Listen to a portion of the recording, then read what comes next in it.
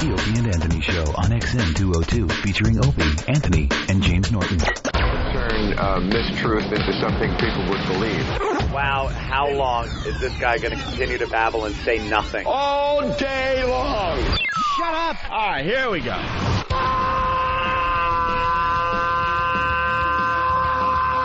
Welcome to the Opie and Anthony Show. It's worse than I imagined. That's terrible. I'm sorry. We are a bunch of dopes. I think we're lewd. We're probably pushing 20 arrests because of this radio show. Out of touch cornballs. 3 retards. We have the effect of Tylenol PM.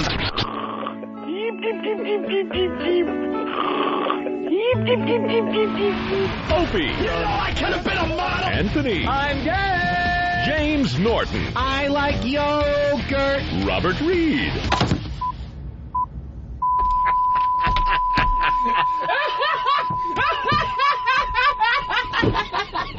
But enough of this palaver. Let's get the show on the road.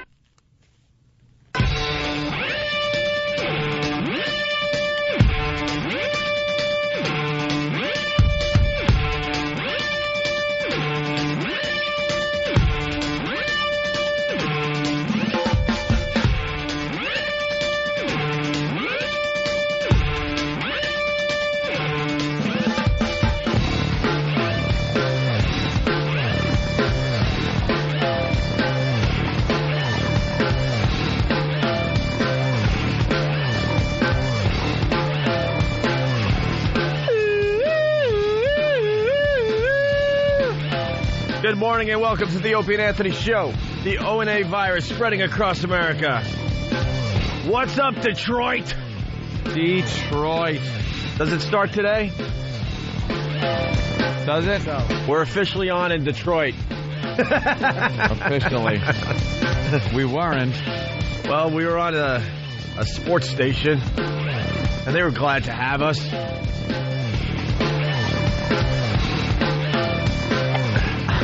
Now we're on a fine FM in Detroit. I think it starts today. I don't know. I didn't get a little memo or a little one sheet. No. I found out last night I'm talking to Pete, and he just happened to mention it. He's like, yeah, you guys are starting on Detroit on Big FM. I'm like, really? Pete is a douche. Oh, no. Pete's a good boy. I got the phone call from Pete as well. Oh, did you? Yeah. Show moves to 97.1 Free FM in Detroit from 6 a.m. to 9 a.m. Thank you. There is the little memo. A great station. We're very happy to be on on FM in Detroit. Absolutely. So I get a phone call late in the afternoon from Pete. You know, we got the O&A traveling virus. The last stop on the tour is this Saturday night in Cleveland. Tickets have been $10 for the last few days. I don't know, 3 or 4 days, right? And they're selling like hot cakes. Hot cakes. Cakes that are hot. So, we need an excuse to keep this $10 ticket thing going. What was the excuse we had yesterday? Oh, well, that wasn't an excuse. The computer glitch. Computer glitch. So the computer's back-circuited, and we had to continue. Crashed. See, here's the reality. You know, this is a great, great comedy show. Yes. And we don't want to play to an empty arena. No. So we got the $10 tickets going for Cleveland, and it went so well, you can't just stop the $10 ticket sales. You want to keep it going, but you need some kind of crazy excuse. So yesterday's excuse was that the computer crashed. Yeah, and they couldn't process all the people that wanted $10 tickets for the show on Saturday night, right? So he can't use that excuse today. So I got a whole one sheet. He wants us to buy into this. Please read this, Jimmy. From Pete. This is what Pete wants us to say and make believe like it's off the top of our heads, off the cuff. If you will. We had a really good response to the $10 tickets in Cleveland. So here's what we should do. Talk about how we sold close to 1,000 $10 tickets, and you guys have decided to extend the $10 promo. Okay, all true so far. Tell the Cleveland fans that with all the... Yes. No. Tell the fans that with all the layoffs from GM... and the bad financial situation that Cleveland is in with all the lost jobs, you're going to forfeit your back end percentage What? to keep this promo going. We have put an additional block of these tickets up. I don't regards Pete. Jesus, Pete. That's a nice friendly letter. He called me yesterday and said, I got a great idea. And he reads this thing off to me and goes, just off the cuff, you guys talk about Cleveland and how they're in financial ruins. Cleveland isn't in that bad of shape. Yeah. How manipulative. Why don't we just do it in honor of 9/11? No What's the matter kidding. with you? Jesus, Pete. Well, guys, in honor of all people who've died of AIDS, we're going to keep the $10 tickets going. Oh, he just stinks. How about this? Why don't we just be honest? The ticket sales in Cleveland have been a little slow. Yeah. Everywhere else, it's been unbelievable. The sales are a little slow in Cleveland, so we want to, play to a packed house. So that's why they're $10. That's right. We want to get asses in the seats, Pete. Let's be honest here. Let's not talk about layoffs from GM A little bit of honesty. and the bad financial situation that Cleveland is in. Yeah, they've been With all the lost jobs, you're going to forfeit your back end percentage to keep this promo going. Well, that might actually be true, whether we like it or not. That might be the way we're doing it. This is actually a special we're doing for Cleveland because they're in financial straits. What an ass. Basically, if you want to go to the O&A Traveling Virus in Cleveland at the amphitheater, right, Jimmy? Yeah. Yes, the Tickets are $10. $10. You can get them through Ticketmaster.com. All the info's on opieandanthony.com, okay? They did sell almost 1,000 on the $10 promotion, so Yeah, that's great. selling. No, they're There's a lot of selling. people in the room. They're definitely selling. All right, let's go to Rob on Long Island. Rob, what's up? Not much, guys. How you doing this morning? Hey, Pretty good.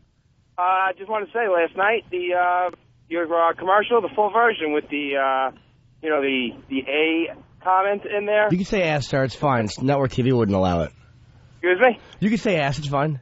Oh, okay. They had the full version of the commercial with the ass comment, the whole 9 yards. It was freaking awesome. Wow, they actually used that version? What station? On during the football game on nice. on ESPN last night. Oh, that's yeah. sweet. Cool.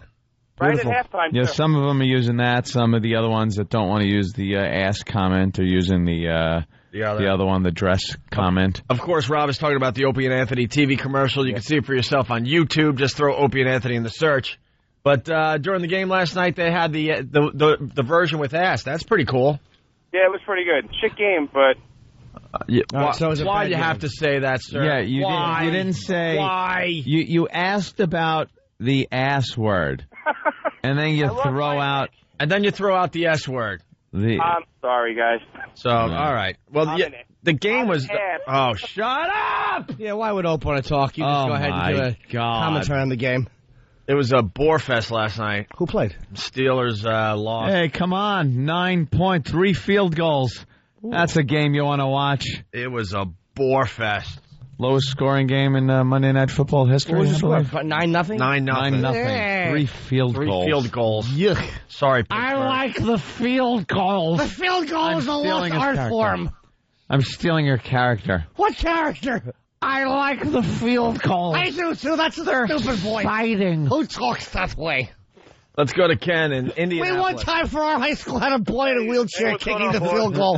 His family sued and won. I like the helmet with one little bar. It's not as intimidating. Yes, it's easy to kiss your grandmother wearing that helmet, as I would frequently do before games. We got more info on Cleveland. Ken in Indianapolis. Yes, Ken. Hey, what's going on? Hey, not only is Shut up. this douche for just a ridiculous idea, but the jackass doesn't even know there isn't any GM jobs in Cleveland. The closest plant's in Toledo. What a dolt. All right, punch it out, boys. We know what it is. Pete said that after Michael Moore did that special about his hometown of Cleveland, Yeah. that Yes. we really should honor all the auto layoffs. Of course. Jesus, Pete. Pete's one phone call away from me never answering the phone again when he calls. He is so close.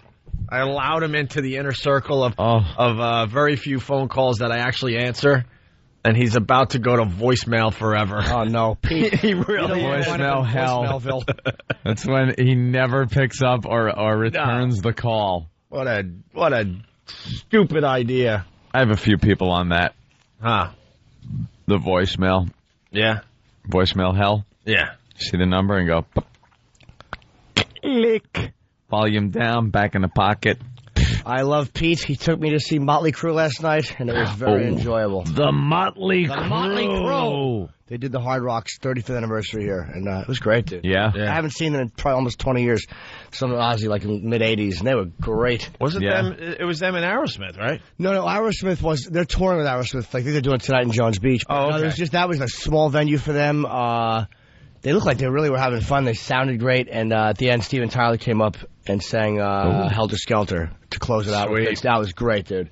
I mean, I was with Bill Burr and Steve, and we were probably maybe 25 feet away. Steve. Yeah, I love when Steve is like trying to show you that he's not drunk. I have to go home now because I have to wake up.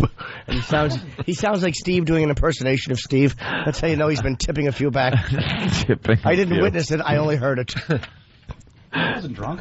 I didn't say you were drunk. I was maintaining. Yeah. Yeah, I better get up early. I was in full panic mode. 10:20 rolled around, and I just kept looking at my watch. I gotta wake up. Well, I went back and got pictures, of course, and I had them all, and I was in Nikki Sixx in the dressing room with Nikki Sixx and Vince Neil. Oh, yeah? And Nikki, they were trying to get a picture with him, but he was like distracted and getting ready. Oh, no. He's Must like, have driven you nuts. Nah, I was, but he was just getting ready to go on, man. He wasn't being a dick. And he's like, I said Tommy Lee and Mick Mars in one dressing room, and they were great. Got pictures, and then Vince Neil, and then Nikki's like, we'll do it when I come off, man. No. That's the big blow-off. I didn't mind. Well, no, but he actually did. I waited like a little boy until the very end. Because you waited. That's I thought of you, actually. Excuse me, let me rephrase that. To a normal non-psychopath, that's a blow-off, where you hear it and just walk away. Jimmy will wait for you. I did. Because you told him. Right. Dude, I was like a 3-year-old at the end when he's walking by, because he was like kind of like... Why, did you drown in Tommy's pool afterwards? He walked by. I go, Nick, you said to wait for after we could do a picture? Oh, you did. I believe me, I got the douche chills just thinking. Remember, you said all of a sudden you put the responsibility on him. But he was like, yeah, sure, man, fine. He was cool. And why do you think of me? Because I had to hang out and wait, and you wanted to spit on me, but I had to do it. Yeah. At the whole band, I was so happy. Wow, nice one. I really enjoyed it. The last concert Jimmy and I went to together was Metallica. Never again, unfortunately. You can't go in the same car with me, because I will stay. He'll wait and wait and wait. I waited against the wall backstage for 2 hours so he could get his Metallica picture. Just get his pictures. It was a long, long night. I saw Jimmy walk in last night, and I was sitting with Bill Burr, and I was trying to get Jim's attention, and I shouted his name a few times, Jim, hey, Jim. And I realized he was making a beeline for backstage, and there was nothing I could do short of sawing his legs off that was going to make him stop. Dude, you got to. I mean, it's very rare you get into a small venue like that, like where we know everybody, and like where your agent is back there. It's really rare. Dennis took me right into the dressing rooms, which is... Right. It was cool. All right, more info on Cleveland. It's Brett. Brett, what's up? Hey, that one guy who called said there was no plant in Cleveland. Yeah. He's full of it. Dude, Cleveland's got a road called Chevy Boulevard. There is a plant in Cleveland, and Cleveland has been noted as the poorest city in the country now. Oh, really? Yeah. Yeah. All right, well, there you go. You got $10 tickets for Saturday's show. Yeah, thank you. All right, Brett. Not a lot of revenue coming out of that Rock and Roll Hall of Fame. It should be now. Jason in Cleveland, what's up? What's going on, you guys? I just want to say I'm really excited about the $10 tickets. Yeah, cool. Get a few of them, will you? I spent all my money on XM radio this weekend and strippers. All right. Thank you, sir. No problem. All right. Let's go to Jimmy's foot. Jimmy's foot, what's up? Jimmy's foot. Meet the Mets. Meet the Mets. Step right up and greet the Mets. That's right. Opie, come on. You can't even curse that. You gotta believe. That's right, you gotta believe. Ugh. Schaefer is the one beer to have when you're having more than one. Do you have that new Mets song, the Our Team, Our Time? Oh, is that horrid? I got Mets song stinks. Let me go old school. Meet the Mets. That's terrible. I'm sorry. That's terrible. I'm sorry. And greet the Mets. Bring your kiddies, bring your wife. Guaranteed to have the time of your life. Okay, terrific. Are really socking the ball. Are they? Knocking those home runs over the wall. East side, west side. Everybody's coming down to meet the Mets of New York Town. New York Town. That's the little right. The little village of New York City. People on the streets, where do they go? To meet the Mets. Yeah. Wow, the second verse that you never really heard. No. Where do they go? Yeah, the Mets clinched last night. The Mets. Hit those home runs over the wall. Show your kids from Long Island what a colored man looks like. Meet the Mets. Yeah, Yanks are going down this year. That's right. They're going down. That's right. Slow down, slow down. I know the Mets fans are very happy and everything, but just keep focused. Hey, it says right on the front page of the paper, toast of the town, Mets clinch first division title in 18 years. Yes, they did. Right. 18 years since 1988. All right, Jimmy's foot, thank you. Thank you, Opie. Jimmy's foot. The foot thing on his foot. Jake in Jersey, what's up?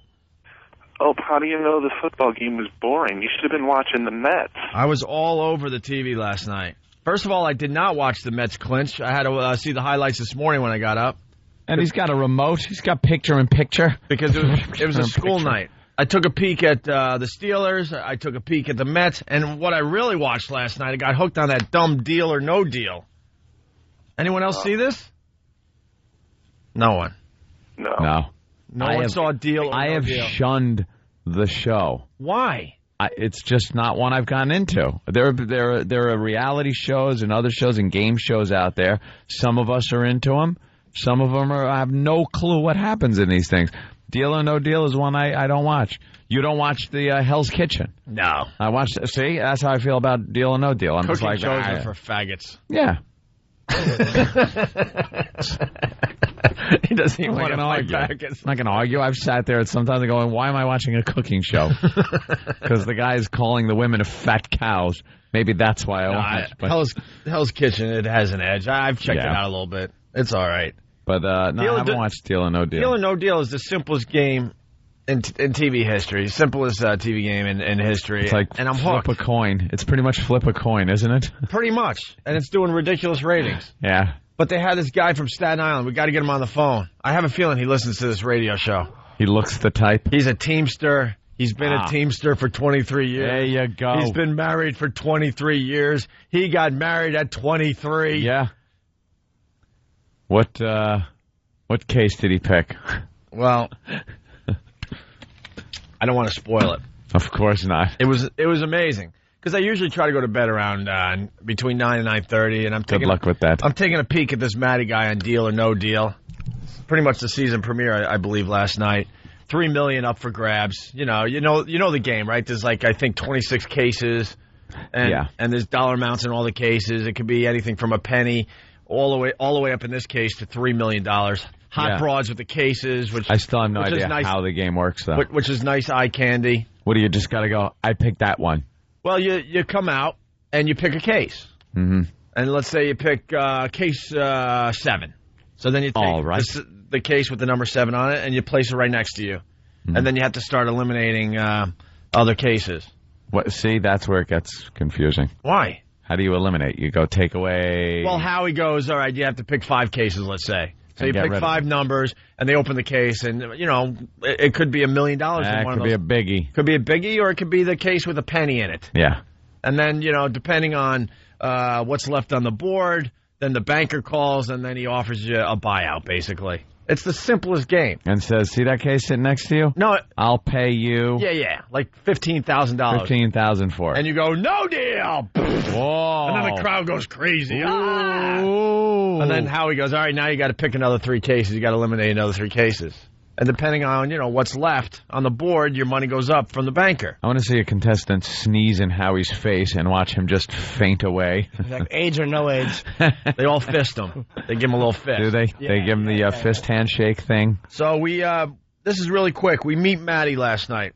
I was just so hooked on this stupid Deal or No Deal last night. Here's Matty from Staten Island. Matthew Salina.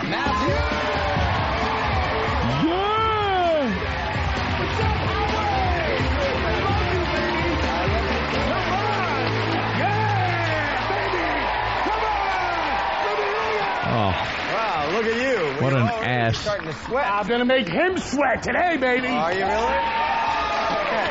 Now, This guy knows where Hoffa is. all the way down to 1 penny. They were randomly replaced in all the cases. We don't know which one holds what. I need you to pick the one that you think has, as you call it, the $3 million. Funny. Well, I'm married for 23 years. I'm a Teamster for 23 years. I got married at 23, and I'm born on the 23rd. 23's for me, baby. Take 15.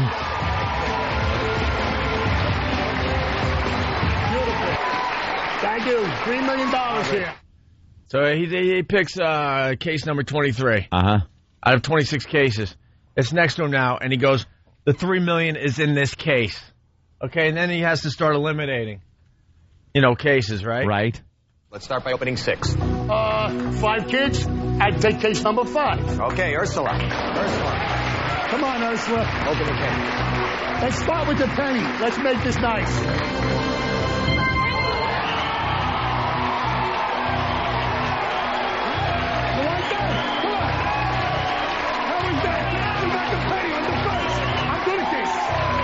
I'm good at this. There was he said, start with a penny, and there was a penny in there. Yeah. So Yeah. he Out of the predicted- 25 cases that are left. This sounds a little fishy. He already said, case number 23 that's right next to him has the $3 million. Now he has to eliminate cases. He goes, all right, that case, whatever number he picked, I don't remember already. He goes, that will be the penny. So the And it was. Goomba from And it was. Staten Island knows exactly what's in every case? Yeah. That seems just a tad fishy. The Teamster. The Teamster. The fix is in. Yeah, and the show, yes, Dave from Jersey, the show has the hottest models. We all know that. That's probably the biggest reason to watch the show. Yeah, that's they a have good draw. eye candy. So then the game goes on and on and on. It gets really, really exciting. And then finally, Howie gives him another deal or no deal. The buyout. Right. It went up.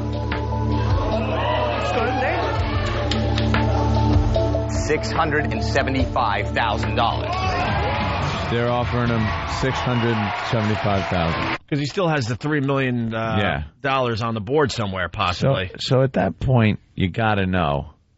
Oh, that it's up there somewhere, or next to you. Yeah. Oh. How many This cases game were is left? silly. At this point, there was 5, I believe.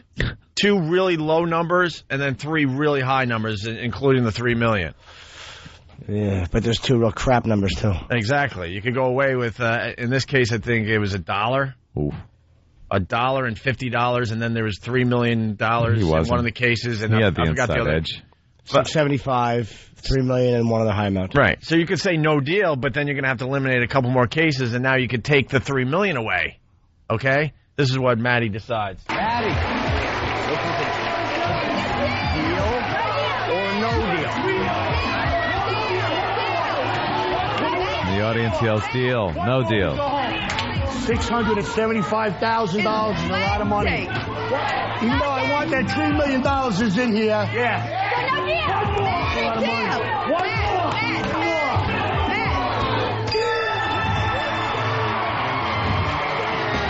So he bails. He bails and says, I'll take the $675,000. And he goes, even though the $3 million is in the case I picked at the beginning of the show. You remember 23, 23, 23? So why wasn't he so confident? He bailed on it? Well, because if he didn't take the deal, he has to eliminate 2 other cases, and, he could pick a number, and next thing you know, Who the $3 million's cares? out of the Just game. let him just stick Let with it what ride. you got next to you. But you don't know. Take your it's all commitment. guess. You've taken your case. It's all a guess. So this is what happens at the end of the show, which is just amazing. It's down, I think, 2 cases left, because then they play it out like, all right, if you didn't take the money, what was the next case you would have? That's always good when they play it Rub out. your face in it. Yeah, they go, all right, if you didn't take the deal, all right, you would have to eliminate another case. What number? And they play it back and forth, okay? Yeah. And then it's down to the last 2 cases. The I one, used to love when they did that on Pyramid. Right. The $25,000 Pyramid. Even though the person lost, they would sit there, and Dick Clark would get behind him and go, how things do you row a boat with? You row a boat. How a piston moves up and down. Motion you make to satisfy yourself. No one's getting the... Okay, thank you. Yeah. He does these impersonations. So it's down to 2 cases, okay? I think it was the real victim. Down to 2. I mean, now they're playing it out. There's 2 cases left. The one he has in front of him, the 23, case number 23, and one on the board. One has the $1, and the other has the $3 million. This is how it played out. There are only 2 cases left in play, Matty. Yes. $1 and $3 million. Oh my God. If this is the $1, you would have made a great deal. $3 million. It's the $3 million, Howie. They're ready to open up his case. Of course. So they're saying, if it's $1 in his case, he made a great deal by bailing at $675. The way this guy sounds, there should be severed legs, a torso. I love this guy. He's one of our own, I'm telling you. I guarantee this guy listens on a regular basis. $3 million. It's the $3 million, Howie. What is it? Maddie, you made... Oh, not such a great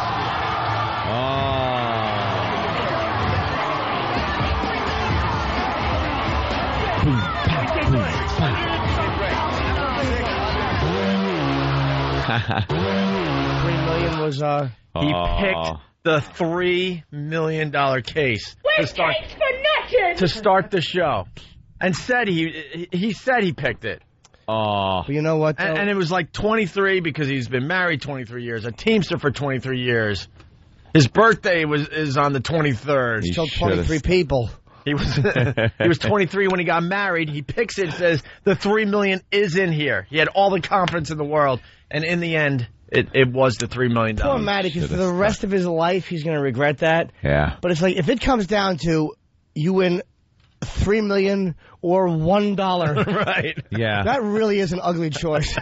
There's a lot of room for error in there. He walked away with the biggest winnings ever, $675,000. You can't bitch about that. That was the right move to make, man. How are you supposed to know? The show is so stupid and so simple, but I can't get enough of it for some reason. would think. I think it's because Howie's a great game show host. If they're offering you that much money to back out, they know you got that bag next to you. But then again, one of the other cases might have been, like, say, $900,000 or $1.1 million. Yeah. It might have been. And they work off the board. You could tell they have a nice thing where you could see, like, on the right is like the higher. I'll watch numbers, it one of these days. And then the left side has the lower numbers. Maybe. So if you have a lot of lower number cases left, then the offer from the bank isn't going to be as large. Oh, I gotcha. He still had $3 million somewhere on the board or in the case in front of him, so that's why the bank was offering him ridiculous money to get out. Gotcha. It tells you what amounts are left. Like you know what amounts are left in the case. They have a whole board. Like, okay. All right. That makes more sense now. Yeah. Stupid game. But there you go, Matty. You get caught up in it, though, man. When you're watching, I was in the gym one time watching, and you have to see how it plays out. You're like, ugh, I can't go upstairs. I know, it's so annoying. I don't know why. Because because they show you what would have happened. Right. And when you want to know what would have happened. Yeah. I mean, that's like going through your evening, and like someone could show you the bar and go, all right, this is what happened. If you would have talked to her, you would have nothing. Oh, now there's the game. Yeah. Yeah. Good point. You get the $1 chick. But it's pretty much a coin toss. We're watching a coin toss on TV now. He's gonna feel for the rest of his life, if only. Yeah. But that was the move to make. But he'll be all happy about it. Hey, I walked away with $600,000. Huh? The taxes, I made $280. It's not so bad. I had fun. I was on the TV. Where's my gun? I'm gonna shoot myself. $3 million or $1? How does it come down to that? Yeah. If it comes down to $1 million or $3 million, you made a bad deal. Yeah. But if it comes down to $3 million or a buck. All the commercials said it's the best one so far. They were just ranting and raving how great this season premiere of Deal or No Deal was going to be, and they were bet a buck. Someone said he reminded me of Peter from Family Guy. Yeah. Also, Eric in New York. What do you got? Real fast. He's just a stereotypical Guido. And did you see the two daughters? Was there something wrong with the two twins? We were trying to figure out if they were midgets. It looked like they were midgets to me. There's definitely something wrong with them. All right. Thank you, sir. All right, man. They had the dad's attitude. Andy in Jersey, what's up? Hey, what's up, guys? Hey. Listen, it's like an NBA game. You watch the first 5 minutes, the last 5 minutes, and everything in between is nonsense. You know how it all worked out. Yeah, because, when the banker calls with the early deals, they're so stupid. Everyone says no. Because the first, buyout is like $20,000. It's like, no, man, there's still $1 million on the board at least, All right, Andy, thanks. All right, be cool. We got to take a break. The banker calls. Is he really a banker? No, he's not. He's an exec producer. Of course he is. I would like to offer you a deal. You can have $3 million, or would you like to keep this bag of spinach? Topical. All right, once again, Bud Light presents the Opie and Anthony Traveling Virus, the comedy event of 2006, this Saturday at Tower City Amphitheater in Cleveland. Tickets, $10 through Ticketmaster.com, presented by Bud Light. Always worth it. All right, get your tickets today. It's the O&A virus spreading across America. Learn to play poker with the Opie and Anthony Show. No. Oh, God. She spilled my chip. I'm sorry, sir. Opie.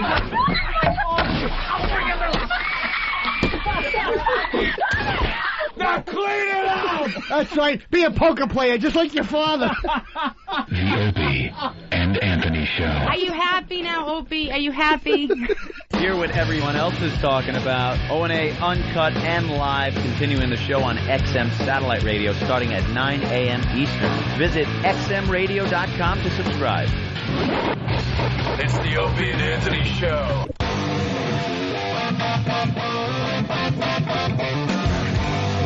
You're checking out the Opie and Anthony Show. The O&A virus spreading across America. I guess ratings came in for New York yesterday. Yes, yesterday.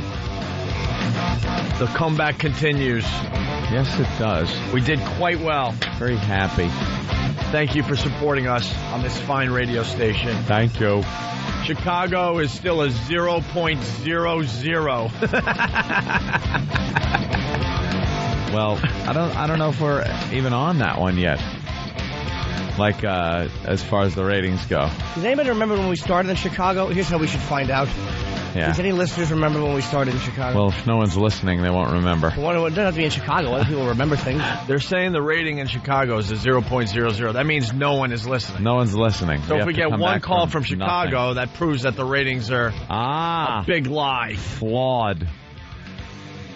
No one listening in Chicago? Let's be honest, it's going to be a slow build for Chicago. Oh, it's going to be a tough one. But we're up for the challenge. Damn They're right. sad that we make fun of Karen Meyer, their deaf hometown hero. Maybe that's it. Speaking of which... Oh, good. Let's. We got a little of her? Well, we never got to the end of this thing. We didn't finish her story on... What the hell was it? Damn it. On burn victims. Burn victims. By the way, I couldn't get enough of the Weather Girl video from yesterday. I know. We couldn't play it over here. We played it on XM. Audrey Puentes. Yeah. Something like that. She does weather here in New York. And it's on YouTube. And it's on YouTube. How do you search that thing? Can you put the C word in the search engine of YouTube? Well, I don't know. It's one of the worst search.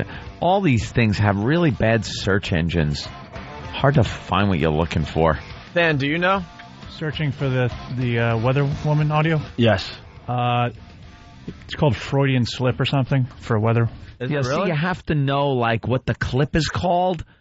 Like, I don't know, it's something about a weather woman, and she slips and says the C word. All right. It's on our website. How do I put that in? Screw that. It's on opieandanthony.com. All right. We played the audio yesterday on our XM show. Can't play it over here because the FCC doesn't like that kind of thing. But instead of saying rip currents, yeah, she said rip C word. And then used the bad word. Clear as day. And it was great. Clear as day. Oh. I watched that video, I don't know, a dozen times after the show yesterday. Trip up. She was a pro, though, right? She didn't even bat an eye. She just kept going. Plowed right through. Plowed right through, right. Amazing. And she's not going to get in trouble for that? I guess not. I'm glad she's not, but it's amazing how the guy slipped into Martin Luther Kuhn. Yeah. And he was fired instantly. Yeah, and you could tell that was a slip. Yeah, for a politically incorrect slip, but a female slips and drops a C-bomb, and no one hears anything. It's like on page 26 of the Post today, racist animal gets a life sentence. The black guy that said he wanted to go out and kill a white person. Yeah. Page 26 of the New York Post. Fat Nick hit a guy with a bat who was in his neighborhood to steal a car. He was on the front page every day for a weeks. month. Yeah. It's just, the media they should all be executed. Wouldn't that be nice? Bunch of liars. Yeah, so go and insincere jerk-offs. Why don't they cover the black guy with the same fervor they do the white person? It's because you expect blacks to act like that. That's how the liberal media is. All right. They expect it. So go to opieandanthony.com for the video of Rip. Her saying Rip Seas. It's hilarious. Instead of Rip Currents. Let's go to Steve in Chicago. Steve, what's up? What's up, guys? Hey. Yeah, I've been listening since day one. In Chicago? No, I'm in New York. Go Oh, look at that. Come on, man. Another Steve in Chicago. Don't trick us, man. Steve. Hey, what's going on, guys? Make it fast. We got to get to Karen Meyer. All right. It's been about a month and a half you guys been in Chicago. Okay. A month and a half? Yeah. Yeah, it comes on in about another 15 minutes is what it starts on 105.9, but I still listen to it on XM. Right. Oh, we're a little bit, we started, early August, right? I guess it'll be a month and a half, okay. Yeah. All right. Not even a blip. Thank you, Steve. We need some time to get people listening, because we're still, in the last person's numbers, I think. Yeah. Look at me talking ratings. All right, let's get into the Karen Meyer thing. We played the first clip, and we never got to the rest of them. So we'll replay the first clip and finally do the rest of it, okay? Karen Meyer is this deaf reporter. She's deaf. She's a reporter. Let's handle this one with dignity. She's got courage. I agree. For the new people listening, let's handle this in a way we would never handle it. She's got courage. She has courage. This is a wonderful, touching story. She does all the special needs and special needs folks reporting any type of an injury for Chicago. People that would be considered handy-capable. Handy-capable. Good point, Ed. Good way to say it. Very sensitive. She's deaf, so... hearing impaired. Yeah. She's hearing impaired. Hearing impaired. Oh, I'm sorry to use such an insensitive word as deaf. Do they do the old subtitles and all that? I would assume they do the subtitles. Not familiar. Haven't seen any video of her, but it would be helpful to the viewers at home. It would be nice to ask someone from Chicago, but no one's listening. Oh, they'll call in momentarily. They better. So, yeah, she's doing a report on burn victims. Poor people. I cannot believe they're getting away with this. It's a modern-day freak show is all it is. Has nothing to do with her being a good reporter. They're people, too. They're people, too. Some burn victims feel like social outcasts because of their scars. One Chicago area survivor wants people to know they are just like everyone else. ABC 7's Karen Meyer is here with more. Karen? Today in Sophia, from a medical standpoint, the experiences can be grueling. From a psychological perspective, it can be more traumatizing. Can it? What is the difference between boogers and broccoli with little kids? Oh, wait, applause. I know the answer. Broccoli isn't horribly burned?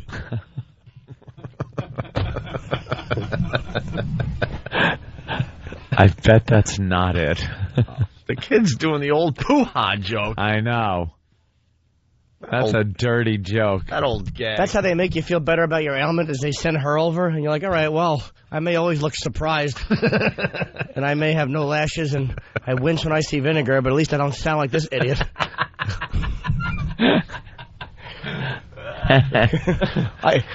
Burn victims always look like they're yodeling. Do we ever say that on the show? Maybe. Here we go. Boogers and broccoli with little kids. Kids won't eat broccoli. 14-year-old Lanny Boy has an amazing personality, especially considering everything he's been through. On my brother Devin's birthday, 1995, our house caught fire, and there was no way for us to get out, so we were trapped. He and Devon got out, but not their 2-month-old sister Stormy. Do me a favor.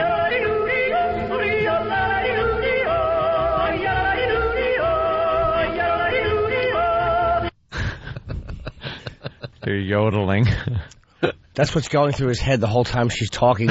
Funny. The spy is yodeling. Oh. Do we have to play the rest of the clips? They're really depressing. I think we should. We do. We like goofing on her for being a deaf reporter on TV. I want to hear depressing clips. Completely ridiculous. I'm pissed today, and I want to hear it. It's so awful that they give a person who's deaf only people with problems. Yeah. It's just so... Why don't you get a Jewish guy and only let him deal with stories about Jews or a black... It's like just... They do. They do that. They do in New York. They give the black guy the black stories. Only the black Hispanic neighborhoods. reporter the Hispanic stories. Yeah. They go into the neighborhood and, talk about the problem with the people that are similar to them. So now you get a handicapped person, has to do the handicapped stories. All right, here we go. Handy-capable. 80% of Lanny's body was burned. Ow. He and his brother became patients at La Rabida Children's Hospital on Chicago's South Side. I had to go through a lot of surgery, a lot of rehab exercises. I went through a lot of things. Emotional distress, guilt, all different types of things. They had to wear what was referred to as jobs, the skin tight. Grandmother Doris Murray says it was hard for the boys to grow up. They would have to go out into the community with these masks, and honestly, other children would become so frightened. But my heart would always just ache inside when they felt rejected because of how they looked. So they have learned to, if someone's staring at them, they've learned to come up and say, "Hi, I'm Devin. I'm Lonnie. I'm a burn survivor. How are you?" From someone's cell phone, Karen Myers sounds like she just got done running a marathon race and is severely out of breath. Oh, my God. They do use subtitles? Yeah, I guess so. They would have to. I only pick up a word or two here and there. I know. Can't understand her. Dr. Brian Stolbach is the child psychologist at La Rabida. He says a significant part of the healing process for burn patients is dealing with other people. Because they look different, because they look scary, and a lot of burn survivors find ways to educate people about what's happened to them and the fact that they're not scary and the people don't have to be scared of them. Lonnie and his brother Devon are incredible survivors. I think in some ways a perfect example of people who have had a horrible experience and not let it define them, and have moved on from it, and yet still will talk about it, will share about it in a way that can help other people that go through similar things. And he'll tell you, I'm a handsome guy. I say, you are. You are. You're a very handsome guy. You're a handsome guy. Probably not the right message to be sending. Yeah. No. It's very sad that he's a burn victim. Maybe you could say that you're a funny guy. Funny. Chess player. Personality. Intelligent. You're great on a phone.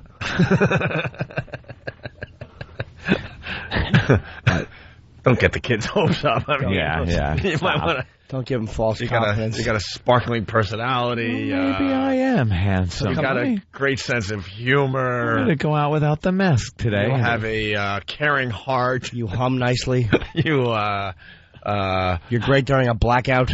You scare little children. I mean, you. Do you really want to give him like that false confidence? He'll walk up.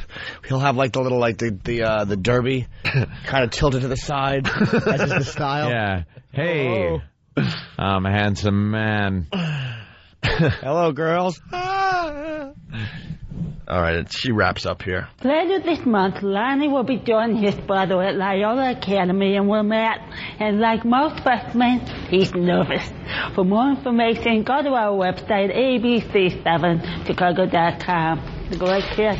Yes. Inspirational. Very nice. Thanks, Karen. Shut up. Here's the question I have. He's burned when he was like 3, right? If you're burned when you're really young, how come you stay burned like when you're 18? Like, doesn't your skin stretch a little bit? Like when you're a baby, there's only a little bit of skin on you. Yeah. That amount of skin doesn't cover an adult torso. So do you grow out of it, like where just a little area becomes burned? How does that work? I don't know. That's an interesting question.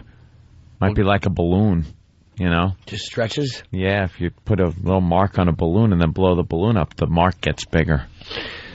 Yeah, but that balloon isn't regenerating new tissue all the time, I don't think. It's only the same amount being blown up with skin. Isn't it regenerating? Like, Right, now we get 18 people that think they're doctors calling with 18 different answers. I know. Right. It's, all right, Dustin in Jersey, what's up? Hey, they should tell the little fella he has a face for radio. that old gag. You have a great sense of humor. You don't have to wear a costume on Halloween. You're a kind person. Let's say hi to Asaf. Can't get nose prints on the window when you're looking out of the window real close in the wintertime. No. Hey, line of the day. Yeah. For Jimmy. Yeah. Wince when I see vinegar. That is a good nomination. Yeah, Jimmy raised the bar early today. We're going to have to try to beat that. Let's go to Cody in Indiana. Cody. Hey, buddy. Hey. I get Chicago stations where I'm at. There are subtitles when she talks. She talks with her hands, so not only can the people who are normal, they can't tell what she's saying by hearing her, but they don't speak sign language, so that's out. And she has a retard haircut. All right, thank you. Ew, does she? Yep, bye-bye. I want to see a picture of Karen Meyer. Let's say hi to Jared in Boston. Jared. Hey, boys. Hey. Kind of ironic, don't you think, that somebody has to figure out what she's saying so they can put up the closed captioning, right? Okay, here's what the deaf reporter's saying. That's got to be the wrong. old Brian Regan bit? Yeah. Here's what the whales are saying. She's lonely. She's lonely. All right, we got to take a break. It's the O&A virus spreading across America. Suppressed memory.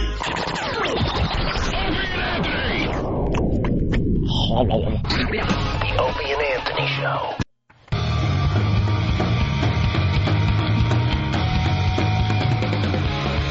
Yeah. Good morning. It's the Opie and Anthony Show. Our phone number is 1-866-313-FREE. Let's say hi to Don. Don, what's going on today, man? Is that Don on the phone? Hey, Don. Hey, how you doing? All right, Don. You guys rock. So me and my wife, we're chilling out watching TV last night, and we're surfing around. And all of a sudden, we see this commercial, and I was looking at the girl, and I go, boy, she's large. And all of a sudden, she says, does this dress make me look fat? And all of a sudden, I see you guys say, it's not the dress. It was freaking hilarious. The Not the Dress line. All right. There's a lot of versions out there of our commercial. Yeah, we're getting rave reviews on the Opie and Anthony commercial, by the way. I guess Ad Age gave it some award or something. Yeah, it was like Ad of the Week. Ad of the Week? Yeah. I'm surprised CBS, if they shot it like CBS is behind it, why wouldn't they make them show it on their networks? Or is it maybe the affiliates that are a problem? It's just the word ass. I don't even remember what channel it's going on. Yeah, there's even a funnier version, I got to tell you, Don, where Anthony says it's your fat ass or what big fat your ass. huge ass that makes you look fat. Yeah, there you go. But I'm glad they're showing, the commercial now. Finally, we made that 2 months ago now. It's a huge ass that makes you look fat. How did your parents die? It's a huge ass that makes you look fat. How did your parents die? Why not? Why not? All the versions of the commercial are up on YouTube. Just throw Opie and Anthony in the search. Thanks, Don. I'm glad you liked the commercial. Peace out, guys. All right, let's say hi to Dan in Jersey. Dan, what's up? Dan. What's up, guys? Hey. Hi, Dan. Hey, listen, man. What's up with this retard on friggin' in the Post, man? He's coming back to the air again or something like that? Well, Howard Stern? Howard tells so many lies. You don't know which is true and which is just a made-up story. To try to get back into the news and into the public eye. He sees what's happening. He sees what's happened to our show. We do both. We do satellite and we do terrestrial radio. And he sees that we're getting a lot of interviews. We're doing Letterman. We're in the news every day about what's going on with this program, picking up new markets, things like that. And he's pretty much fading away. They're writing articles about him, but it's about how he's fading away, how he's not getting as many subs as they thought. It's all negative news. So I think they came across with this plan to put out a rumor. You get a rumor started that he might do the same thing. But as far as it actually happening, I don't know. I can't see a serious pain. Yeah, you tell it. To be honest with you, he's just terrible. I think he sucks, to be honest with you. Oh, Dan's the radio expert. Thank you, expert. Dan. Hey, and also, your commercial was awesome. I seen it on Sportsnet New York, man. All right, on. Funny-ass commercial, bro. Oh, cool. Thank you, Dan. All right, bro. Have fun. You know, to be honest with you, XM not paying us $500 million. I'll be honest, not paying us $500 million. So as far as the exclusivity thing goes, and renting us out like hookers, that's fine. It works. It works for them. I don't know of any radio company that can really cough up that much money to take away the exclusivity. Yeah, but you guys also are making a comeback. We are making a comeback from 26 months extinction being off the air. Yeah, man. Exactly. It's not like there was a decision made in the middle of things being okay, going, all right, we're going to go here to satellite, and then after a year going, what happened? We got to go back now. It looks stupid to go back. But with all that said and done, if he does, welcome. We say bring it on. Welcome back. Bring it on! Welcome back. Where they put him? PLJ in New York? Whatever. I say bring it on. There have been so many of these dumb Howard stories since he went to satellite, and every one has been false. None of them have come So if this one's true, we say bring it on. But his past track record does not lead me to believe that this is true either. Everything else has just been bull crap. What I love about the article in the New York Post, though, Howard's return to free air rumored. Howard Stern may be coming back to Earth on PLJ or ABC. Radio insiders are reporting rampant rumors that the shock jock will do an Opie and Anthony. Well, we did this first. And we did satellite radio first as well, you satellite ass. First, and then terrestrial. Somehow he'll try to spin it that it was his idea first, and please, go ahead. All right, let's go to Allison in Pittsburgh. Allison, what's up? Hi. Allison. It was all for Allison. Yeah, it was. I just want to tell you I like your show, and I said commercial. That's all I want to tell you. I liked it a lot. That's it. Wow. Yeah, I know. Did you sorry. chuckle? We should be #1 in Pittsburgh in no time with phone calls like this. Yes. Hey, what This is why people are tuning in to hear Opie and Anthony. I'm sorry. That's all I had. I like your show, and it makes me laugh. Allison, what do you like about the commercial, though? Give us a little something else. I didn't know. Attaboy. Oh, no. Poor Allison. She's just... Adam in Florida, what's up? Congratulations, Opie, on the New York Mets. Thank you, and sir. I'm down here in Florida, and I watched the game last night, and there was WOW stickers all over all the signs calling around Shea Stadium, which is great to see. You guys are making a presence, and rock on. Yeah, the virus is slowly but surely spreading. There were WOW stickers during the Mets game. What part of Florida? He's gone. I don't know. Oh, he was in Shea. He wasn't in Florida. So that was just a quick call to congratulate me on the Mets, clinching last night. Thank you. Meet the Mets. Because I had a lot to do with it. I know. I love how they congratulate the fans. Hey, man, you got to call your buddy up. Hey, congrats, man. You guys did it. We all do that, We did. We all do that, though. Our buddy Joey from Paisano of Mulberry Street, in the heart of Little Italy, our old pal, he's an Eagles fan. And one year when the Eagles were doing great, we all had to call him up. Congratulations, Joey. Hey, best. I'll tell you why we do that. Because when the Eagles lose, he's the first one you're going to call and yell, faggot. So you figure you got to give the guy some kind of good feelings when the team... It's not his fault they lose either. So you got to kind of give him some kind of nice... I was going to say props, but I looked down and my skin color realized I shouldn't. Joey is a true New Yorker, and... Why is he a dirty Eagles fan? That's what I'm saying. Something went askew, man. Because I believe he's a Yankee fan. Holy crap! I almost said Mets. I bet Joey was molested by somebody wearing a Giants helmet when he was a younger fella. Something went wrong. Can't become a Giants fan. Something went wrong because he's as New York as it comes, and he loves the Islanders. He loves the Yankees. That's what happened. And then out of nowhere, he loves the Eagles. It's like, what? Young Joe. How did that happen? He was trick-or-treating one year, younger lad, and a man opened and was wearing a Giants helmet for Halloween and gave young Joseph the business. He put young Joseph's face in the candy and gave him the business, and young Joseph is now an Eagles fan. That's my theory. And can't eat candy corn. If I don't show up for work for 6 weeks, you'll know Joseph disagreed. It's so stupid how you pick your teams, though. When I was really young, I've always been a Mets fan, but my dad went on a business trip to Minnesota and brought back like a Minnesota Twins banner. Next thing you know, I'm like a Minnesota Twins fan for a season and a half. Were you? Yeah. Ew. Out of nowhere, I'm like, well, I think I like this team now because I got their stupid banner. I don't know. I'm sure there's a million of those stories out there. I forgot what it was with Joey and the Eagles. Maybe he could call up if he's listening this morning.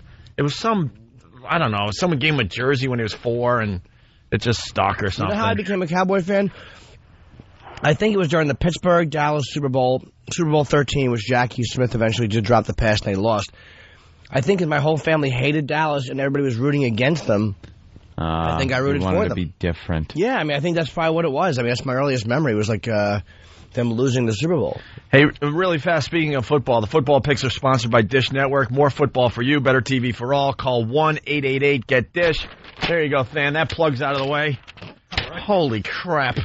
But basically, the behind-the-scenes staff is picking games every week. We got $10,000 up for grabs. One of the guys is walking away with $10,000. I'm in it just as a goof factor, and if I do win the $10,000, I'm going to throw it out a window or out of a helicopter to the fans. I'm going to do something crazy with the $10,000. Now, last week I tried to pick the games legit. I went 2 for 5. Well, that's not that good. It's not that 2 for good. 5. It's probably could have done that just flipping a coin. Of course you could. Well, the funny thing is, Sam and Steve, they don't know anything about football, and they're in the lead. You know what we should have done? They've picked 6 right. I got 4 right at this point. We should have gotten a retarded person to make the picks, like a genuine retarded person. Yeah. I have to do this every week. Let's do it. Find one. Well, that shouldn't be hard. Let's just go down and see who's listening to this program by the third or fourth one. Bring me a waterhead. I need a waterhead. Can someone camp out on the sidewalk? We got to find a retarded person. And as soon as we find a waterhead, they just haven't picked my games for this week. You can go all day without seeing one. I'll go waterhead or bobblehead. Or you can, how about your this? Pick. You can pick them and see who does better at the end of X amount of weeks, you or the guy, which will show you does randomness work. Well, I'm that guy. Well, you're not a retard, though. I mean, you know football. No, but I tried last week, but now for the rest of this this competition, I want to I love your idea. I want to get a waterhead or a bobblehead to pick my games this week. A bobblehead. And you can't just find them like walking down the street. Think about it. You go days without seeing them. All right, I'll go with a midget. I see them all the time. Midgets are midget even picks. More rare. The midget will pick. You got to go somewhere they hang out. Huh? The zoo.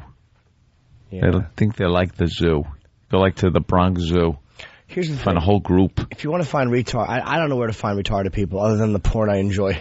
That's the only place. Nothing? All right. No. All right. Oof. Go ahead, please. All right, let's say hi to Eric in New York. Hello. I like Jimmy's idea, though. I want a waterhead or a bobblehead to pick my football games this week. Opie. Yeah, what's up, Eric? Yeah, I wanted to call you out on something. I mean, you claim to be a big baseball fan, but just to know that it's not called a banner, it's called a pennant. All right, thank you, sir, for correcting me. I really appreciate it. Makes me feel real good about myself. Very important. Let's go to Josh in Pennsylvania. Josh? Hey, what's going on, guys? Hey. I was on YouTube yesterday, and I was watching, just looking for some stuff, and I saw actually when Opie threw the chips at that woman yesterday. Yeah. That was some funny shit on the radio, but it was even funnier watching actually her facial expression. She took it like a champ, but you should have hit her in the face with those cards. Well, she started crying later. She kept up a brave face in the studio, but the second she left the studio, she was bawling, just crying her eyes out by the elevator. And, of course, we had Iraq run after her with a telephone to get every tear on the air. They replayed that clip on XM yesterday, by the way. Yeah. Yeah, so... And the clip on YouTube is pretty damn funny, I got to tell you. I saw that recently as well. A lot of great clips on YouTube. Just throw Opie and Anthony in the search. All right. Thank you, Josh. No problem. Hey, you watching The House? No, I don't like watching House. I'm a little bit of a hypochondriac, and I can't watch those shows. Some medical shows I could watch. I liked watching Emergency. Remember that? Engine 51, Squad 51, and they pull out, because that was based on like accidents and stuff. They'd go to a construction site, and the guy would be like pinned under some wreckage, and they'd have to, Rampart, what do we do? On that big phone. And then it was like accidents. I don't like the medical stuff where people got something. And House is the worst of them all, because they get things that no one gets. Like regular, ER. ER is bad enough. Dude, you ruined ER for me. I was watching it as a dumb, stupid little show to pass the time before I went to Betty Bye. Can't. And then we had a discussion on the show one day where you say you can't watch these shows because they talk about illnesses that you never thought about, and now you have to think about that you could get this dumb thing, even though you're living a perfect life and you're completely healthy. 2 reasons. All of a sudden you start with a dumb little eye twitch that we all get, and next thing you know, it's foot cancer. It's like, what? How did that happen? You start with an eye twitch, and then you're like... I'm the luckiest man in the world. Oh, yeah, it started with an eye twitch. Great. It's either that... I never looked into these shows that deeply until we discussed this on the air. Now I can't watch Grey's Anatomy or ER none of that. or House. None of them. And I don't need the goddamn depression. Like, I like being a happy feller. I don't like watching a show where, all right, go in, tell the parents their little baby daughter's dead. Oh, that's a wonderful scene. It's just every scene they're going for a goddamn Emmy. Every scene. All right, walk out, Noah Wiley. He was on that show, right? Yeah. They walk out and now go explain to the parents how this cute little girl that's laying here on the gurney that you can see now with the tubes and everything is dead. Tell him she's dead. To be relevant, you might as well have used George Clooney. George Clooney. See? I don't know. The reruns to me. Is that show even still on? Is it? I think it's Get out of season here. 20. Ooh, I'm on TV. Tool. I can't watch medical shows ever since I was a kid. That goddamn medical center and Marcus Welby growing up. So I can't watch them. And House now is the worst. Because they're diseases that start out like nothing. Every week, it's nothing. Hey, I just came in. I don't know. It's a little elbow pain. I've been playing some tennis. I think it's tennis elbow.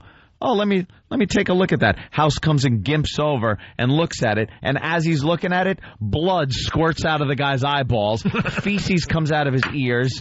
And his head spins around 8 times. And they got to admit him with something House has never seen before. On an all-new House. What? House is going to something that got to do something that could jeopardize his career. Oh, again? Still? What's he going to do? This bit is too easy. Here's this week's promo. Don't miss the new Fox Tuesday, first at 8. House meets his match when a brilliant doctor wants to end his own suffering. If I don't find out what's wrong with you, I'll help you die. An all-new House. If I don't find out what's wrong with you, I'll help you, what? Die? Is that it? Yeah. It's a very controversial House. Right. Every week. So if he can't cure you, he'll make sure you die nicely. House. Encountering something he's never seen before. Again. Quincy script. House stinks. House is awful, and everyone says it's a great show. I will not watch it to even see if it's great. Shows like CSI, I'll watch cop shows. I like things like that. CSI, murder, things like that, fine with me. I'll watch every one of those stupid Discovery Channel A&E. It started on a cold December evening. She was walking out to the mailbox and disappeared. And then the first thing I do is I turn around and go, husband did it! The husband did it! And I'm so happy when the husband did it. Bill Curtis, his voice. Bill Curtis. It's just all about disaster. Whenever he mentions your name, you're finished. Done. Her body was found in the gutter. I love it. There is something so captivating about those just gruesome murders. And if you throw in like a sexual thing to it, There's something that you can't tune away. It's so horrific. Best voice ever for that stuff is the woman who does the HBO voiceover for the Autopsy. That woman's announcement, she's so good. I don't know if I love her or if she just gives me the complete creeps. Yeah, she is good. But I like Bill Curtis better. It's so like, in the woods, they found bullet casings. It's like, oh, did they? I'm so interested. Oh, Bill, what's happening? What happened, Bill? Tell me more. And then they go to commercial. They tease murders. It's like a murder. And it's like, the evidence would be found years later. But would the DNA match?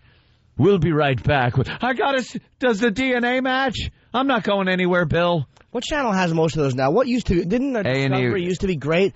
And now it's all reality shows. A&E really has a lot of that at night. MSNBC also at night throws on a lot of the crime shows and prison shows. They're known for their prison prison things. I can't get enough of those. On Oklahoma State Prison and this Bitches in prison. Yeah. Women's prison. All dyked out and stuff. And they go in. Take it out on the picnic table during lunch recess or whatever they call it in prison. Favorite scenes when they got to get the unit in because the guy is throwing feces out at the cops and put his mattress against the door and lit it on fire and stuff. And they get all the guys in these big suits of what amounts to Kevlar armor. And they have the shields that have the stun gun in it. It's like a plexiglass shield that has metal strips on the front of it, and it's a stun shield. So all you got to do is hit him with the shield, and he's down. And they're all, badass right up until it hits him, and then, all right, they drag him out. But the scary thing is, those convicts that they're going in to get, those are like, when you go to jail, those are the guys you have to fight. Oh. Like a guy that takes 6 men in like football uniforms. Yeah. To tackle to calm when you he's down. Angry. Yeah. And they still put up a fight. That's the guy that will punch you in the face if you cut him on the food line. You're done. People like me, you. No, not me. You, not me. Done. You. I know how to handle myself. Do you think walking in every prison movie shows the get off the bus and the walk in holding your prison clothes? And they're all like taunting you and spitting at you. I would just have to maybe right there disrobe and back up to a cell. Just get it over with immediately. All right, go ahead. Do as you will with me. Man, it's easy. Do it you will. Very easy. I would be the prison whore. See, now, a guy like, we got Chuck Liddell coming in. That's a guy who's obviously never going to be sexually assaulted, but a problem he would have is he'd have to fight all the time because everyone would want to say they knocked out Chuck Liddell. You got to be the tough guy. Everyone would want a shot at him, just even if they got their asses kicked. It's happened before, so that's they all another want to thing. say they're the guy that knocked we got to ask him about that, too, because when Mike Tyson was in his prime, a lot of people wanted to fight Mike Tyson when they saw him on the street. That's why he had bodyguards and stuff to take care of that for lawsuits. To have the bragging rights. In every to fight him in a street fight. Every prison movie, they also have that scene where, you got to take on the biggest guy in order to show everybody that you're, badass and crazy. And that would never work in reality. You would be in the cafeteria, you see the biggest guy, you say something to him, and then you whack him or something, you hit him, and nothing would happen. He would pummel you. You would later get pummeled again. You would probably get raped. Then beat for the rest of your time in there by the biggest guy in prison. That's how it really plays out. Yeah, because they don't. The people think if you just go up and hit the biggest guy, you'll get respect. But what do you think the biggest guy is going to do? Punch you once? He may decide to cut your air off with his food tray and murder you. And just kill you right there. If you just punch the biggest guy in jail in the face, what do you think he's going to do? I respect you, little fella. He's going to kill you. That only works when you're maybe by a small margin, the second biggest guy in prison and have kind of a chance. Or if you have a reason to hit him. If he did something, if he took something from you and then you saw him and hit him. What are you going to do? Let's say he took your Breathe Right strip, Jimmy. What are you going to do? I'd say I'd prefer it if you gave that back because it helps me cut down on my snoring, young man. They're all in the same boat, and that's why we try to stay out of trouble. What would I do? Ideally, I would hit him and take my beating because you have to. Otherwise, you're asking for even worse problems. In reality, what would I do? Leave him alone. What would I do? I'd stand up and go, if you don't give that back, I'll report you to the authorities. My friend is a guard here. Yeah, that would work. Yeah, sure. There are movie prison things and real prison and then things. there's reality. And forget about Now it. we got all the guys calling up that work in jails. We've done this. We'll take one real fast. Frank in New York, what's up? Hi, how's everything? Good. First, you were talking about the show with the officers that go in the suits. I work with New York State, and that's the CERT team. I was on that for 6 years. The CERT team, yeah.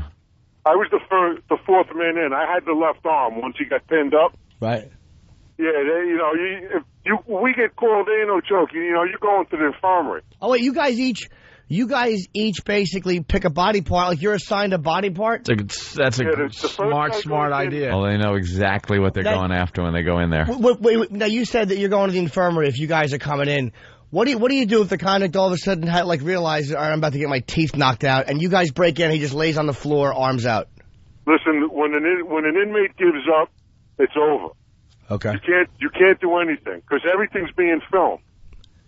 Yeah, they also have a video guy that comes in right after as they're going in. Smart. He's like the last guy in, but he's got an overhead view, and he's looking down on the whole scene for everyone's protection, yeah.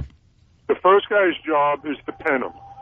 If he keeps going, everybody gets a body part. The fifth man in, the sixth man in has the shackles and the cuffs. The seventh man has the camera. Usually a supervisor. How do you decide who's going in first? Who gets that awful detail? It's what you practice. You have the training. Everybody gets the training. It's who wants the job. And we used to practice as being the inmate taking on the officers. Oh, man. Who's the lucky fella that gets the private parts when you're going in there? That's usually the house bitch, but no one on the CERT team goes after that. Are there guys that you've gone in on that really did make all five of you really work? I mean, like guys that were a problem for even all of you guys together? Usually the problem guys are the smaller inmates that sit around, that don't have a program, that have nothing to do all day but be pissed. And, a lot of people find it hard to believe, but the bigger guys that work out all the time, have programs, whatever it is, the mess hall, DMV. A lot of people don't know. You talk to DMV, you're talking to an inmate. Yeah. You ain't talking to someone, out what of a the regular surprise. DMV office. That's a surprise. But it's the guys that work out that you don't have the problem with because they're working out their frustrations. They got a job.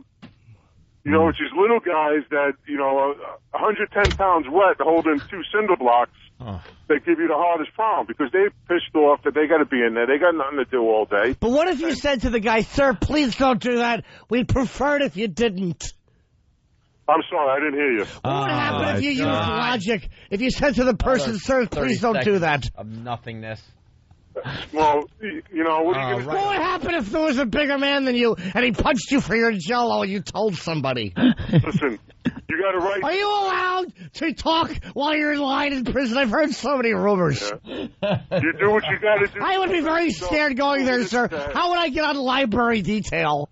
And second, sir, did you see Escape from Alcatraz? Was that more realistic than the Morgan Freeman movie with Tim Robbins? Yep. How often would you say people get shanked? It ain't gonna be. I would be very scared to be in jail. That's why I'm a good citizen. It's going to be Sir, do you think that people fight in jail because they're angry or because they're sad? Sir, when you're done eating your lunch, are you allowed to bring a donut back to your cell? You can bring a goat anything you want as long as you. But how is the coffee in jail? I hear it's a bit stale. Are you really allowed to make hooch in the toilet? Enjoy, guys. Thank you, sir. That was very informative. All right, Frank. Thank you. Oh. Thank you for saving that. Truck Frank drivers Browner. and corrections officers. Very lonely people, I think. God. Don't have to talk to Write a book instead of call the show, please. Not many people to really talk to. No, Frank was all right for the first 10 minutes. It's the O8 virus spreading across America. Thank you for calling Career Match.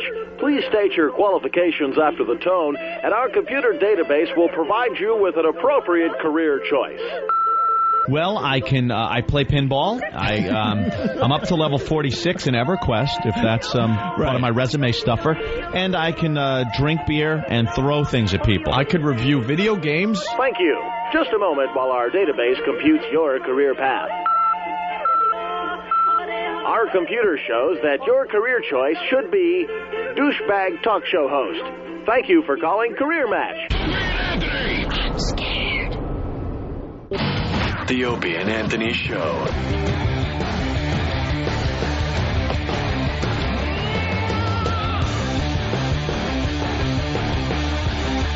Just a reminder, Chuck Liddell coming by to say hi on the Opie and Anthony Show. Very excited. The One virus spreading across America. Oh, my God. Yes, we have another contest. Oh, yes. Send us your 30-second or less production piece about the Opie and Anthony Show. In the week of October 2nd, we will announce the best 5 entries. Submit your entry at 923freefm.com by September 29th at 9 a.m., and you can win the new MacBook. It has everything you need to explore all your creative possibilities, and you can take it with you wherever you go. Head to the Apple Store or apple.com to check it out.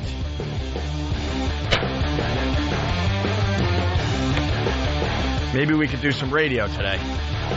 Could be. They're selling the crap out of this show, which I guess is good news. That's good.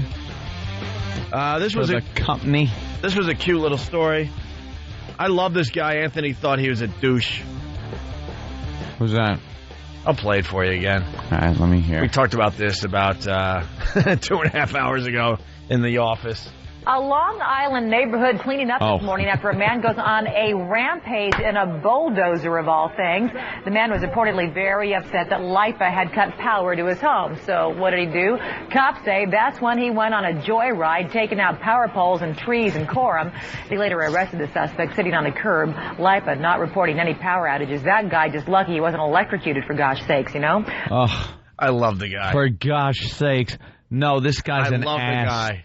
I love this guy. If it had been, let's say, LIPA didn't turn his power on because there was an outage and he'd been waiting and waiting and waiting, then he'd be some kind of a, hero mowing down their stuff saying, fix my crap.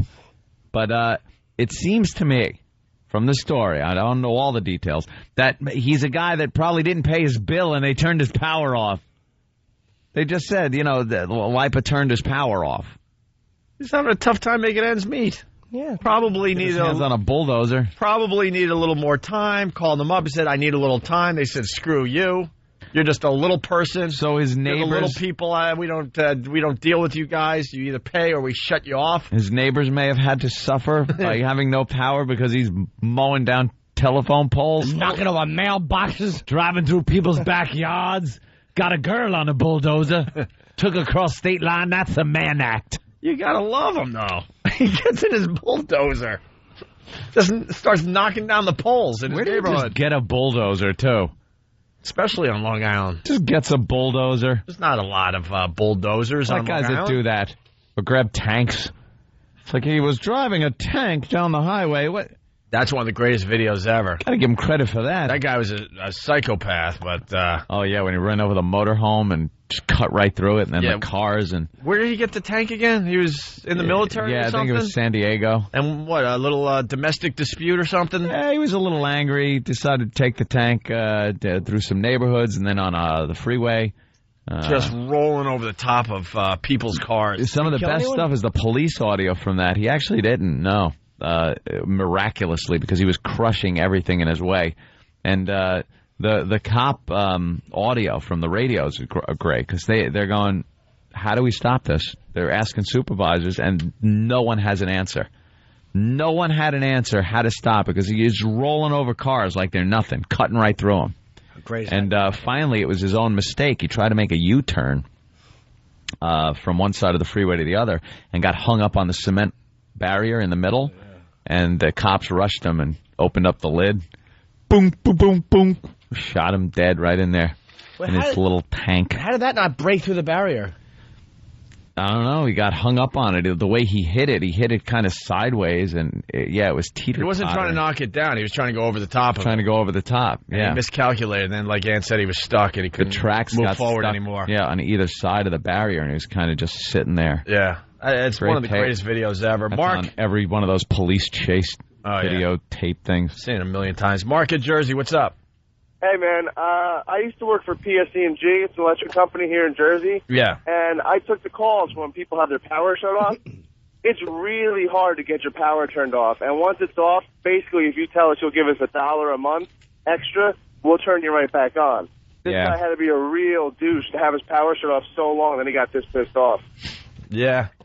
All right. Well, I guess there's more to the story, so hopefully we'll find out. We used to get our power turned off in California all the time. My father wasn't big on paying bills. Not big on paying bills. Oh, no, Jimmy. Another father story coming. So for a little while, we had kerosene lanterns in our condo. We rented this place, and even as a kid, when we're signing the lease, I saw this little old couple that owned this brand new condominium. Yeah. And, like, she had these twisted arthritic fingers, and she's writing her name on the lease, and it's all big and fun, and my father's got the, charming smile on, and and as he's signing it, even as a kid, I'm going, oh, this ain't gonna last long. This ain't gonna last long. I knew my father just really irresponsible as far as cash went and stuff. What was he spending the money on? Instead of electricity. Well, first you'd have to make the money, which entailed like holding a job, and that was kind of rough for him. Never really held down a good job for very long. But he had a great time, didn't he? Great time. He got a job once as he was an investigator by trade. That's what he did. But I don't know what he ever investigated. They'd give him these surveillance vehicles with the one-way mirror glass on the camper shells in the back and stuff, and I don't know what the hell he did. Never went to work. He'd hang out with the Mexicans at the stable and just drink beer. And our electricity is getting shut off, things like that. So finally we were getting tired of the gas lamps because you can't really watch a gas lamp and be entertained by it. We wanted television. So he went outside and took the meter off and completed the circuit with a piece of wire and then put the meter back on. It's called jumping the meter, I guess. Wow. And that worked for quite a while, a long time. It worked for like a year. They never came and checked or anything. They just assumed we weren't paying the bill, and they never checked anything. So we went a year without paying any electric bill and getting electricity. Did he finally get caught? We were gone by then. We were out of that place. We didn't last long in there. And that beautiful condo had like Little House on the Prairie oil lamp burn marks on the ceiling. And the dogs would be in the house, and sometimes they'd get into things that would make them go to the bathroom in certain ways that are very hard to clean up. And that was in the carpeting. Trying to pick it up, and it was just like, that's not all coming out. Just destroyed. And and the dog would be left in the apartment sometimes, and the corners of every wall were chewed through the sheetrock. Just like, oh, that poor old couple. What are you going to do? Bill from Waterford. Oh, so that's why you were taking showers with your dad. It wasn't to teach you how to bathe. It was to conserve water if it was shut off the next day. Right. Never knew how long we were going to have hot water. Pat the trucker, what's up? What's happening, fellas? Hey. It's nice to support this guy after the bill I just got from LIPA. Oh? I live out in Suffolk County. I have a one-bedroom apartment. My bill for the last month was $650. Wow. Yeah, what are you doing? You're refrigerating like a meat locker with your air conditioner? No, I have central air conditioning. I know the unit's a piece of junk and it's not working, but still. For 1 month, they tell me 3,000 kilowatt hours used, $650. I call them up and they say, too bad.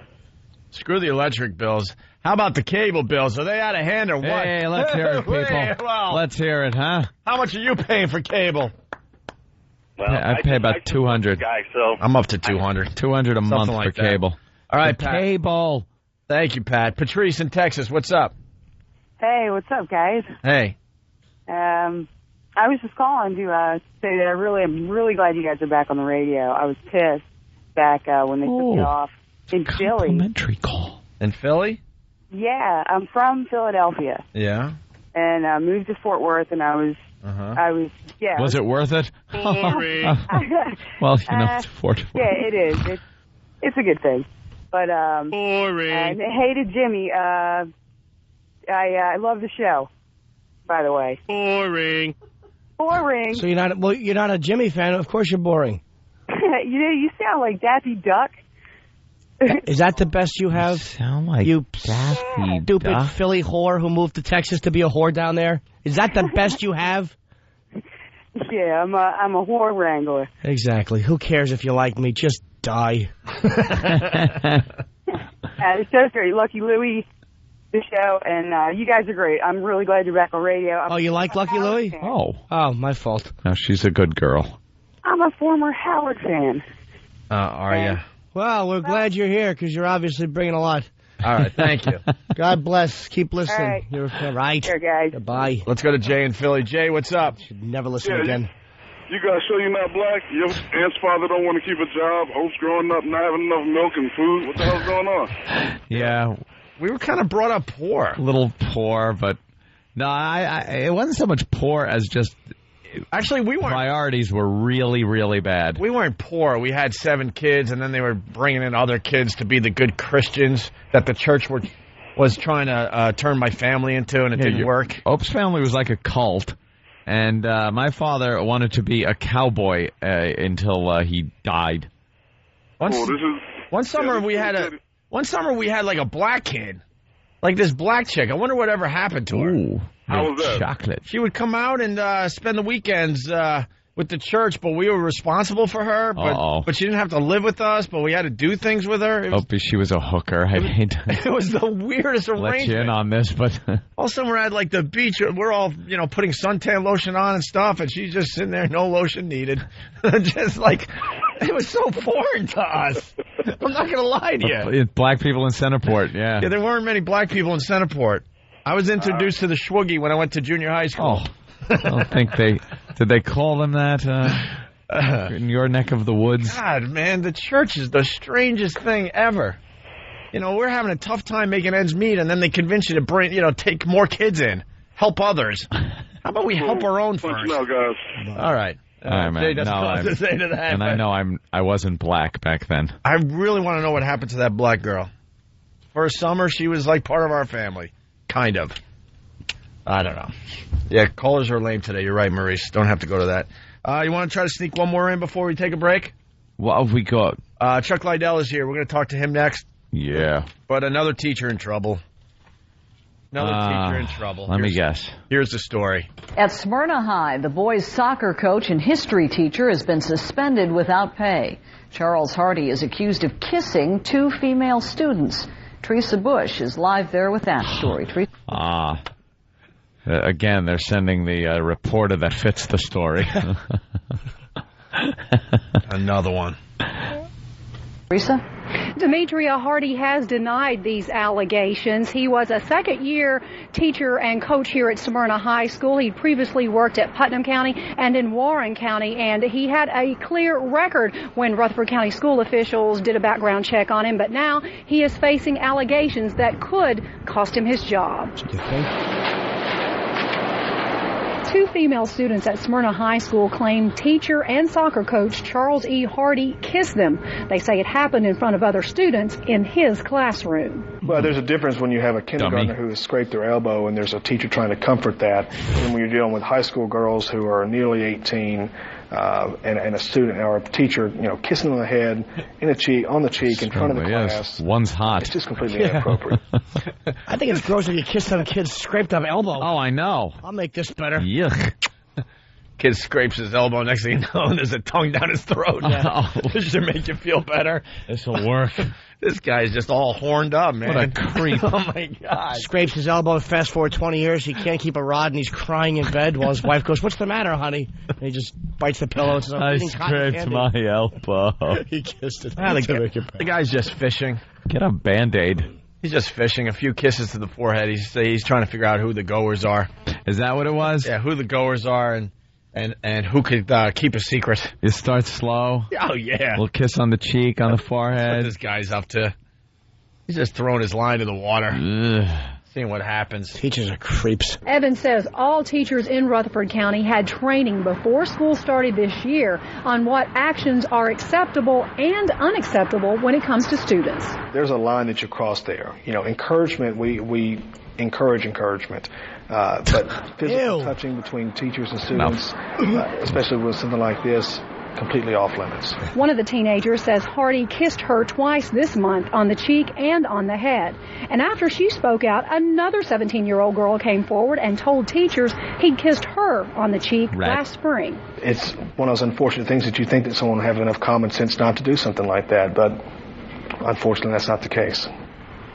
School leaders here in Rutherford County have asked the Sheriff's Department to investigate to see if there are any criminal charges. Now, you may think, what's a kiss got to do with criminal charges? Well, under these circumstances, a teacher and a student, it could be viewed as sexual assault or battery by an authority figure. No charges have been filed yet. That investigation is still going on. We went to Hardy's home here in Smyrna today. He declined to make a comment on air, but he has told authorities here that he is innocent of these allegations. Now, as far as Hardy's future here at Smyrna High School, well, that's in the hands of the school's director, who says he will not make a decision until the Sheriff's Department investigation is over.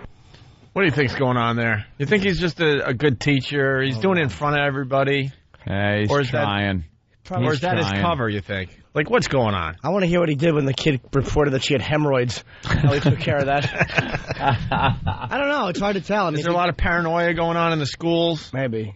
And students are looking out for all the I behavior. think they're, So they're confusing maybe an innocent kiss to the forehead as something different. They're being overly But then again, the kids aren't that young. They're that's 17. 17, 18. Yeah. How he knows enough with his affection. There's a line between teacher and student that shouldn't be crossed, and it's that whole, kissing thing. Doesn't fit in there. Not supposed to.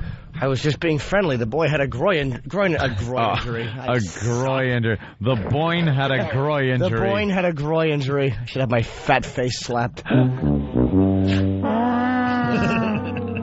I wish I could have done that. Yeah. All right. Back in... Oh, yeah, let's go to 1976 Anthony. 1976 Anthony, what's up? Hi, good morning, guys. Listen, 2006 Anthony, I wonder if you can send us some of that Cobra Shelby money. We have no power today. Go screw 1976 Anthony. You work it out yourself. If I changed that, if I gave you money, it might screw things up and I would disappear from right now. That's right. Because you would do things differently. You'd screw up the whole space-time continuum. Yep. He spent your money on a Mustang. That's it. Then this is 1976 Jimmy here. All right. That is why this is proof positive that a time machine will never, ever be invented. Because if it will have been invented at some point, we would know about it because somebody would come back and say it. It will. It actually will be invented. It cannot. It would never. Can be. Because somebody would have come back to fix something. No, maybe You'd we meet really haven't somebody. invented it yet. Maybe we have not invented it yet. But if you eventually do, then you'd come back. No, you wouldn't. You'd come back in time and... Oh, no. We're heading into pot talk. It may not work that way. Why? It would have to. Oh, God. No. All of a sudden, you'd be there. Let's say 25 years from now, I invent a time machine. I come back. I vow I will come right back into this studio. I will walk in right now. See, I guess it didn't happen. And I was looking at the door. I know. I was a believer. Everyone was turning around. I was a believer. Someone would come back and say, hey, I'm from the future. Maybe by then we know the rules and we can only observe a certain way or interact a certain way. Everyone breaks the rules. Someone will come back just to help them out. You get a loved one that died. You want to tell them something like that. It changes everything. I come back and just commit sexual assaults, then hop on my ship and head back to the future. Back home and see them all screwed up later in life. See the damage you've done and giggle. I see you? Well, I'm not. All right. Listen, we got to take a break. Scott from Virginia. Tell Opie to please stop mispronouncing Chuck's last name. It's not Liddell. It's Liddell. Sorry, Scott. Call him a liar? Better Scott tells you than Chuck. Yeah, exactly. I think that's why I read his feedback. Let's take care of that right now.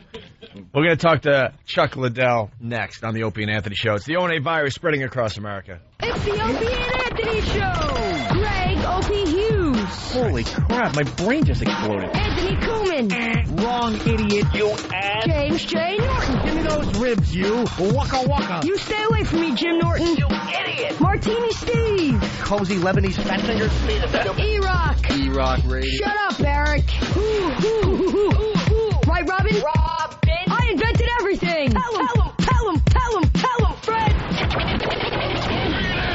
I'm scared. Hear what everyone else is talking about. O&A Uncut and Live, continuing the show on XM Satellite Radio starting at 9 a.m. Eastern. Visit xmradio.com to subscribe. Opie and Anthony. The Opie and Anthony Show. Opie and Anthony. XM 202. We have Chuck Liddell in studio. It's the Opie and Anthony Show. The O&A virus spreading across America. Our phone number, 1-866-313-FREE.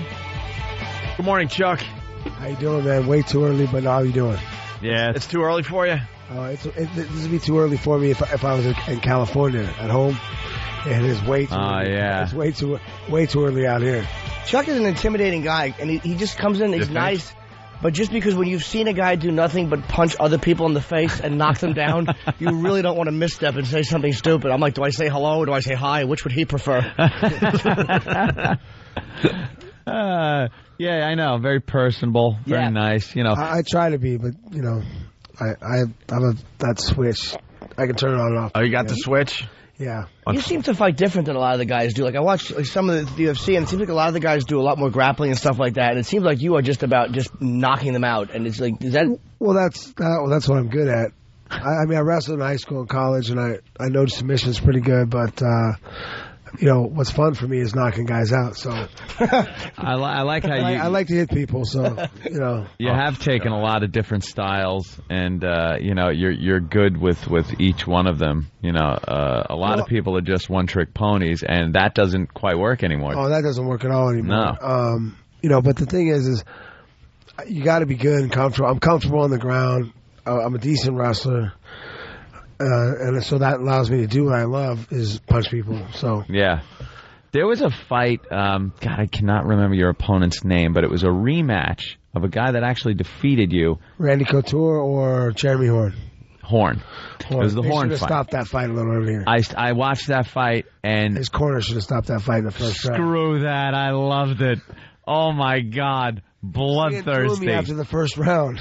I let that go for another 3 rounds. What is your strategy where he's on his back? You got an open face to punch at him, but you back off and let him get back up. I wanted to knock him out. It's easier to knock him out from my feet. Is that it? You got like because I'm like, Chuck is kicking his ass. That takes balls. God! It's easier to knock him out from your feet. I think. Yeah. For me, I mean, finishing a fight for me, standing up, I can end a fight anytime. One punch, one kick, whatever. I've seen it. It's devastating. On the ground, it's a little harder to cause that much damage punching a guy. And are you not worried, but, well, maybe worried or concerned that because he's on the ground, he might be able to get you and trip you up, maybe get you in a hold? Well, you know, that's the other thing. For a guy like Jeremy Horn, though, that's where he's comfortable. He could actually rest a little bit down there if we're on top and hold on a little bit. Yeah. He's not comfortable standing up with me, so he's not rested at all. The pain factor now in the ring, I assume later on you're probably like, man, that hurts. But when you're in the ring, are you feeling pain? Are you? No, not at all. You don't. That's not something that bothers you. I mean, I don't think. I mean, some of the guys maybe, I don't know, but I've been striking since I was 12 years old, and I don't really think about. I'll worry about pain when I'm done. I'm a pussy, Chuck. I see you guys against the fence. Do you think you needed to tell Chuck that? No, not at all. Sorry, I don't mean to laugh really loud. There's all kinds of punching going on. I know. I am a pussy, and just in case Chuck was wondering. Oh boy, relax, Chuck. I'm the worst. Yeah, relax. Relax. There's relax. One less guy you got to worry about in the studio. But I see the guys up against the fence. They're up against the fence, just getting in a hold or something, and I sit there and go, "Oh, that fence must hurt." And meanwhile, his elbows going into their nose. You guys don't seem to be worried about size either. Like, I mean, I watched a little. This is a little Asian guy who was fighting from his back, and there was a big. I think it was a big Russian standing over him and trying to punch down while this guy just like pivoted on his back on the floor. And eventually he got picked up, and I'm like, oh, this little guy is finished. And 30 seconds later, the big guy is tapping because this little bastard put an arm bar on him. You guys just don't care how big your opponent is. That was Valley Tudo, Japanese Valley Tudo one, right? The guy almost had a shut eye. Oh, I didn't remember. Oh, man. Yeah. That was tough, man. Yeah, he's a tough kid, man. That's what the best thing about Ultimate Fighting is.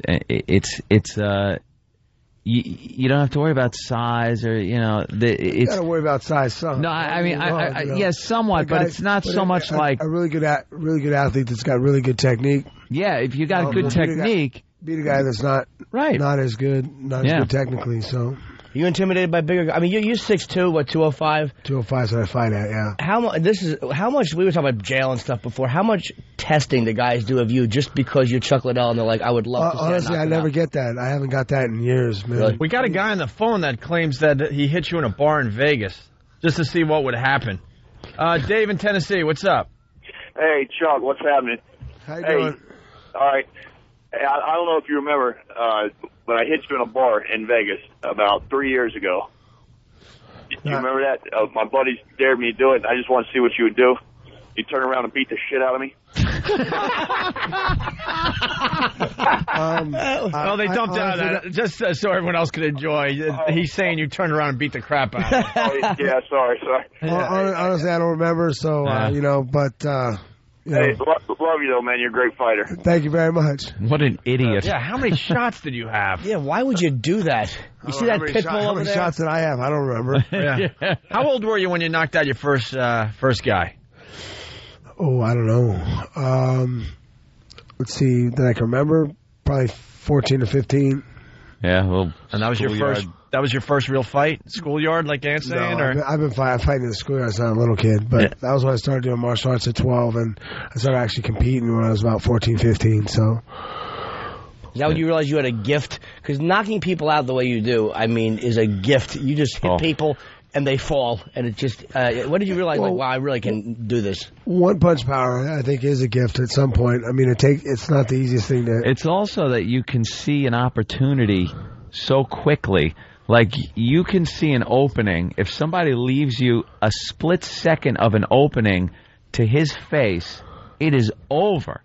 Well, I think a lot of it is that. I mean, timing and accuracy is more important than pure power. Yeah. At a lot of points. What do you feel when you're walking into when you're walking up? Because fighters always fascinate me. It's because you guys are going in there to, hurt somebody or be hurt. What are you thinking as you're approaching the ring? Like, what is your adrenaline? Are you scared, or you just block that, and is it anger? What is it? I don't get it. I get excited going in. You get the adrenaline. I actually love to fight. I love to get out there. I've worked for 3 months to get there. This is my reward. I get to fight somebody. Dude, that's the last guy you want to fight. If he sees the fight as his reward. That's the last guy. Do you see it? Do you see it sometimes on an opponent's face? Do you see fear because of who you are? Hey, watch Tito next time I fight him. That guy. You can see that's fear. Watch when he's looking across the ring. That's fear. Yeah, he's guaranteed. You know that he's scared of you. Me for years. And I knocked him out last time we fought. There's a huge rivalry there. Yeah. How long into the fight? He runs his mouth a lot, but he's still afraid of me. Don't let him kid you. Wow. Tito didn't last long with you, did he? How long was that? Am I remembering incorrectly? Or is that a different fight? No, actually the second round's 30-some-odd seconds in the next second round. And you knocked him out standing? Yeah. We have somebody in the room that actually took on Tito once. Our own Steve C. Took him on. 11 seconds. Chuck won't even look at you. He's so disgusted with the thought that you might have taken on. He won't even look at you. Steve was a lot fatter. How much did you weigh back then? Fat guy. $4. He was $4, Chuck, and Tito came in, so we thought, let's see how long it takes Tito to take poor Steve out. Yeah. 11 seconds he was on my back and put me in a sleeper hold. I was almost unconscious. And 10 of those seconds he was wrapping up a phone call. We're not going to do the same thing today, because I thank you. And Steve, he kicks his ass. I am really hoping my thing's you guys punching, so you got to remember that. Huh? Yeah. Punching. Yeah. Yep. Because there are a lot of guys that where it's submission holds. Oh, my God. He's sizing up Steve. Look, great. We're not doing it today. Oh, one punch. Chuck's like, one punch. Chuck's like, I need a snack. He has a Prius jaw. Right. No, we can do that. You guys ever see that thing I did on Inked? Huh? Yeah. Inked. The show, right? Yeah. Yeah. Jason Ellis asked me to hit him on the shoulder. You didn't see that? I didn't see that. Oh, no. It was hilarious. What kind of damage? Well, I was real nice about it. I said, I'm not going to hit you hard. I don't want to hit you hard. And the guy kept... So I tap him, and he goes, hey, is that all you got? Oh, no. Boom. He hit the floor. It was hilarious. It was kind of funny. I've kind of felt bad a little bit after, but... What an idiot. Why would anyone ask? Why would anyone ask for that? They have to prove something. They have to prove, like, all right, Chuck hit me, and all I want to do is say, all right, how can I be nice to this person and walk away with my teeth? Why do you feel a need to challenge somebody whose job that is? I saw him about a year later at a fundraiser for Tony Hawk, and it was pretty funny. Still got his bruise. He was an MC there, so he was making fun of me the whole day, giving me a hard time. But he's actually a pretty nice guy. So I was drunk. Why'd you listen to me? Oh. Your post-victory celebration in the ring, is that like a release valve? Yeah, that's about the most... I tell you what, I'm not very emotional normally, but that's about as excited as you ever see me get when I knock somebody out. Excited? It is frightening because they play it up. The camera goes right on you, and you flex and make a face like, oh my God, this guy is a monster. You are a living monster. That like. It's the most frightening thing to see. And then the poor son of a bitch just laying there has to look up at you. That's got to suck. Oh, God. Smelling salts. Did you see him yelling hip hip hooray in the corner? What happened? What do guys say to you afterwards? Because a lot of times you see the opponents, you guys come up, have some mutual respect. Say good fight, whatever. I don't know. Anyone ever say, dude, man, I've never been hit like that, or, give you a compliment not right there, no. I mean, sometimes the next day. They're not making much sense. Yeah. A lot of where am I? I don't want to go to school today. Are the Brazilians as scary as they used to be? I mean, they were the guys, it seemed like, who everybody was afraid of, obviously the Gracies. Are they not as frightening because of people caught up to them? Well, everybody knows what they're doing now. Everyone does it, too. I mean, look at Matt Hughes and Hoyce. Matt Hughes fought Hoyce. He beat him at his own game, and he was a step ahead of him the whole time. I mean, it just... People caught on to that relatively quickly. It's the same style that he's used, but everybody's using their style now too. I mean, it's become truly mixed martial arts. You can't. It used to be, boxing versus wrestling versus jiu-jitsu or whatever, but now it's everybody in it is just. They know all three. They just have which one they like to concentrate on. Which one's their favorite to use against somebody. It's been interesting watching it evolve like that because at the beginning you would see a couple of these guys get in and it was all about submission holds and they'd wrap up. It was like watching a couple of snakes. And one guy, out of nowhere would tap out and you go, what happened? Yeah. What the hell happened? And they show it in slow motion and go, oh, he grabbed his arm and shoved it around by his ear and you didn't even see it. But now you got to know a little bit of everything. And I think your advantage, especially the way it is right now, is just that something about punching someone hard in the face just beats everything. It just beats everything. Always wins in the end. That's why people like watching Chuck because we don't understand. I watch the announcers or I listen to the announcers talk about what's going on, like when they're in a hold or he's looking out to lock the arm, and I have no idea. But when I see you standing up and your fists are up, I know exactly what your goal is. Hit him in the face. As hard as watch that, and I can that's what I it makes life simple for me too. Yeah. Hey, let's go to the phones. There's a lot of people that want to say hi today. Joe in Jersey, what's up? It's Chuck Liddell. The Iceman. How are you, bro? I'm doing great, man. Oh, I love the way you fight. I love everything about you. I just can't wait to see you spank Tito one more time in that ring because I hate that guy. Hey, no problem. That'd be my pleasure. Is that going to happen? I don't. What they're talking about doing in December. We'll see. He's fighting Ken in October on Spike, but hopefully that goes right for him, and we'll fight again in December. Are you surprised at the popularity? I mean, it's I'm not surprised. It's so much bigger than boxing. Boxing was the sport when we were all growing up, and now, I mean, I hate to say it, but not many people are checking out boxing anymore. It's all about Ultimate Fighting. Well, I think it's a great sport. It includes boxing in it. Right. And we do a lot more. So I mean, I always thought we could do it as long as we needed that to get platform like free TV, so people could try us out for free. Mm-hmm. It's hard for guys that spend money to watch a fight with a bunch of guys they've never heard of. Right. It was a little odd years ago. A lot of people were put off by it. I assume from watching that some type of rules are in place. Well, they had to be taught it was a sport, because at first people thought it was just like I got gladiators. Gladiators. For years, I got stuff like, do you guys work out? I'm like, yeah. I mean, the average fight in the street, you see guys, they're tired. You see two guys fight in the street, they're tired in 30 seconds. They're done. I mean, street fights are. It's a whole different world. People don't understand. A guy like Mike Tyson, how would he do? Like, Tyson's like kind of like the measuring point we have for like what a tough guy is. You're talking because Tyson like in his prime, fighter. obviously. Well, even now he's in his 30s. He's still a guy that I wouldn't want his fist crashing on my jawline. I mean, like, how would a guy, like you said, maybe 10, 12 years ago, do in a situation like the way you fight? Well, it's a whole different story. I mean, he's got one shot. He's got one shot coming in, and when you grab a hold of him, you take him down. It is over. I mean, a guy like him would have to learn. He'd have to learn the other parts of the game. If he learns the other parts of the game, he could be dangerous because he does have the one punch power. If he can keep guys from taking him down, then he becomes dangerous. But coming straight from boxing, he wouldn't intimidate you. Oh, he's not going to lie. I'll shoot a low single on him from the start anyway, and take him down, and then it's over. Wow. Hey, you use your feet too. Yeah, let's go to Trevor in New Orleans. Trevor, what's up? Hey. Trevor's 7 years old. How you doing, bro? Every year, cut my hair like you. Well, thank you. That's his hair like Chuck. All right. He's kicking ass in school. All right, let's go to John in Hackensack. John. What's up, guys? Hey. Hey, you got to ask Chuck about, it was an early fight when he first started coming out. He fought this juiced-up monkey, Kevin Randleman, and he knocked him out in 20 seconds. And I remember before the fight started, I was like, this guy's going to get killed. And he just stopped him in 20 seconds. It was one of his first big fights in the UFC.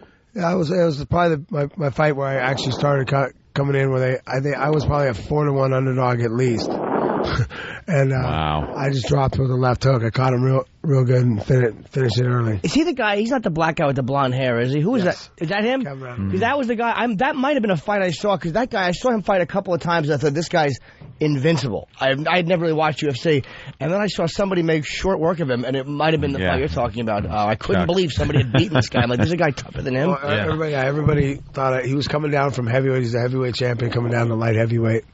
And they thought he was going to run that weight class, and then I dropped him early. Let's go to Brian in New York City. Brian? What's going on, guys? Hey. Happy birthday, Jimmy, by the way. Thank you, Brian. You're a good boy. It's not his birthday. Shut up. You're a sick beast. Every time I watch you, very exciting, very energetic. What's going on with Silva right now? And how do you train differently from someone in Pride compared to UFC? There's no difference training for a guy from Pride to UFC, but Silva, they pulled that fight. The Pride guys pulled that fight a couple days after they announced it on the UFC. Right. They took the media thing from it. I think it was the 6th most searched guy on Yahoo the next day. So they took that and they just ran with it. They took away from me. But he's got taken out by Crow Cop anyway. He wouldn't have been able to fight. I was supposed to fight. For those of you who don't know, I was supposed to fight him in November. After the show, I was going to fight him right away after mine if he was okay after his fight. But Crow Cop knocked him out, man. So. How'd you get the shine there? I got it the way I always do wrestling. Yeah. Wrestling. No one wanted to ask you, by the way. No. We all see the black guy or the remnants of a black guy. And we're like, do we ask? It's all right. I get it at wrestling. I look like this all through college. Wrestling in college, I look. Really? Wrestling season, I have a black eye one side or the other. I have a bad habit of wrestling with my face. Can I ask the hack? Can I ask the hack question? What was the worst injury you had doing this? Fighting or wrestling? Either one, I guess. I've torn my MCL 3 times. Wow. So, I mean, I tore it once in college and then 3 times fighting. But I fought twice with it torn. So, Jesus. Hey, what do you think of Joe Rogan? You know Joe? I know Joe. I like him. Yeah, we love Yeah. Joe. Yeah, he's a good guy. Joe's an animal. Not in your class, but, in the comedy circuit, I think he could kick any one of the comedians' asses. Of the comedians, Joe is God. in that realm, he's like the funny announcer. Like, that's the guy that tells the jokes. He's cute. But Joe has done a lot for you. Joe has done a lot for UFC because he really. He talks about it. He trains with Eddie Bravo. Good friends with Eddie Bravo. Yeah, he brought him one day. I train with Eddie too. Down when I'm in LA, I go to his gym and work with him. He's a great guy. He's a little guy too. He doesn't look like he's tough, man. He's tough. He's one tough submission guy. Yeah. Didn't he submit to Gracie in Brazil or something? Yeah, he did in Abu Dhabi. Yeah. Hey, one of the good guys. They didn't want him to lose. We should take a break. We're a little late here. You're hanging, right? Yeah, I'm we got another 15 minutes. Anything we're promoting that we should talk about before the break? As he looks around for his handlers. Honestly, we'll give you the big plug after the break. How's that? And we also have one of our guys in studio, Master Poe. He has handed in 20 to 30 questions. Jesus. Poe. He's a huge fan. We'll get Master Poe into the discussion next. It's the O&A virus spreading across America. Shuffle, shuffle, shuffle, shuffle. Shuffle, shuffle, shuffle, shuffle, shuffle. Shuffle, shuffle, shuffle, shuffle, shuffle. Shuffle, shuffle. Opie and Anthony. The Opie and Anthony Show. Chuck Liddell in studio. It's the Opie and Anthony Show. The O&A virus spreading across America. He is a badass. Yes, sir. And we're all getting along. I don't even want to imagine what kind of problem there would be. What do you got? You got family life, things like that? Family life. Yeah. I got a boy and a girl. Yeah. A son and a daughter. Oh, that's nice. They'll be 8 and 9. My daughter's gonna be 9 September. My son will be. They ever give you a lip? In October. They ever give you a lip? No. They're pretty good kids. You know who I am? Do you know who Daddy is?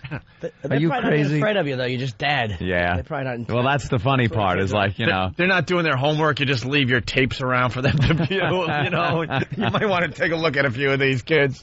How is it with the chicks too? Because women like a guy who can protect them, and or in my case, a man that will pay them for sex. But do you pull a lot of girls just because they feel safe with you? Well, I don't know why. Yeah, I guess. Yeah, girls feel safe with me, I guess. But I would assume they would. They like that tough guy. Women like tough guys. Well, some do. Some don't. Some do, yeah. But girls or you, Jimmy, feel safe. Hey, I would feel safe. He's pacing back and forth. Let's get Master Poe into the discussion here. Poor Master Poe. Hey, Master Poe. Hey, how you doing, guys? Good. You got like 20 questions. You really whipped up quite a few questions there, Poe. Yeah, well, I had to because first of all, it's an honor. Thank you. Thank you very much. I just want to let you know that this is definitely an honor. I just want to get through the basic questions, and I want to get rid of the stuff that you hear every day. And I want to get to the meat of things, if that's all right. That's all right. It's all good? I'm good with that. Oh, how about just a couple questions? Just a couple? Yeah, we're not handing the show over to you. All right, well. I don't care how tough you are. Master Poe Show. Right. Gentlemen. A couple of questions. All right, we'll start Ask some of the good ones. Some of the good ones?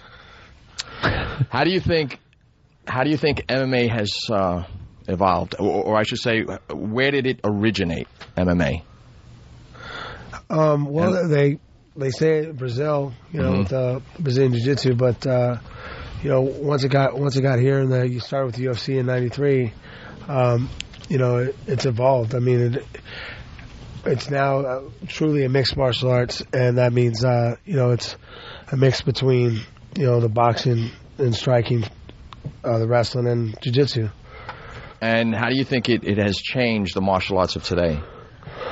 It actually, you had to add wrestling and jiu-jitsu to any style that wants to be considered a real fighting style. Yeah, I think for a while. Some of the traditional styles, decided somewhere back in the 50s that it's time to keep our style pure and not evolve anymore. And evolving was bad. Okay. But back in the day, the styles were constantly evolving. And. All right, let me go to the phones. Look up another question there, Poe. Ronnie in Florida, what's up? Hey, Oni, good morning. Good morning. Hey, Chuck, it's an honor and pleasure to speak with you. Thank you. I got just a couple things, and I'll hang up and just listen. First of all, what do you think of Tank and Shamback? And how much discipline? Shambek. Who's Shambek? I'm sorry? Tank and who? Shambach? Shamrock. Shamrock. I'm sorry. Yeah. And how much does discipline come into a fighter, and what is the lifespan of being a fighter? I know football players get beat up there pretty bad on Sundays. And Well, it's one of those things. It all depends. Lifespan of a fighter depends on the guy. I mean, Randy Couture fought till 42, and I think if he was still fighting, he's still one of the best guys in the world. Other guys, they're not doing as well. They're ready to retire earlier. I think Shamrock's planning to retire after this next fight with Tito. It's on the 10th. I'm hoping he has a better showing than he did last time. And he's still a tough guy, but he's ready. He said this is his last fight, win or lose. Should be good. And then the guy asked a question, which I don't know, why would you ask Chuck Liddell this? How much does discipline play a part? Gee, I don't know. You probably have to work out and eat fairly healthy. Yeah, just totally give in. Not at all. Just show up. Hope it works out. Jimmy's going to go into Ultimate Fighting. Yeah, give it a try. Why not? No discipline. I'll throw a few punches. I fall. Maybe you'll have something to fall back on. Yeah, the mat. If the comedy doesn't work. You use even just around the house, maybe training any weapons? Any type of sticks or? I did some when I was in martial arts. I grew up doing martial arts. I've done some here and there, but I was never much into it anyway. But yeah, I got to fire some fully automatic weapons the other day when I was working with the CHP SWAT team. That's got to be fun. Really cool. How recognizable are you now? You noticing everywhere you go now, people are starting to notice who you are. Quite a bit, yeah. Pretty much everywhere he goes. Yeah, he's branching out all over the place. We were just talking about that during the break. He's going to be in an episode of Entourage. He was on Celebrity Fit Club I just Sunday. I did a thing with Dancing with the Stars. My ex-girlfriend, Willa Ford's doing it. And would it kick her partner's ass? That would have been funny. You just come out flying out and kick her partner's ass. He's a nice guy, but they came out to my last fight and watched the fight, and they filmed some stuff, and we hung out for a little bit and did a few little goofy things, I guess, but it's pretty good. Why would anyone do? The ex-boyfriends are always scary when you're in a relationship. You're always worried about the ex-boyfriend. And why, when a girl goes, "Oh, there's my ex," where the one who just knocked that 300-pound man out one punch? Why would you ever call her again? I would never deal with Chuck's ex.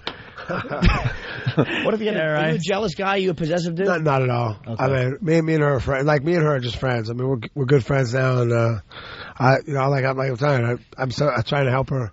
On that show, she's trying to get all those. They do half-fits by voting. So it's kind of an interesting show. Last week she was third on the judges and 10th overall because of the voting. So she didn't do so good on the voting, the call-in voting. So I've been trying to help her out. Yeah. All right, he'd be the one that got the phone call, though. He touched me, and then he pushed me out of the car. But no matter how well your relationship's going, how long you're into it, if you're in love with her for a year, if he shows up and goes, I'd like to work things out, you just get up and start putting your things into a satchel. Just leave. You hand her back over. No questions asked. You don't even ask him to move his car if he's blocking you in. You just sit in the driveway and wait for him to leave. Sir. God, is that true? Let's go back to Master Poe. Another question for Chuck? Yes. Chuck Liddell in studio. You have a famous gladiatorial celebration that shows the intensity of every vein and muscle throughout your body. Ooh. Where did you get that from? I don't know. It just came one time after a fight, and I've been doing it ever since. And the funny thing is, a lot of people actually... I got fans that come up, and I don't know which one I'm more looking forward to, you knocking them out or celebrating afterwards. So. Oh, man. It's got to be fun just celebrating right over them. Hey, how you doing? I was laughing. How you doing down there? Go ahead, Master Poe. There are so many, I'm sorry, guys, if, You're just thrilled. We get it. It's a big moment for Master Poe. Trust me, no sorries. I'll be laughing all day. This is like fighting with sticks. Master Poe, just so you know, he's our, over at XM Satellite Radio, Master Poe is our security. He's what keeps people from going through the door. He's a sharply dressed individual, but a major problem to opponents, so he's the guy that protects us. Yeah, we've seen him in action, too. From a Japanese style of martial arts?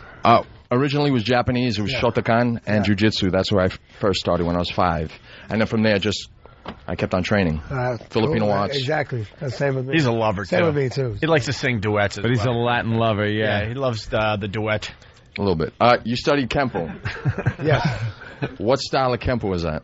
Hawaiian Kempo. Hawaiian Kempo. Oh, really? Kaji Kempo. Under Florendo Visitacion? I'm sorry.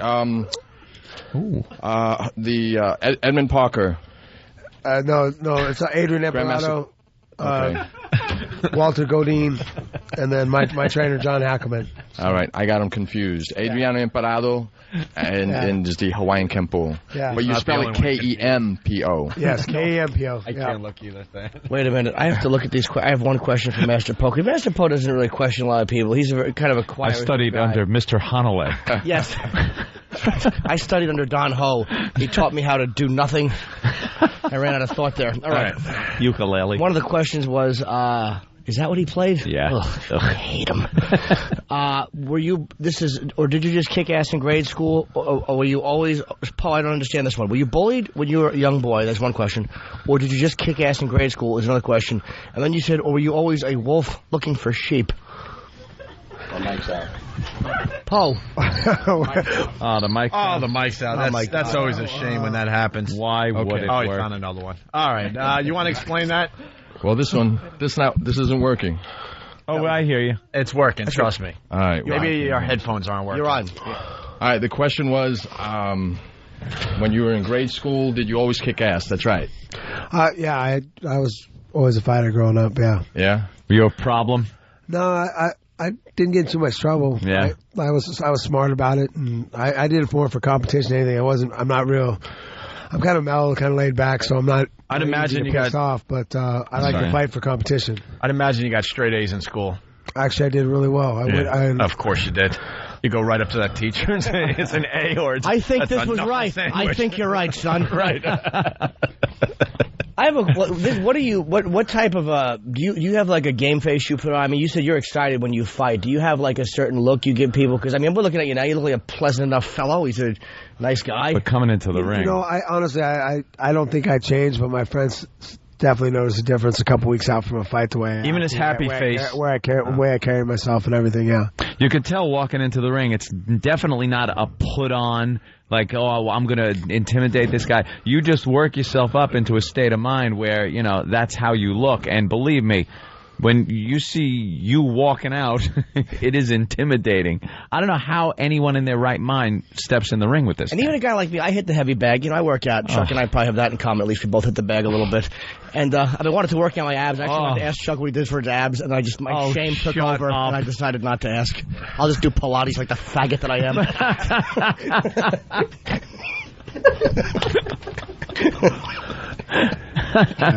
Yeah, we should thank Chuck.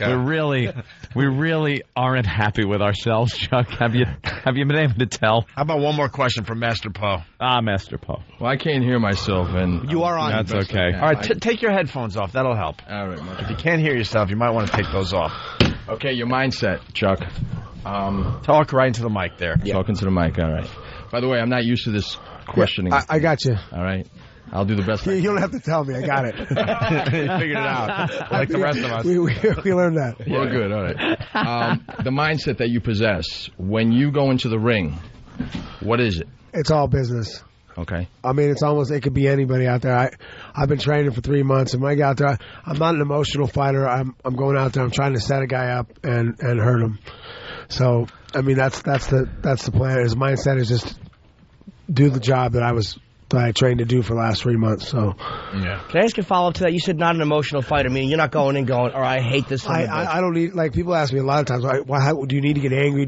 How do you get mad at this guy so you can fight him and try to hurt him? I'm like, no. I'm the opposite. I want to be calm, and I think anger clouds your judgment. See, I would try to use reverse psychology. I would just be very nice to Chuck as soon as we stepped into the ring. Looking good. You lost a few pounds. And you'd be right. You give me a hard time. I tend to gain weight in off season, so I would try to be too nice to knock out. Like Chuck would like me too much to want to punch me in the face. Yeah. No, boom. That wouldn't help. Probably not. No. You'd like me after. Even if I like you, I'll be nice to you after, or I'd be nice to you after and before, but not during. You know how long it would take for you to regain consciousness? Do you even understand how long it would take? By the time I regained consciousness, science would have progressed to the point where they could fix whatever damage he did. You better hope so.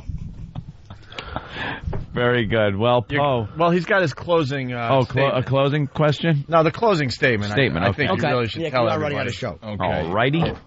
Yeah, we can't run out before I, talk about the fights coming. Oh no, We'll get that we big got one. time. Hell yeah. I guess someone slapped me in the back. Yeah, I don't want him to get mad at me. No, we will take care of all that. He picks on me. Where's he at? This. Oh, Jesus, I have to help you out here. That's your statement that you want everyone to know today. Okay. I don't think anyone here can refute the fact that you are a great fighter. You are a champion. And to see you continue to fight would be an honor, and I'm sure that everyone's going to watch television for that. Thank you. Keep on fighting. I'll keep fighting as long as my body lets me. Knock them out. Thank you, bro. All right, Master Poe, everyone. All right, great, Master Poe. Thank you, sir. What did you want to plug, Chuck? Absolutely. They got the UFC 63s coming up. Actually, two of my friends fighting. Two of the fights I really one of probably the best fights I don't want to see, just because it's two of my friends. Matt Hughes and BJ Penn are fighting, and both great fighters, both great guys. It's going to be a great fight. You must just watch and go like, oh. Like you're happy for one and you feel bad for the other. Exactly. No matter which way it goes, I'm going to be happy for one, and like you said, upset for the other one. So when is that? That was at the 23rd down at the pond, and it's on pay-per-view. It's going to be a great fight. So 23rd September. Now, and there's also they got Ken and Tito are fighting on the 10th on Spike again, and I'm hoping Ken does a little better this time, but if not, I'll get a slap Tito around later after that, so don't worry about it. I'll take care of him. That seems to be the only thing that you do take personally is you're fighting with Tito. Yeah, that like probably is probably one. But the thing is, that's one of the things that it helps me train for a fight. Mm-hmm. You know, I don't. But still, even when I walk in the ring with him, you just don't like the guy. No, I don't. No. He's one of the few guys out there that most of the guys I'm okay with, but he's one of the guys. Why don't you like him? I don't like. He runs his mouth too much. He's one of those guys that he dodged me for a lot of years, and but he'll talk a tough game, but then when it comes around to it, won't pull the trigger. You can talk all the trash you want, just pull the trigger when it's time. Mm-hmm. Take the fight. Very good. It's Chuck Liddell, everyone. Thank you so much. This was great for us. It was great man. hanging with you, man. We really appreciate it. Jimmy, really fast before we get out of here. Cleveland tickets for our show. We are coming broadcasting from Cleveland this Friday, and this Saturday, the Tower City Amphitheater. It is the Opie and Anthony Traveling Virus, $10 tickets. Apparently, Cleveland is the poorest city, so we're going to keep them at $10. That awful Pete was right. It's presented by Bud Light, of course. Always worth it. You can get them at Ticketmaster. On the show is Robert Kelly, myself, Bill Burr, Patrice O'Neill, Otto and George. I know I'm Rich Voss. And if I'm forgetting anybody, too bad. They'll be there. So it's this Saturday, our first trip to Cleveland as a show together. And the last date on the Comedy Tour. Last date until next year. We're going to be pumped. Chuck Liddell, thank you so much. Hey, thanks. Hey, by the way, I got to say hi to Reed. Reed, he actually got me to listen to your guys' show a while back. So, cool, man. I had to say I don't. Oh, I didn't know you listened to us. That's pretty cool. That's really cool. Have someone like him on our side. Hey, Reed. Or maybe he's not on our side. He listens to hate us. I don't know. Chuck Liddell, thanks. If you're not joining us at XM Satellite Radio, have a great day, and we'll see you tomorrow.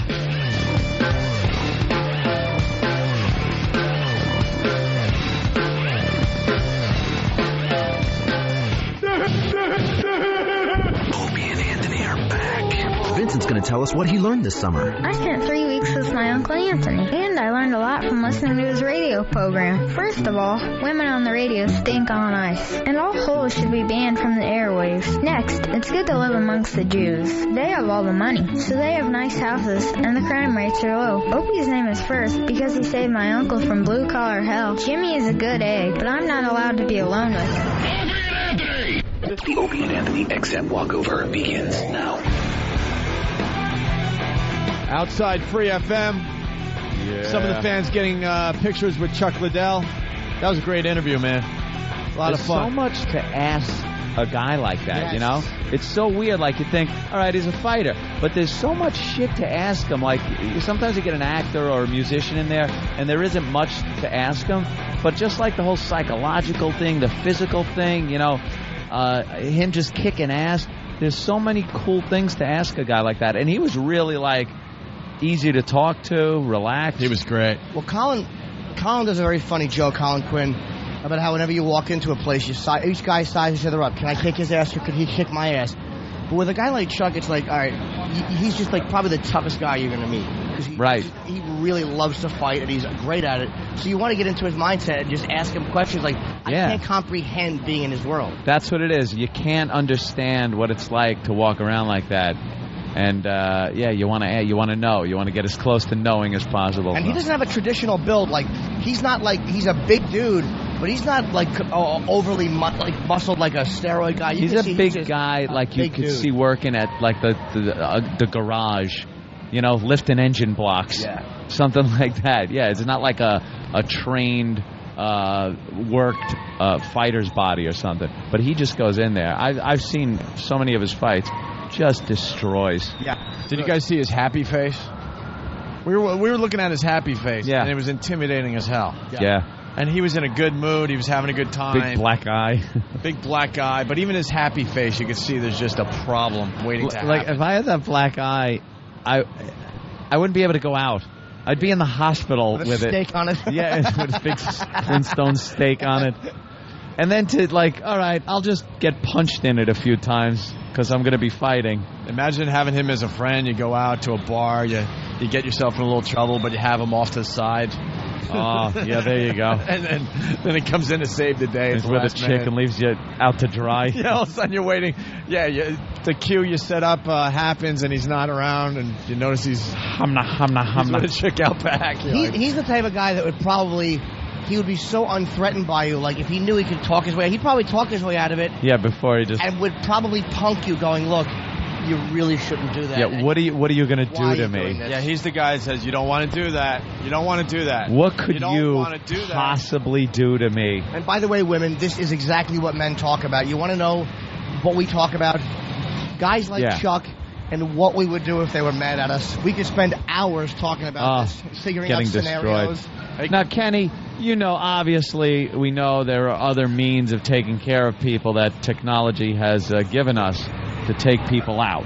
You know what I mean?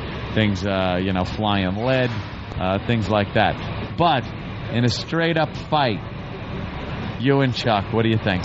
Oh, he'd kick my ass. All right. He would be a problem. Yeah, he's definitely... I mean, he's the champ. That's all he does is train. Yeah. Probably 4 hours a day, every day. Like a guy, I respect Jet Li too for all his accomplishments. Yeah. But I'd fight him in a heartbeat. Chuck, I'd fucking think twice about. Yeah. I'd cry. We had this conversation. If I saw, imagine though seeing Kenny get all beat up. I'd be weeping for you, Kenny. Yeah. I'd be weeping for me because Kenny protects me. Because you're next. Yeah. Kenny all punch drunk. Yeah, if he knocks Kenny out, what's going to happen to me? Well, the thing is... stop hitting me. I run interference, so if something happens to me, you guys just, run away. That's our time buffer to run. Yeah, I take it for the team. Do you think that, you guys would square off, and he would obviously know that you know how to fight by the way you probably handle yourself. Right. So he'd probably be cautious. Do you think he would just get that first shot in there, that one quick shot, or would it be a kick? No, I'm done.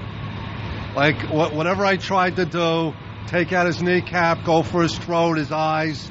But, here's a champ that trains 4 hours a day, every day. I have your defense. Grab a handful of your hair and throw it in his eyes. That's right. That dry wheat chaff will blind him. Just talk to him, and when his eyes start to flutter, shut up. I mean, back in the day, I'm 49 years old now. Oh, you look good. Yeah. Back in the day, I used to do some fighting myself, but I got tired of getting beat up for trophies.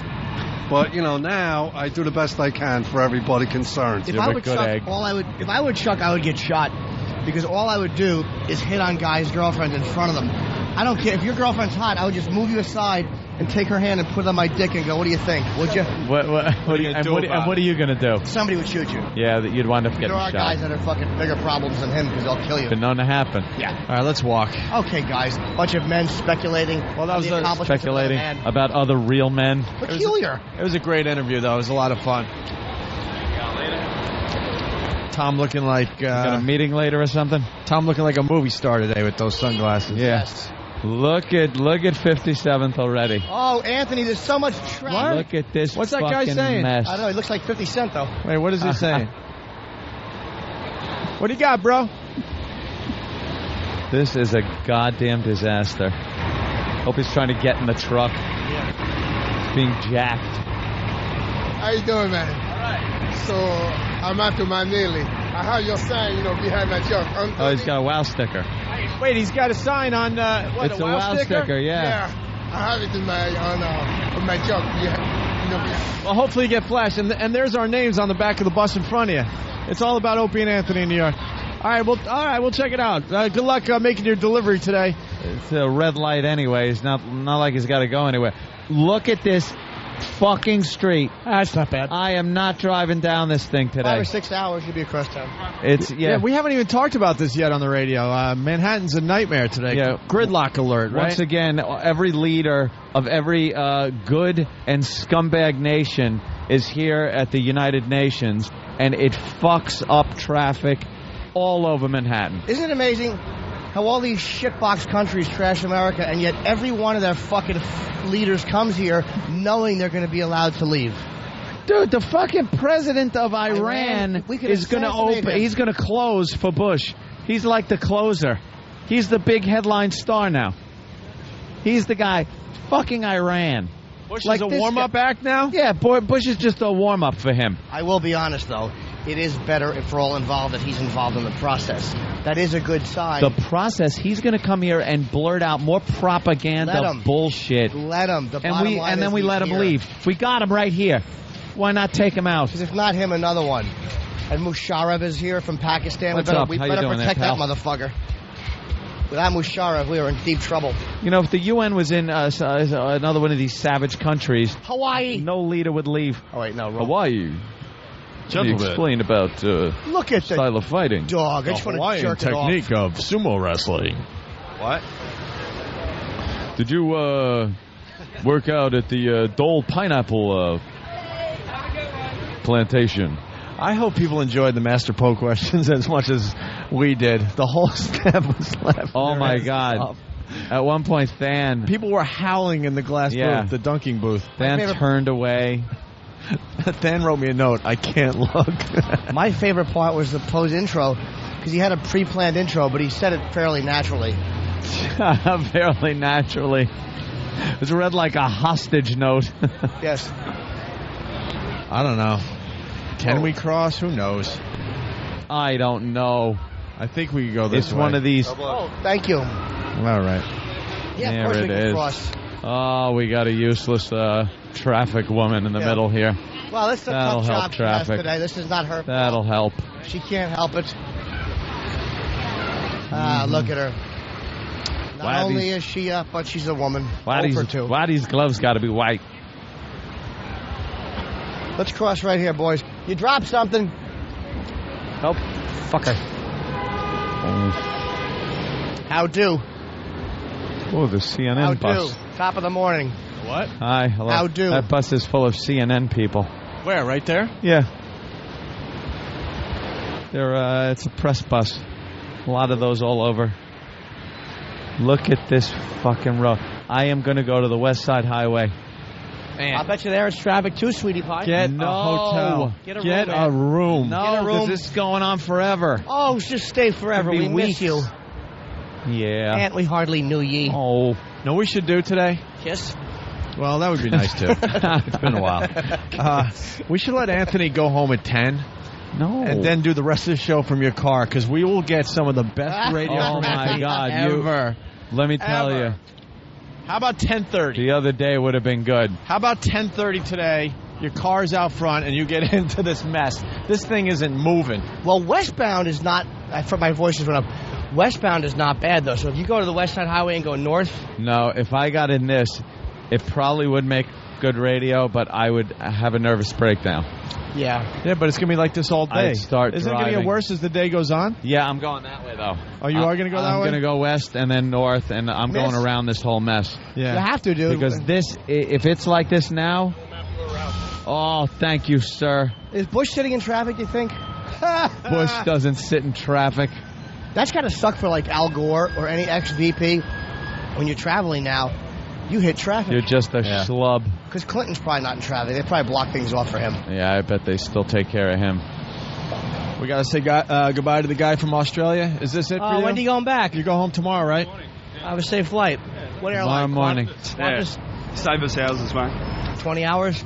Yeah, something like. I fly to LA. I'm in LA for a day, and then I fly home. First class? No. No, You mate. don't got a sleeper? College student. You got a sleeper seat? Nope, nothing. Wow. I wouldn't mind flying Aisle first. seat. Happy with that, but What do you got to do? Just get up and walk around a little bit? Yeah, what pretty kind much. of plane? 747? Yeah. Yeah, all right. 400 or something. You got a lot of room. Yeah, it's not too bad. You get a lot of room if you're in first. You have a big sleeper seat. And coach, there's just more seats cramped. You allowed up in that lounge? Get a drink? What's that? You allowed up in that lounge? No. No? That's All first brought class? to you, yeah. Food's brought to you, drinks are brought to you. Jesus. Their choice. Tell him you want to go up in the first class lounge and mingle with a better group of people. Here's what I tell him. I say, you don't understand. My bank account doesn't reflect it, but I'm a first class customer. I'm a class act, and I'd like to be treated as such, please. Oh, well, when we're, if we ever make it to your country, where do you live? Feel free, come along. We've got a massive comedy festival, that's the thing, and just nobody, like Melbourne International Comedy Festival. I think it's bigger than Montreal, but smaller than Edinburgh or something. But I never see any of the guys. Do you guys have XM there? You don't, right? But you No. listen to us online? Yeah. Good man. XM Online, yeah. That's pretty cool. So listen online. All right. Yeah. Give us a call. All right, our Aussie friend. Thanks, man. Cheers, fellas. Very happy All you came. Sorry, man. So look, we're making friends all over the world with this show. God damn. Why are there dogs in this stupid building? There is shit right behind the counter. Jimmy. That's not a dog, Jimmy. That is, no, it's the pile of the dog it's shit. an employee. That's the guy that's guarding us No, from I want you to be terrorism. nice today. I want you to be nice just today. That log, I'm surprised that log hasn't turned flaky and white. It's been back there for a while. Just be nice. I want you to say hi and greet him nicely. Today's the day. Today's the day. Go ahead of us and say hi. Die. Hi, Die. sir. Hello, sir. How are you? You have cancer. Die. Let's get upstairs. Opie and Anthony, XM202. That sucks. Lesbian. I like that in a woman. And every other kind of deviant. I love paying for sex. This moral decay weakens our resistance to the onslaught of the communist masters of deceit. We're a bunch of scumbags. These abnormalities are corrupting the minds and the hearts of our children. Jackass. I can't believe it. It's pedophile humor. It's depressing and horrendous. It's awful. A bunch of idiots. Perversion for profit. Here it comes! Here it comes! The Opie and Anthony program. El virus de Opie and Anthony. God, that irritates me. Just like somebody took a bat to my brain. We're the only radio show that makes you want to hate us. Opie. I want my coffee. Anthony. I want that fact. Jim Norton. I want Ozzy. We are going to dumb this thing down to the point that we're going to be #1 with Down syndrome children. Hysterical. The Opie and Anthony Show. But enough of this palaver. Let's get the show on the road.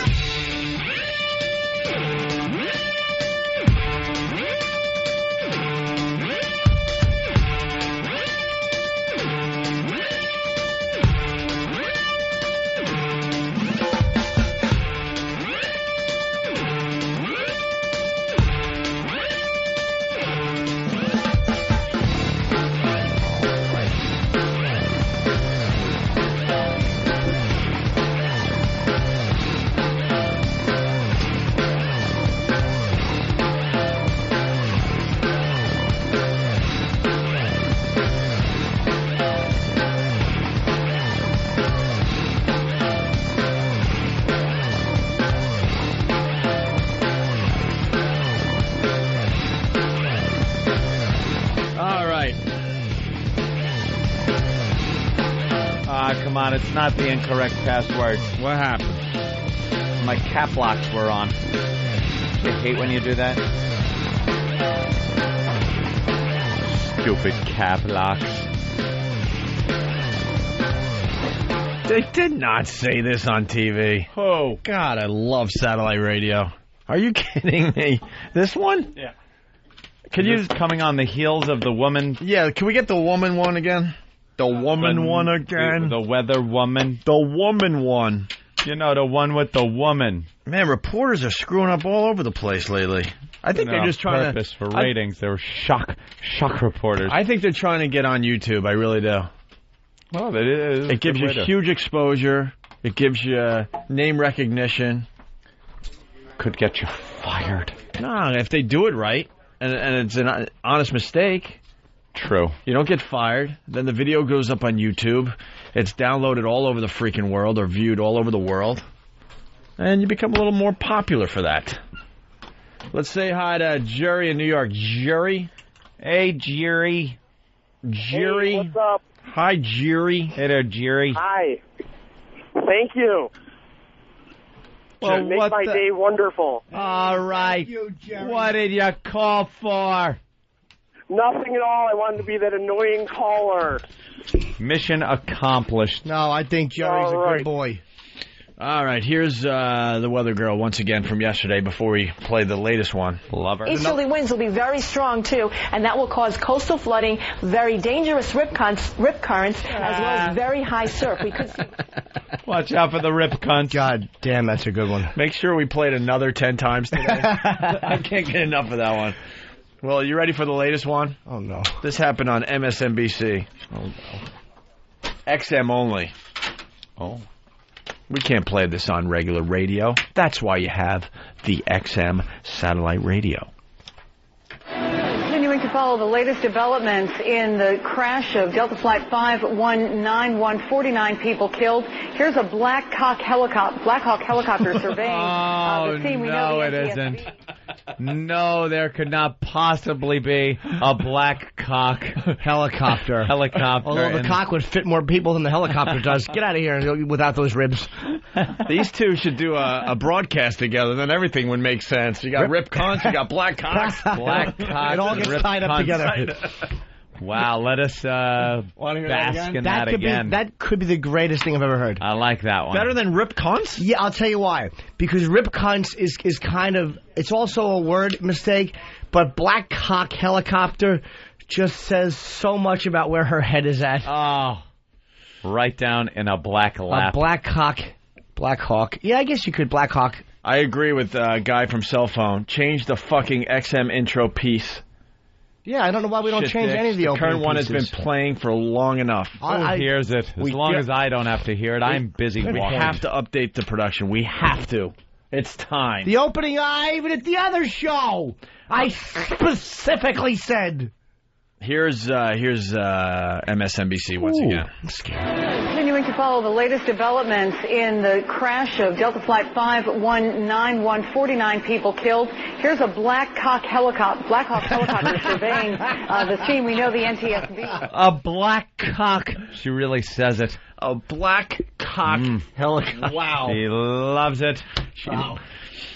You came here looking for a helicopter. Oh, he's calling us. Yes, he is. I'm very psyched. We didn't even promote that today. Mr. Chris Hansen. Yeah, we should have mentioned that on Free FM. Let them know what they were missing here, which is Chris Hansen from Dateline is calling in at approximately 15, 20 minutes. The child predator special that they do. Yeah. Hey, let's go to Josh in California. Josh, what's up?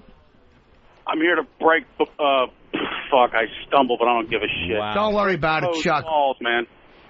Yeah, what? He creeped out Liddell talking about going in that rage with the veins and the muscles on his chest, like he was reading out of fucking Rent Boys or something. Yeah, that was a weird question. I thought Poe did pretty well, considering he was a nervous Nelly. But when he said, the bulging veins, and sometimes it will appear that you have an erection in your shorts, it just was a little creepy. I don't know why. And having said that, Poe would easily whoop my fucking ass. I'm out. Yes, he would. Poe Liddell would be an interesting. I think if Liddell landed a punch, Poe would be in deep trouble. But yeah, look, where are the questions from Poe? There are some terrific ones on there. Well, don't use my copy. It's signed, Than. I'll kiss you right in the stomach. You got yours signed? Yeah, I got Chuck to sign it. I didn't have any UFC things. I said that'd be kind of fun. Jimmy, can you read the questions from Master Poe for Chuck Liddell? I'm going to read them in order. All right. Here's how it starts. I would like to get rid of the basic questions that you hear all the time. Once we do this, we can then move on. ... It's nice when you have a natural hello written out. Surprised you didn't put pause, mouth open, words come out, pause, breathe. When did you first have an interest in martial arts? Who did Poe think he is, Charlie Rose? What martial arts styles have you studied? I noticed you have a Kempo tattoo on your shoulder. I don't like the casualness of that, like it just came in like to his head there. Holy shit, let's all just get Kempo tattoos. I think we should. Because it looks like that makes you look tough. Like you know the Kempo thing. Ass. I noticed you have a Kempo tattoo on your shoulder. What style of Kempo is this, and who is your teacher? How did Kempo play a role in your life? Were you bullied when you were a young boy? Or did you just kick ass in grade school? Or were you always a wolf looking for sheep? What? Were you always a what? Looking for what? I must have read that wrong. I don't think he would be flattered by that question, by the way. No. Wouldn't he be a wolf looking for other wolves? Yeah. Instead of going for the easy sheep? I was implying that even other wolves would seem like easy prey, gentlemen. You have an impressive record, and there is no one here. And I spell no with a K as it's knowledge. There is no, as in to know something, as opposed to the NO version that a lot of people would use there. Wow. You have an impressive record, and there is no one here. I guess spell check wouldn't catch that one, because technically it's correct. And if I spelled impressive right, we all know spell check was being used, gentlemen. There is no one here that can refute your record or your fighting ability. That's a statement. I decided to make a statement. You are a champion in this form of combat, and you are world known. Wait. Someone has a really good idea. I'm sorry to interrupt you, That's Jimmy, okay. Because it's going very well, but this might even be better. All right. Pat in Boston. Pat. You know, dude, I think it would be good if you read the questions like Bob Kelly. You know, dude. Well, here's what. Pope put a couple of statements in here. Yeah. Bob wouldn't ask questions. What Bob would try to do is bond as if two men of a similar ilk were talking, because Bob is that dumb. And here's what Bob, the statements that Poe wrote that Bob would actually use.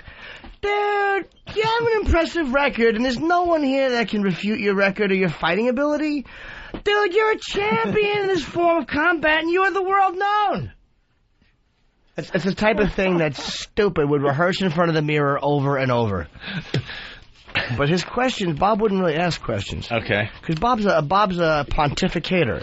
Well, you could do the other one, because this one was, Poe did this one to Chuck Liddell. Do it as Bob Kelly. You have a famous... Dude, you have a famous gladiatorial celebration that shows the intensity in every vein and muscle throughout your body. Does it?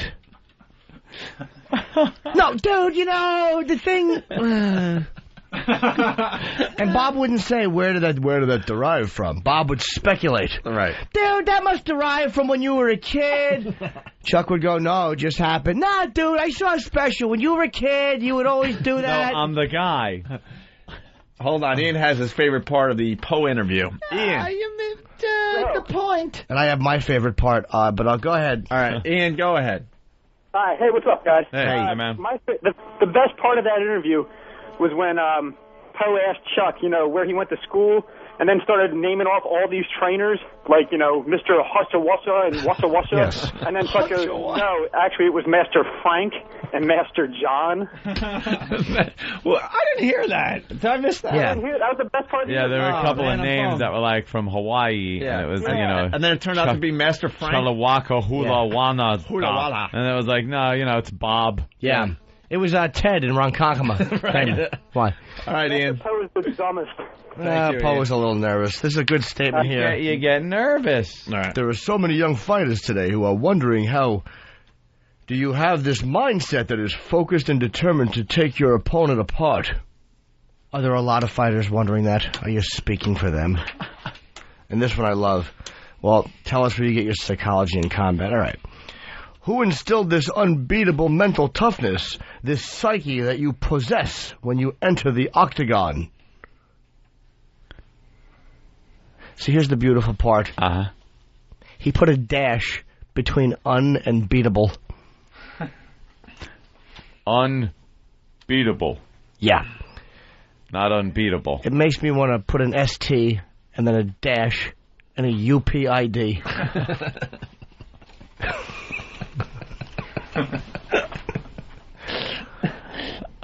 All right. It just goes on and on. It's just an endless litany of questions / statements / thought starters. You know, Rocky Road or chocolate mint chip. Describe what is on your mind when you're face to face with another fighter. Finger in the ass or ball jiggle? Cut or uncut? Boxers or briefs, Chuck? Gentlemen. Dude, when you're in combat like that, you know, dude, you gotta put your mind, like when I was in juvie hall, dude, it's just a matter of... He stole a gumball machine and went to juvie hall, that horse's ass. Oh, what is he, a little rascal? He acts like he did fucking time in Leavenworth. Dude, when I was... Shut up. Juvie. Oh, let me put my fist right in his sunglasses. No, but it's really not like that. No, it is. Dude, when we fucking talked about Travolta, nah, dude, he got that after Pulp Fiction. Well, no, actually, he did have planes before that. Dude, no, that was his comeback. I saw a special. He's been a pilot. He had them. Dude. The pontificating idiot that he is. Oh. Are you nervous before you fight? You had 4 losses, and then he names all the people that beat him. That's smart. Yeah. And do you feel martial arts have evolved through the years? Oh, my God. It just goes on and on and on. Oh, my God. The last question. Yeah, go ahead. Please read it. No, you go ahead. Your girlfriend, Willa Ford, is involved in a dance competition. How do you want the MMA world, if not the martial arts world, to support this cause? Well, it's an ex-girlfriend, right? Yeah. It's a hard question to answer. Well, I'd like the entire martial arts community to get together and denounce non-dancers. And beat them. How do you support the... Kenny, I want to... Is it a cause, really, the dancing show? I'd like them to vote for her. Thank you, Kenny. I'm going to order something, young fella. All right, let's go to Charlotte. Chris, what's up? Hey, guys. I just want to let you know y'all 3 look like the biggest douchebags next to Chuck Liddell. And thank God you didn't order anything to eat or he would have left. Yeah? What do you mean, sir? Why do we look like douchebags next to Chuck? Sir? I can't even talk to you, Jimmy. You make me laugh every single day. Thank you. Now, we like Chuck. Yeah, we had a good time with Chuck. Chuck was a fun guy to talk to. We could have had him on for an hour and a half, and he's just an interesting guy, man. Yeah. He was really fun to talk to. Definitely. All right, Chris, thank you. Chris? Thanks. All right, Chris. And he's a quiet guy. Like, when you hear him talk, he's like a kind of a soft-spoken dude, and we've all seen the rage that comes out of him, or whatever the energy, if he's not angry. Ooh, he's up. You pick up on the breathing? Oh, my God. No one was going to even say anything. Usually when a guest... Like a bull. That's exactly what he sounds like, a bull. Yep. Usually when a guest does that, I know it's annoying to the listener, so you try to tell him, back off on the mic or something. Oh, when Voss does it, we just hammer him. No one's going to say anything to Chuck Liddell about his breathing. Hey, Chuck, knock it off. He fought with a fucking torn MMA, whatever the fuck it was, because he didn't want them to know he had a tear. Yeah. If I had a hangnail, I'd cancel the fight. He can't breathe through his nose. His nose probably been broken so many times. Broken. It's all through the mouth. That's all about. So that's what that's about? Yeah. He can't breathe through his nose. Really? Yeah. Can't they fix that? Yeah. Yeah, but then he just breaks it next fight. Yeah. So he'll fix that after he's done fighting. Yeah. I got He has a big head, too. He's a fucking tough dude to knock out, man. Chuck has a solid head. Everyone's a tough guy now. Talking about Chuck. No, I'm not. Can't breathe, big head. I don't mean a big head. He's 6'2". See him on the fucking street. As Anthony sips his smoothie. Yeah, that's right. I'm drinking a smoothie and have nothing but praise for that gentleman. No, I don't mean big head. We had the biggest laugh at your expense. Look. When I said, not Chuck, I'm a pussy. I think it was obvious to him that we all were pussies in that room. I said, I'm a pussy. You had to point it out to him just in case he was wondering. As far as Chuck was concerned, he was doing The View. Right. Yeah. And then we just laughed way too hard. What's that about? You got a route? I got a route, but it's funny because I think this is a little jab at Club Soda Kenny by Mike with the instructions. 1, walk to car. 2, start car. Well, he didn't mention give the tag in. How are you going to get in your car? You can't even receive your vehicle unless you give the ticket to the guy in the glass booth. What do you think? You just go up and grab your car? walk to car, start car. You don't have the keys. By the way, Kenny. Yes. You're lovely. Yes, sir. I'm getting ready a lot faster, so now I walked outside today, and it's pitch dark, and Kenny's car's parked, but he's not in the car. And then I see him coming in the distance with my little bag of berries. Ew. Like fucking Yogi Oaf. Just a picnic basket full of berries. He's walking down the sidewalk all happy to be alive with a bag of berries for me. Ew. Because he had a few minutes to kill, right? Because it wasn't 4:55 yet. No, I make sure I get there 5 minutes early to stop at the store so you're not inconvenienced. I felt bad. You don't have to buy my berries. No, that's what I do. Kenny's just an organized. He is so sociopath. organized. Right. I guarantee you, he's got like hitchhiker's driver's licenses piled up in a fucking shoebox somewhere. She was lovely. I strangled her with my shoelaces. They call them trophies. Do they? She was a lovely girl on her way home from school. After I put my penis in her mouth and shot her, I cut a lock of her hair off. You could still smell her shampoo in it. Look, smell. Sometimes I put her hair on mine and pretend my hair has bounce. Kenny's hair should be fucking blowing by a screen in the desert. It's a fucking... I don't even want to look at him. It's a tumbleweed. The man has a tumbleweed on his head. Sorry, Kenny. It's all right. It's clean. It is clean. Kenny's clean. He uses shampoo and conditioner in one. No, he doesn't. He fucking uses a leaf blower. He blows grit and cigarette butts out of it. This is a nipple I bit off in anger. I kept it in a baggie that I bought, one of those Ron Popeil baggies that seals. Seals them fresh. A vacuum seal. She made me angry. This is the only African American I ever killed. I severed her foot and yelled racial epithets.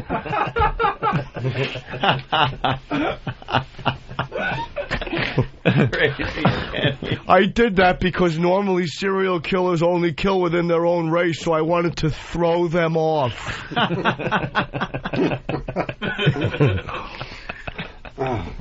They'll know who he is. They'll call him the No Cursive Killer because all of his notes are in fucking stick letters.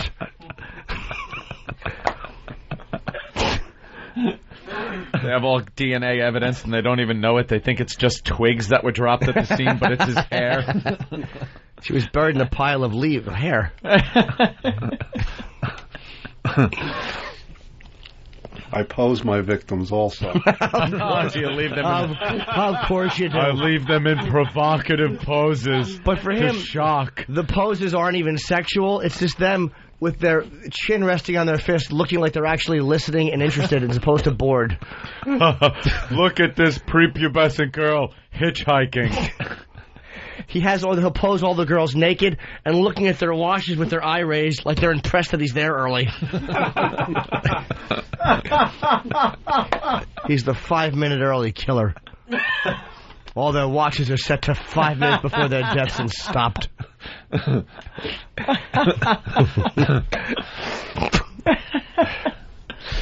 That's fantastic.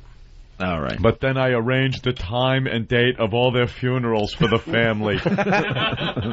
So they all get there on time. Yes. She wanted to be buried on a satin feather pillow.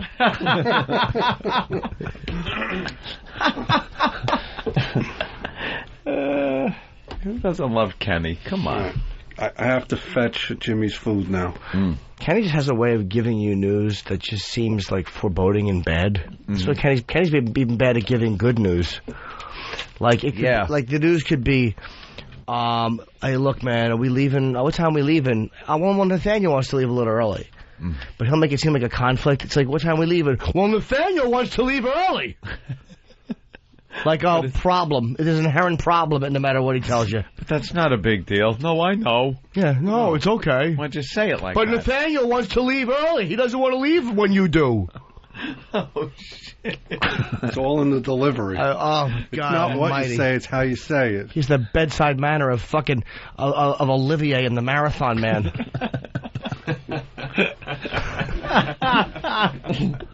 Yeah, I know. All right, we're going to break because we got to get ready for Chris Hansen. Here's how that would have went. We got to break because Chris Hansen's calling in.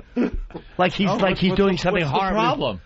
No, nothing. I'm just telling you he's calling in. Oh. My Kenny and Poe sound exactly alike before you instant feedback that I know it. Continuing to follow the latest developments in the crash of Delta Flight 5191, 49 people killed. Here's a Black Hawk helicopter surveying the scene. We know the NTSB. Yeah. That's right. And a yam bag jet is flying over. All right, we'll break with that. Chris Hansen on the show in maybe a few minutes here.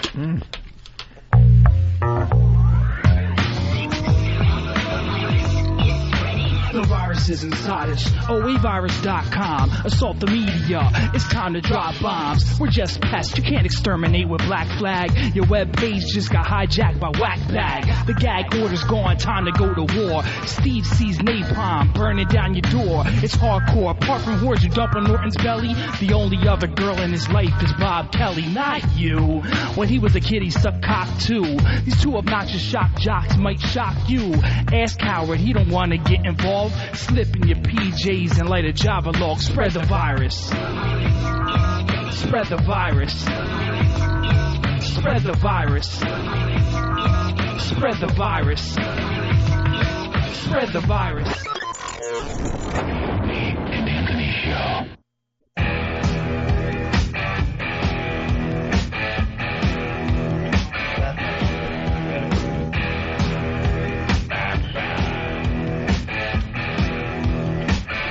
We got great ratings in New York. Yes. On Free FM in New York, we got a trend in yesterday. We did very, very, very well. Nice. So I want to thank the people that are supporting our commercial radio stations. Yes, absolutely. Make sure you support our commercial radio stations, and that's all I could say about that. But ratings came in yesterday, and they were very, very, very good. That's why we're getting better guests and all that stuff. It all ties in nicely. More gigs. Yeah, we wouldn't have gotten Chuck Liddell. More things. For Jet Li. Jet Li was a fun interview. I mean, there's a language barrier. A big one.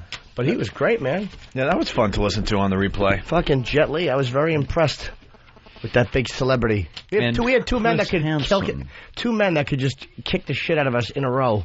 Yeah. By the way, I'm obsessed with my Inno, Helix, whatever the hell mine's called. Inno? Is it the Inno? Or the Helix? It's unbelievable. They gotta market that thing better. Where's Elo? Where is the Elo? I haven't seen him on cam or anything. I don't know. I don't like it. He did email me, though. You know what I do with the Inno? You know, because I like to work out and stuff, and I walk around Manhattan. So I want my tunes like anyone else when you're wandering around. Sure. So with the Inno, I record a channel. Mostly Ethel, but then I'll go Top Tracks, and then maybe Lucy, and I'll jump around a bit, maybe go chill for a while. So I'll record for like 2 or 3 hours, and then I can go to the gym, and I start searching, I search around and see what songs I want to hear from the ones I just recorded, and if I really like a song, I highlight and throw it on a playlist. Yeah. Let me ask you a question now, because my reception in my gym is not good. No, that's why my reception stinks. That's why I record ahead of time. So you don't need reception to listen to it once you record it? That's what I'm saying. Oh, okay, that's good. I record a channel for like 2 or 3 hours. And then I look and I play the songs that I need for my workout. And if I really like the song, I throw it to a special playlist. That's nice. And then I have that song whenever I want to hear it. Yeah, I just didn't know if it recorded it on the hard drive of your actual unit or on a separate unit. That's great. I don't understand why XM isn't just selling just a ridiculous amount of these things. Yeah. Maybe they are, I don't know. But you don't really feel the buzz in these units yet, in my opinion. You will. Because they get the word across. The whole FCC thing just got resolved, right? Yeah. Because with the iPod and stuff, that's obviously great, and they're tiny and compact like the Inno and the Helix. In all fairness, even smaller. But you got to find the music, and then you got to, download it to your iPod. I mean, this is all set for you because you're listening to the channels you really like to begin with, and it's like so you're going to like most of the stuff anyway. And you can listen to this show, or you can listen to Fox News. Yes. You can listen to like stuff that you can't listen to on an iPod, really. Right. You know what? I got to notice. I listened to a little bit of that Sirius satellite radio. Oh, because you got it in the Mustang. It's in my car until I change it over. Well, you Howard I got to deal with it.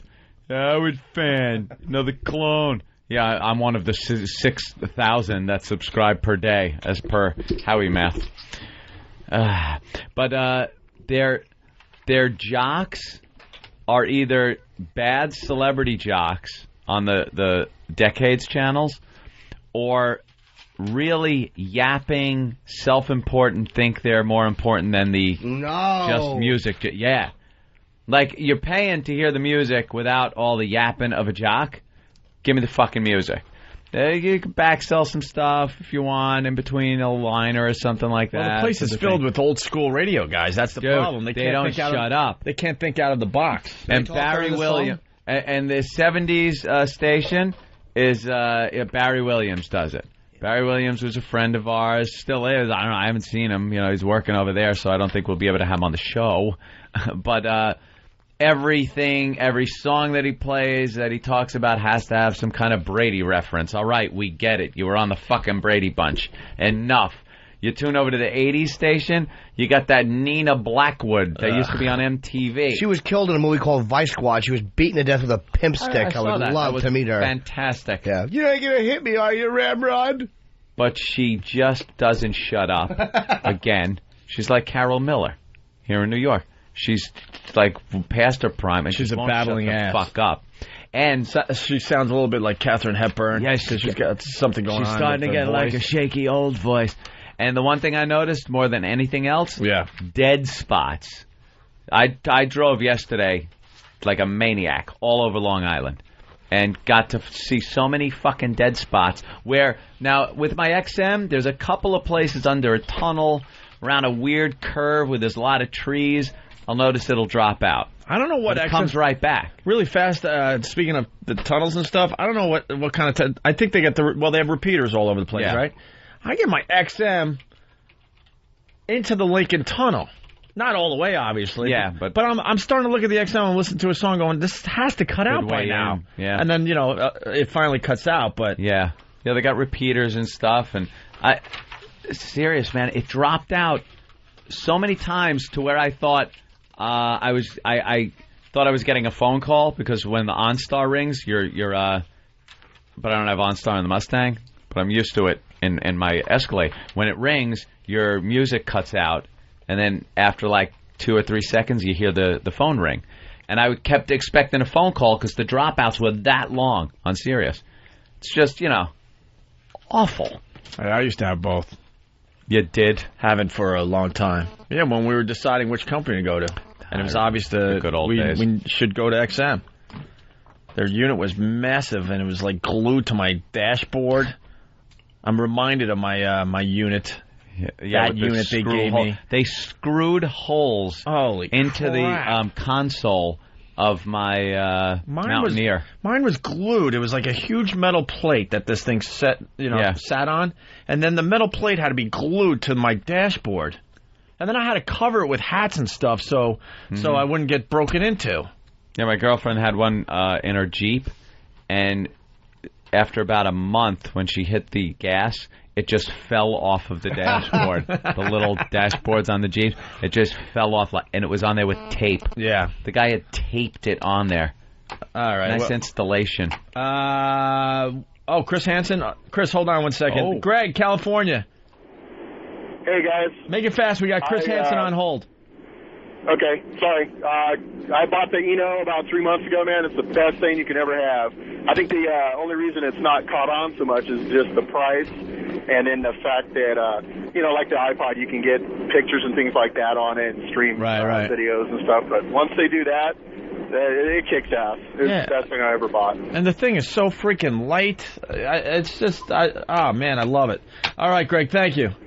Thanks. We could do a little more tech talk after we talk to Chris Hansen. Mr. Hansen. Good morning, guys. Chris Hansen, one of our favorite guys on TV. But I'm sure you hear that a lot. Now and again. Very popular. How are you? Very popular guy these days. Very good. We're doing well. I was good until I walked into that kitchen and saw you. I just wanted a cookie, Chris.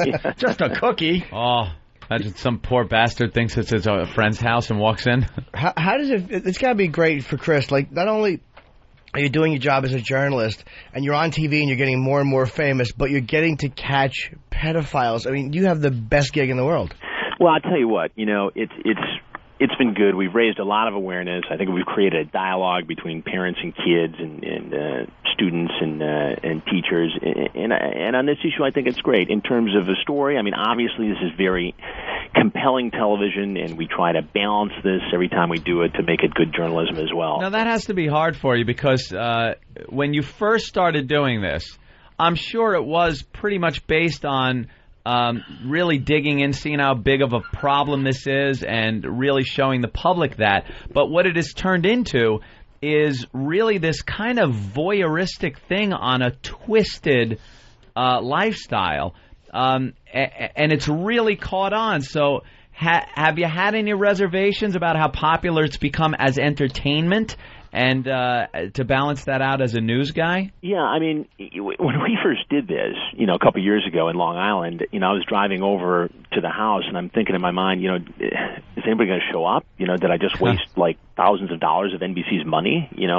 And the next thing I knew, the cell phone rang. It was my producer, panicky because two guys were doing 45 minutes, and would I be there on time? And of course, everybody saw the rest of it. It was just a parade of potential predators. Yeah. But yeah, I mean, every time we do this, we sit down and we say, okay, our guy's still showing up. Is this still worthwhile? We believe that this is the continuation of covering a story, just like any other topic. Just because you do the story once doesn't mean the problem's over. Doesn't mean it's not worth reporting on.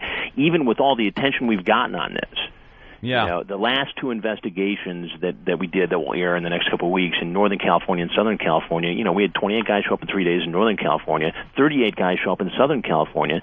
In Southern California, we had a guy show up who surfaced in our investigation last January in Riverside, was caught and prosecuted there, shows up in this house after an online chat where he said he was in court the previous day on the old case, talks about being in trouble before, making sure that this girl isn't a cop, and shows up anyway. Yeah. Legally, can't you just shoot him in the kitchen?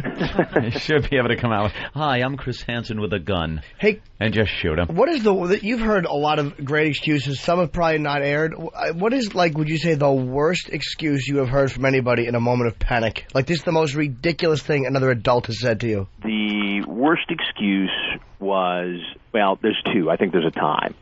One is that I was just driving along and I got lost all of a sudden, and this looked like a friendly place to stop and get directions. The second one was a guy who said, I just came here to check out the house. It's for sale, isn't it? I said, no, it's not for sale. He said, I thought it was. I said, well, how did you find out that this house is for sale? It was, actually, a friend of mine sent me over here to check it out. I said, really? I said, what's the friend's name? He told me the name. I said, what's his number? And I pull out my cell phone, and suddenly the story changes again. So. You always got an answer, though, Chris. It's so frightening when you come walking out of there. Do they think you're a cop? Well, I think some of the people think that I may be with law enforcement. I think some of the people may think that I'm the angry father who's just walked in. Where we definitely have had that response. And I think, some people realize that, it's Dateline. We're seeing now in the chats that people are asking the decoy, are you with Dateline? I mean, some guys get it mixed up and they say 60 Minutes or some other show, but they're referring obviously to us. They'll say, is this Dateline? They're doing the show, and the decoy says, well, I don't know what Dateline is. And, in spite of all that, these guys keep showing up. And even when I walk out, and there's this recognition in some cases, they stay more often than not and talk. And I think, for some of these people at least, there's this relief. It's like they know they've had an issue for some time.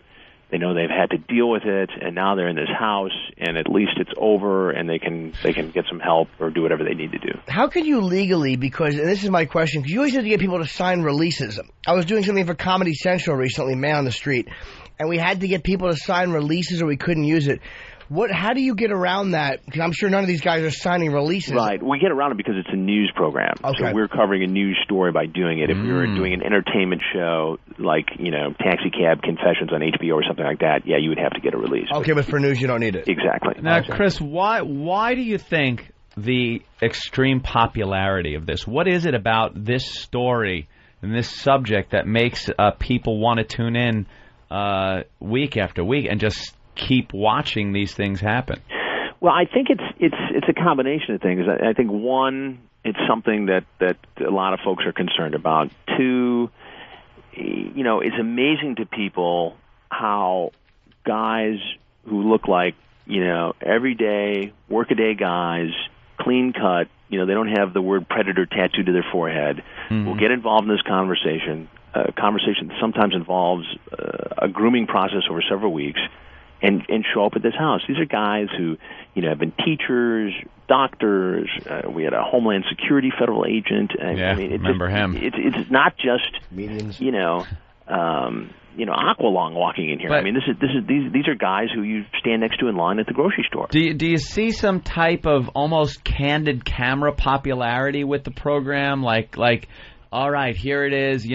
As a viewer, you almost are brought into it as a candid camera type thing where here he is, he doesn't know what's going to happen, we all know, and you're waiting for the payoff. And to me, that does seem a bit more like an entertainment program than a news program. Well, I think there's an element of that. I mean, obviously people like being taken in places where they can't go on their own. And this, the dynamics of this are exactly that. I mean, they're looking into a conversation that there is not supposed to be taking place. Mm-hmm. It could be taking place with their kid, and so they want to know about it. And then all of a sudden, this guy is showing up. They know that he's going to walk around and talk and have the chat with the decoy.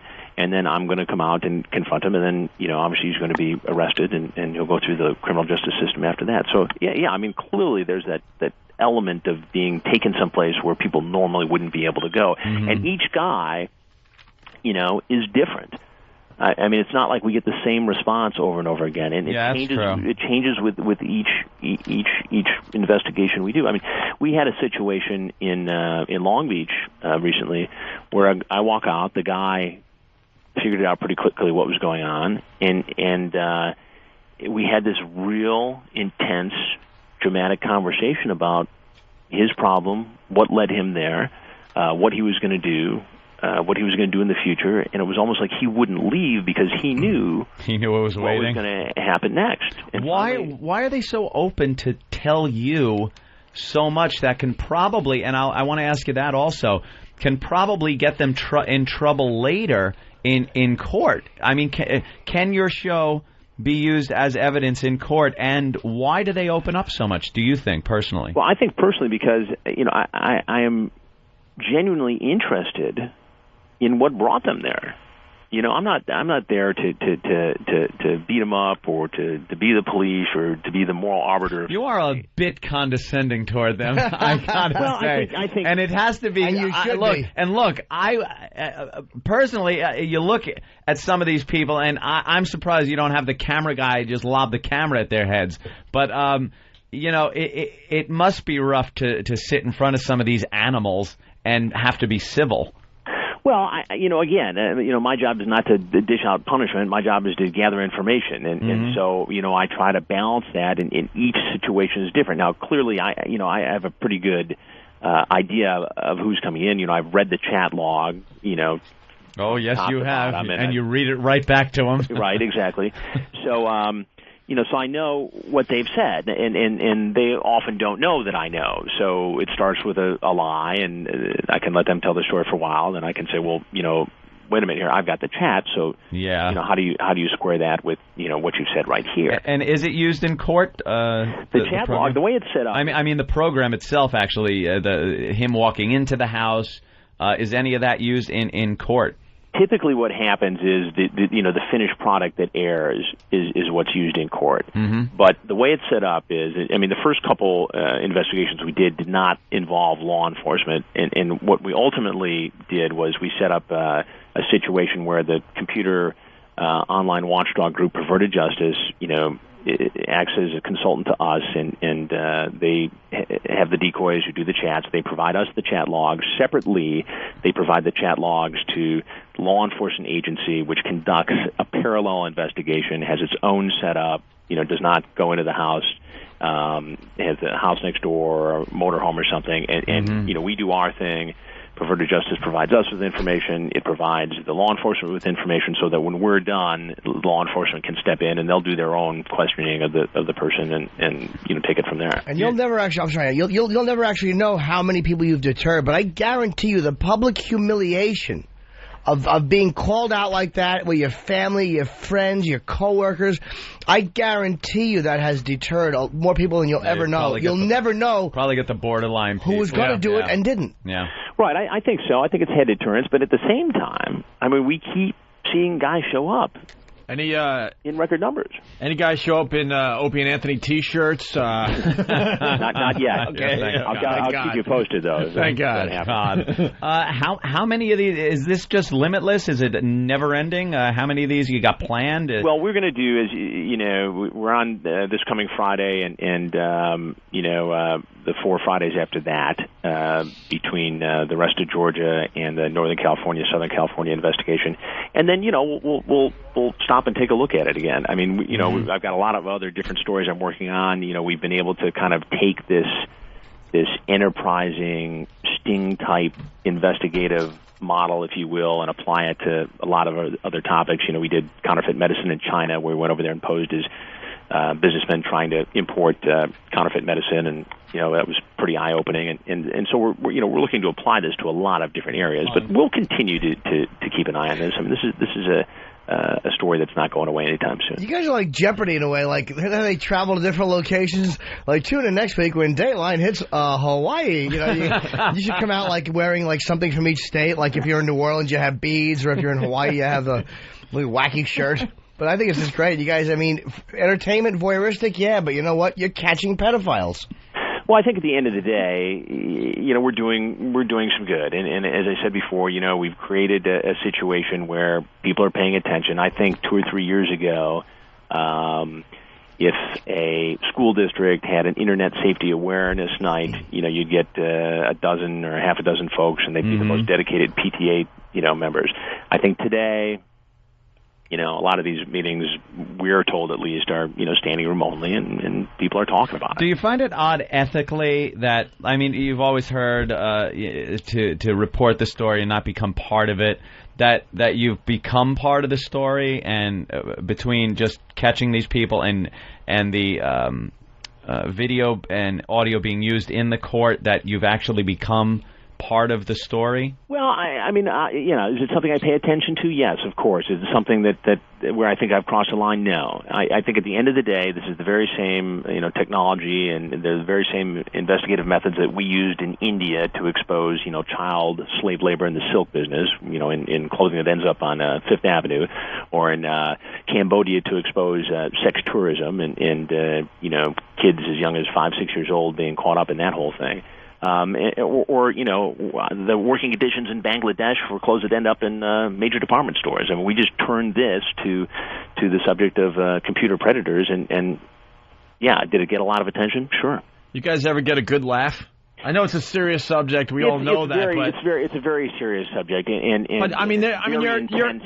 But you're sorry, go ahead, Chris. But it's very intense, and everybody's harsh in their throat when we get one of these things started. But undeniably there are humorous moments. Well, you just can't deny that. Yeah, because you're a human being. I mean, right. After the tape stops rolling, you guys have to be roaring every once in a while. Well, it's more like disbelief. I mean, for instance, we had this guy in Florida show up, to meet a 14-year-old boy. This guy who brought along his 5-year-old son. Right. I mean, there was just an audible gasp in the house. Yeah. And when he left, and these guys I work with, I mean, we have probably 20-some people in this house, producers, associate producers, all the hidden camera guys, all the stuff.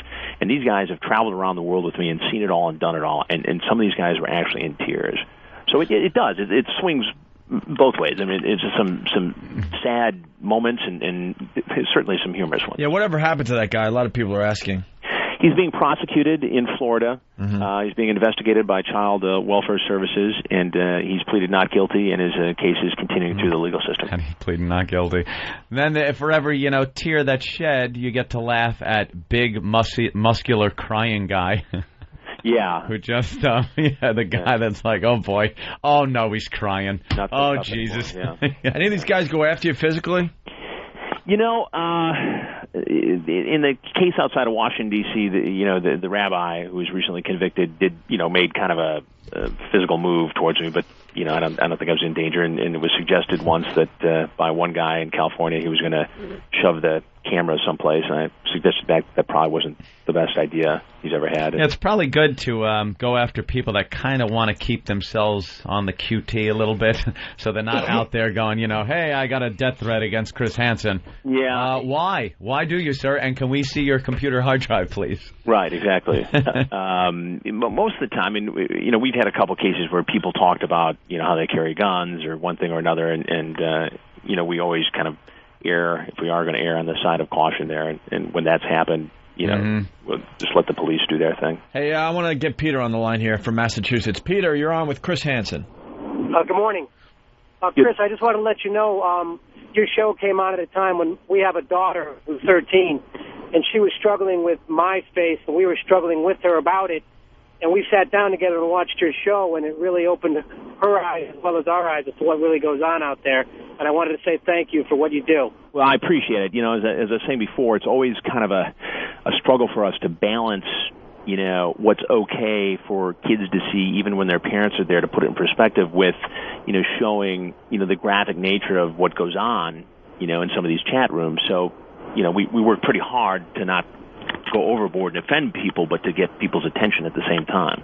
Yeah, because I think what she actually saw it and what these people were saying and the chats that you were describing, I remember what she said is like, this is gross. I had no idea.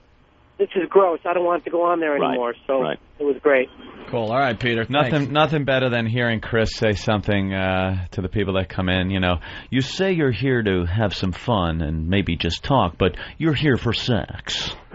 The way you say, you came here for sex, has us roaring on a weekly basis, by the way, Chris. It's a pretty good imitation. It's wonderful, because I've done it 1,000 times. I've used it in the bedroom with my girlfriend.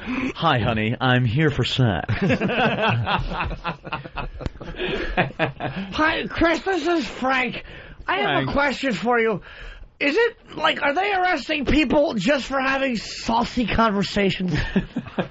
No, they've got to actually, get involved in a conversation, and then the solicitation has to occur, and then they actually, in most cases, have to actually travel and show up before the law. It's amazing how technology is always used for bad as well as good. Good point, Frank. Well, it is. The experts tell us that the access and the anonymity that the internet provides, fuels some of this activity for some of these men.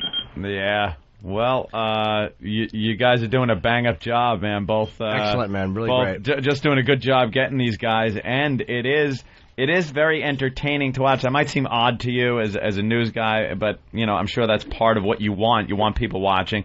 It is very entertaining to watch. You ever get women going after the little boys? We've not seen that. And have you tried, though, just for a little twist on the show? Well, I think there are decoys who are both boys and girls out there in these chat rooms, acting as boys or girls. In two instances, we had somebody we were communicating with who identified themselves as a woman, but never showed up, and we really never confirmed that, in fact, it was a woman. What the experts say is that when it comes to female predators, you're more likely to see the teacher-student situation. Absolutely, or more of a relationship, maybe. Well, something that's more intimate, or where they know the so-called victim, and that when it comes to this anonymous type situation, that it's more of a male-dominated crime. How much would you love to see Chris Hansen walk out and go, I'm not the gym teacher. I'm here because I know you're here for sex. And the woman walks out. But it seems like the woman, what's her name? God, how could I forget her name? Deborah. Marla Maples. Deborah LaFave. What do you think about that? Walking away, getting all the interview shows, obviously a beautiful woman. But what she did, in essence, was the exact same thing that these guys are doing, and she walked, and she's getting attention. She's on a lot of these TV shows, and people really aren't disgusted with her. Well, it's a unique situation. I think it was reflected, when Matt Lauer did his exclusive interview with her.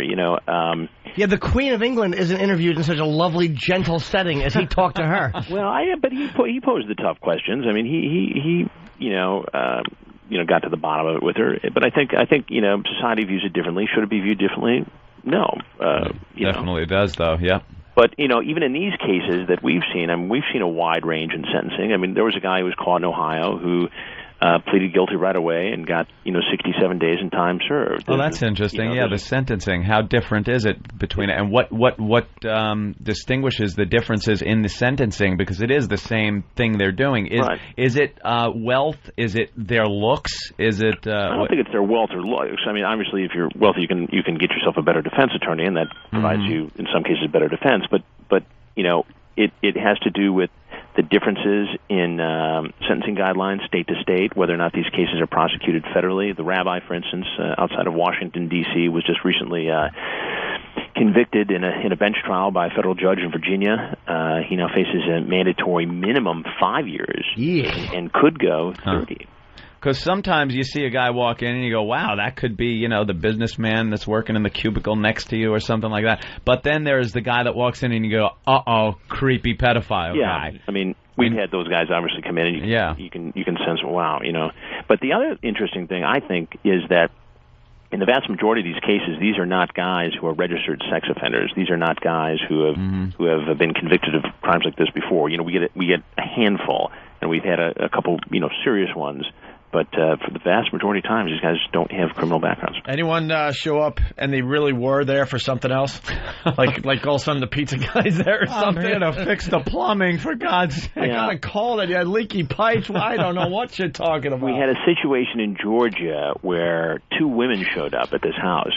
And we didn't have any conversation with any women that we were aware of, and so we weren't quite sure what's going on, and so everybody got in a position, and they're kind of roaming around the property, and it was kind of a rural property, and we couldn't figure out what was going on, and so they knocked on the door, and we waited and to see what they would say or do, and they never really came in the house, and suddenly they were leaving, and the police stopped them, and it turned out it was the owner of the house's daughter who had come by with a friend looking for some of her property. Sure.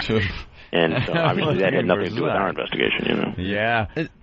What do you think of the imitators? There's a few out there now that I guess they saw the popularity and they seem to sensationalize it a little bit more. I haven't seen them. I mean, I know, I guess one of the other networks has one where they follow the police doing stings like this. And, I mean, everybody, has the opportunity to do what they want to do. I've just not seen them. All right. I guess that's about it. Thank you very much. What's the big plug there, Chris? The big plug is that we continue Friday night at 9.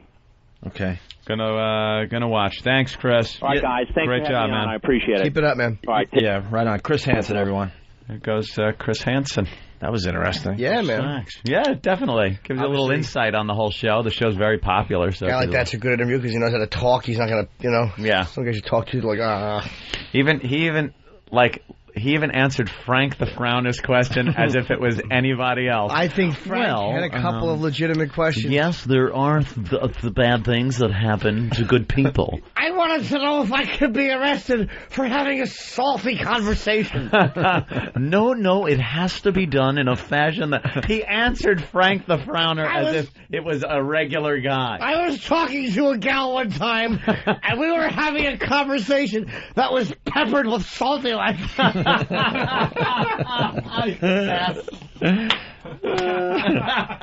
It was peppered with salty language. Oh, God damn.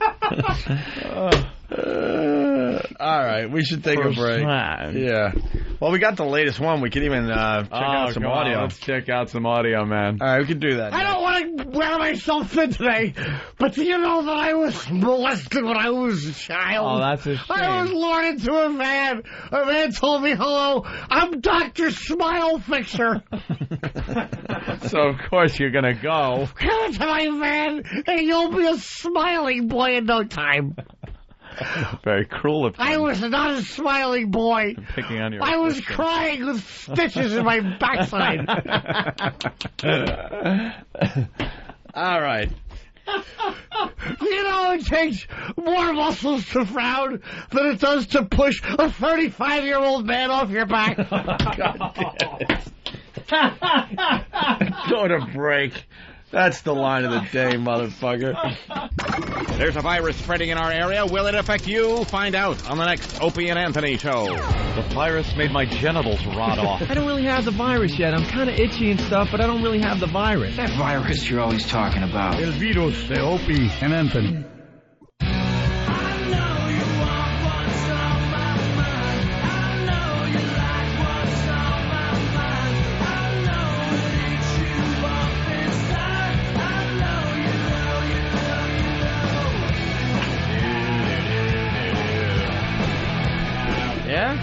Young folk? All right. Oh, cool. Blowfly calling in tomorrow. Very nice.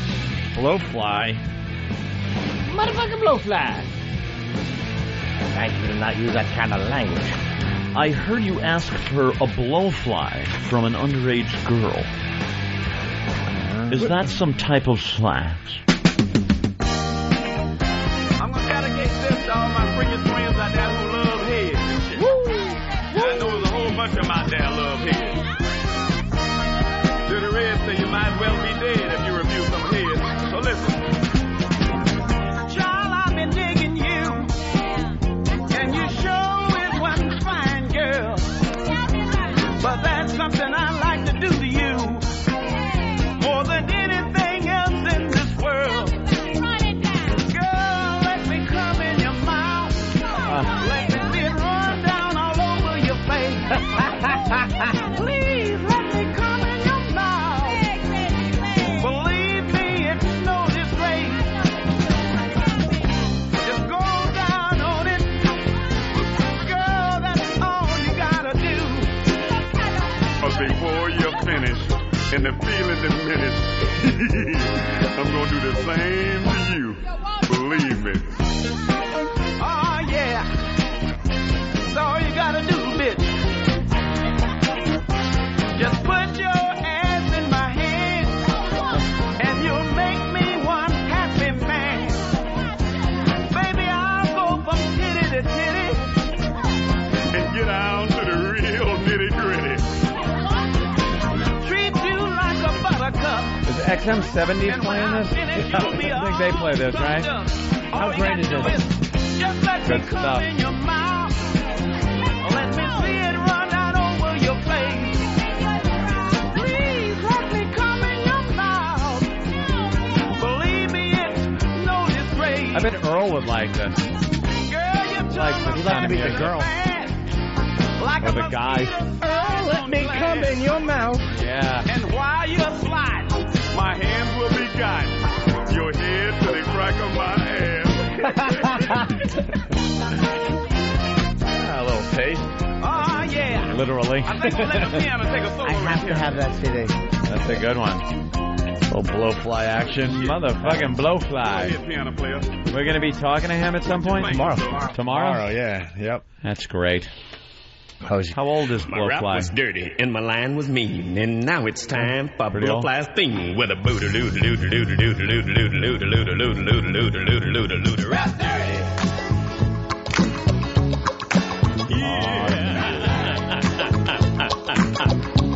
Well, the hell I got the message, it ain't my fault that I decide that you had enough of my talk. Gonna let the band groove on you for a while, child.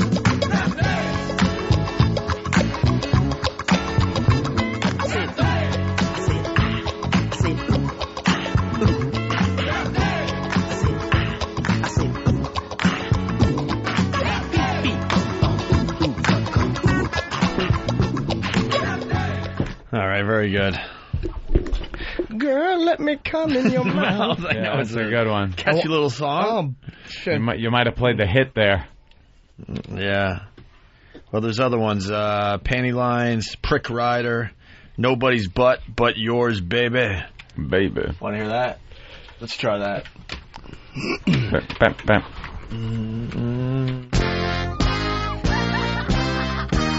From out of the past, I'm a great piece of ass. Sure you motherfuckers out there remember 1969 listen, and that's most of y'all number. Now just listen. I'm sticking this tongue. And nobody cunt but yours, baby. Yeah. I'm sticking this sweet tongue. Nobody's cunt but yours, baby. You gotta be cool. I'm sticking my freak. A long freak. Nobody's mouth but yours, baby. I'm gonna stick my big freak. Nobody's mouth but yours, baby.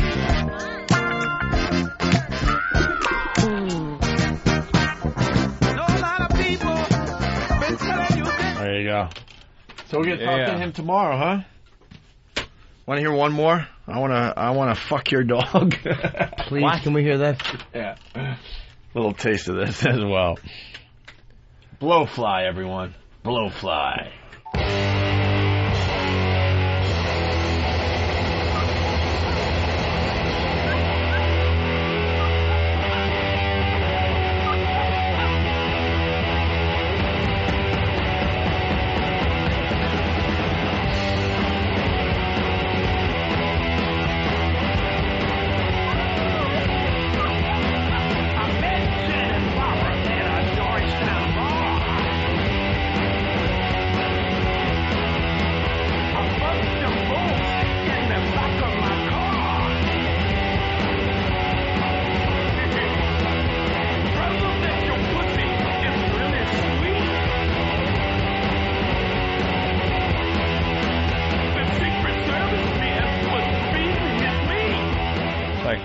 It's hardcore. Yeah, I like him, though. He mixes it up. Oh, yeah, there's a little punk action from Blowfly. We'll talk to him tomorrow. There you go. All right. We're getting requests for the what? Well, I don't want to say it just in case people haven't heard it yet. Oh, good. Somebody wants to hear this again. So, MSNBC, they screwed up when they were speaking. Continuing to follow the latest developments in the crash of Delta Flight 5191, 49 people killed. Here's a Black Hawk helicopter surveying the scene. We know the NTSB. Blowfly, yeah. There you go. Someone wanted to hear that again. And then when the Mets clinched last night, they dropped the F-bomb on TV. Been doing that a lot lately. Who cares? Yeah, I don't care. Just add it to our vocabulary officially, will you? Bothers anybody? Everybody says it. All the kids use it. Is this what you thought it would be all those years when you were toiling in L.A. and then in Florida trying to get that moment? No, not really. You know, it's just, you don't really expect it till you see it, and it's unbelievable. I mean, a lot of guys deserve it, and I'm telling you right now, I'm freaking loving it. I'm telling you. All right, Paul, you go. All right, oh boy. All right. I'm fucking friggin' loving it. Yeah. We were watching the footage before the show today. Right. And one of the local sports anchors, a chick, was in the dressing room. Locker room. The locker room. And she had a rain slicker on. She had her slicker on. So she wouldn't get champagne all over herself. Champagne or cum. I don't know what those jocks are doing once those broads come in the locker room. Did Big Kev do interviews? Yes, sir. The disc got messed up. I'm gonna have to reburn it. Oh no! We were looking forward to them today. You're a liar. Who did you get? No, we are. No, we really were. I don't know who Jim you and I were talking about in the bathroom. Maybe you were Jim, and maybe you were. Who did Anthony, you get? Oh, I get it. I'm the one. Fuck you. Wait, you don't think Jesus Kev? Christ. Wait, you don't think Opie was? I get it. No. Why? I just don't think he was. Because they stink, if you really need to know. If you want to start this, we'll start this. I know that what they are. We play him to goof on you. I know why they get played. Oh, Jimmy would enjoy and Anthony would enjoy, but not you. Yeah, I get it. I get it. It's a little joke. Well, it's hilarious. Jeez. What's wrong with the thing? Wait a minute now. Let's get to the bottom of this. It's a little joke. A little uncomfortable.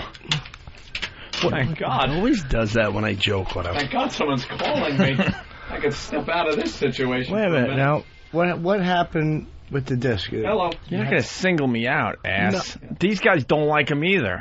We all play him to goof on him. It was just a little joke. Well, it's not funny. How's that? Don't you hate this? Don't you hate this shit? You can use your comp room offer over and over every single week. What is that for? It's for Trump Marina. There you go. I don't want your fucking commercials on my phone, Trump. I would just tell people. Hey, here's the number.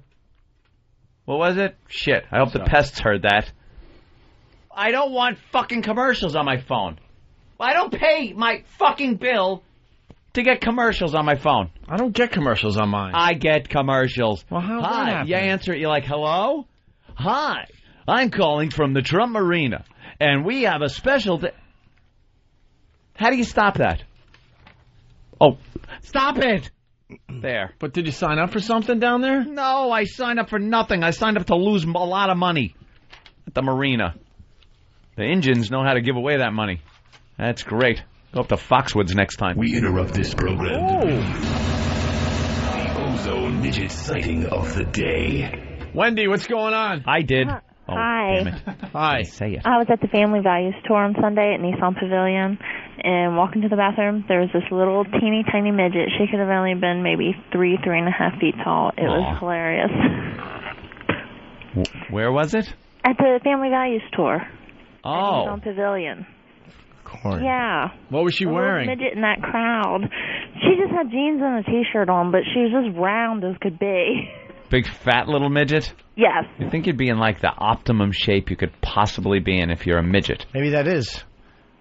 Maybe midget DNA doesn't work the same. The more you lift, the more your stomach juts out. If God didn't destroy you enough. The more push-ups you do, the bigger your head gets. Poor little fella just trying to work out, and he's wrecking everything. Oh, was she trying to make the heavy metal pinky finger with those hands that just could not possibly do that? Yeah. The devil horns? She's trying to make the devil horns? It looked like a muffin with 2 peanuts sticking out of it. Her little fucking rotten fingers. 2 fat, fleshy peanuts sticking out of a flesh muffin. Party! Party! Why don't you fucking party in a car with a hose attached to the fucking exhaust pipe? Why don't you jump up and down the seat and bang your little head on the roof? Anything else you could tell us about this midget sighting, Wendy? No, it was hilarious, and I was just laughing my ass off. And Was she dancing or moshing or anything? No, she was making her way to the bathroom. Oh, what would she be dancing to? She was probably hoping Corn would sing "It's a Small World," so she could. Here's how midgets dance: they clap their little muffin hands and run in a circle. That's a midget dance. Sing it! They just clap and make a noise and run in circles. Were her feet sticking straight out from the toilet when she was sitting down? I didn't go in after her. You think it's open? Somebody locked the door from the outside. Hey, someone's in here. Oh, knock it off. What the hell? I don't see any feet. And then they bang on the door. Little legs straight out. Duty fucking just dropping straight in. They hop off. Their asshole scrapes the side of the bowl. That's why there's always a shit stain in the toilet, because one of those fucking twerps jumps off and rubs their rotten midget crack on it before they wipe it. I have to go to the bathroom. Hey, someone's in here. Well, are you? And anyone fucking knock anymore? They shouldn't even let midgets use stalls. You should be forced to sit on a garbage can under the sink and do your business. Use a cat box. Yeah, a little cat box. Put a cat box out for the midget in your house. You should be forced to get into a cat box and do your business.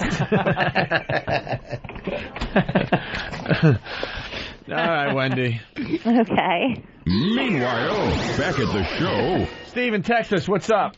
Maybe he could help me out with this. Yeah, Steve. Stupid Hey, phones. there's that national no-call list that came out a few years ago. There's one for cell phones, too. I got the email. I can send you the link if you want. There is. Would you do that, Steve? Put Steve on hold and get the link from him. I'm disgusted. I don't want any more of those stupid calls. You get a lot of them? Yeah. And like Saturday night or Sunday night when I'm trying to get to sleep, phone will ring. I'm like, what's this, New Jersey or something? And you pick it up and you won't hear anything until you say hello. It's voice activated. Hello? hello, this is American Express. And that's the thing that you can't get put on the no-call list because sometimes Amex calls you, and it won't get put through. And so I can't even go on that. So go fuck yourself, Steve. Thank you anyway. John in Detroit. John, are we on 97.1 Free FM in Detroit today?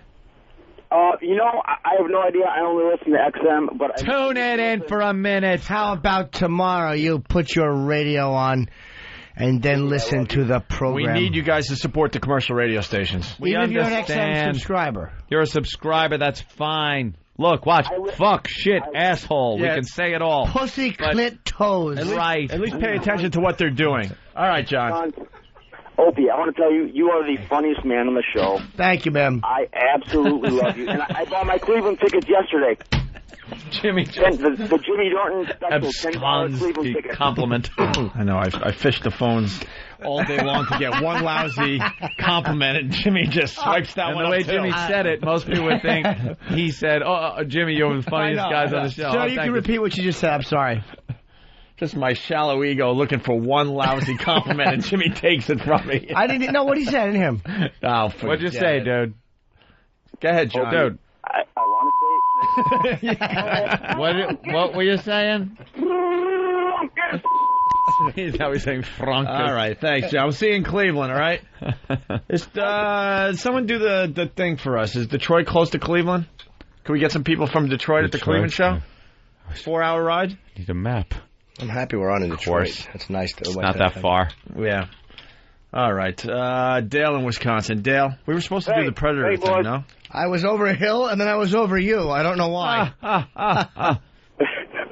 Hey, boys. Hello, Dale. Hello, Dale. Yeah, I just want to ask how the marketing's going in Chicago, because I see tons of Whoopi Goldberg's ugly face billboards all over town, and I haven't seen any of the boys yet. So. Yeah, we need some billboards in Apparently, Chicago. she'll do better than we are. Yeah, I hope not. I love you guys. We definitely need some marketing in Chicago. Let's go to Mike in Arizona. Mike, what's up? Hey, how are you, OA, sweet tits? Hey. It's only 170 miles from Detroit to Cleveland. Sorry. Go ahead. When are you guys coming out here? You guys are killing me. I'm listening to Adam Carolla this morning. That guy's good. Yeah, he's great. Until I get in my car, I got satellite, and I'm listening, and they've got the cricket chirp for the dead air, and they've got the car crash now. And was just wondering if you guys were sharing producers. When's he using the car crash? He's using the car crash when somebody screws up. Yeah, that seems to be unique to our show. I never really heard that before. We specifically asked him if we could use that. Shut up, Jimmy. I heard Good times. All right. I heard it for the first time this morning. All right. I don't know what to tell you on that. Yeah. Hey, Jimmy, you coming out here? Where do you live? Phoenix. No. Yes, I will. We're on in Tucson, actually. Are you really? When? In the morning? Oh, no. I meant in the you coming afternoon. to Tempe to do your show. I don't know. They won't put me in Tempe at the Improv. All right, boys. All right. Enough. Bye. Away. Bye. The cricket thing, no one could take credit for it. Yes, we can. That's a goddamn thing I remember from Bugs Bunny cartoons. Oh. Remember that? When Daffy and Bugs were having their big kind of a duel on stage, who could do the best act? And Daffy did that tap dance that started going so fast. It was fantastic. And he slides to the front of the stage. I do and remember he's going with his arms spread apart. Waiting for the reaction of the crowd. Yeah. And you just hear crickets. I so remember that. Best use of crickets ever. Right there. Flavor of Love's using the car crash, too. Yes, Jim? We need better sounds. Like, we need... That's what happens. How about you? Exactly.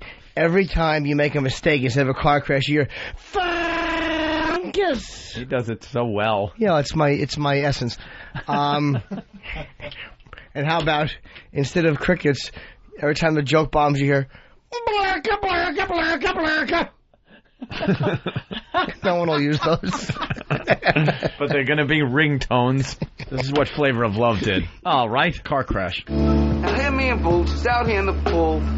He's feeling real good. Boots is looking great in her bikini, G. Oh my God, ass is booming. is ready to float on top of the water like life rafts. I can see me and you chilling watching the sun go down. Nice little private beach, you let the sun go down. I start making love to you. Could you see yourself making love to me? Yeah. How? Well, I'm married. Boys, drop the bomb on your boy. The car crash. That's the exact car crash. A little shorter. We never heard the car one. crash before we were doing it. Oh, it's a little strange. Come on now. Oh, I don't know. Well, I don't know what to do anymore. I'm in a tiff.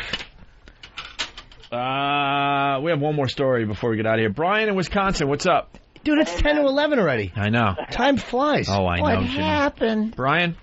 Hey, man, I was just, you guys were talking about Chicago, and dude was saying how there's no support down there. I was down seeing little Jimmy Norton right before you guys went to Free FM. And boring. He was playing those gigs in Chicago, and, man, the place was fucking sold out, lying all the way down the street. So, I mean, the support's there. See? Well, we needed, that was at the small Chicago club in downtown Chicago. We need the, we'll get CBS to do it. I mean, we need to support the billboards so people know that we're on there. Yeah, there's a certain, I'm sorry, go ahead. No, it's your show. No, thank you. A lot of people are aware of this show as name recognition. So if they have some Opie and Anthony billboards, people might go, those are the guys that, that have done some awful shit, and just know to tune into it.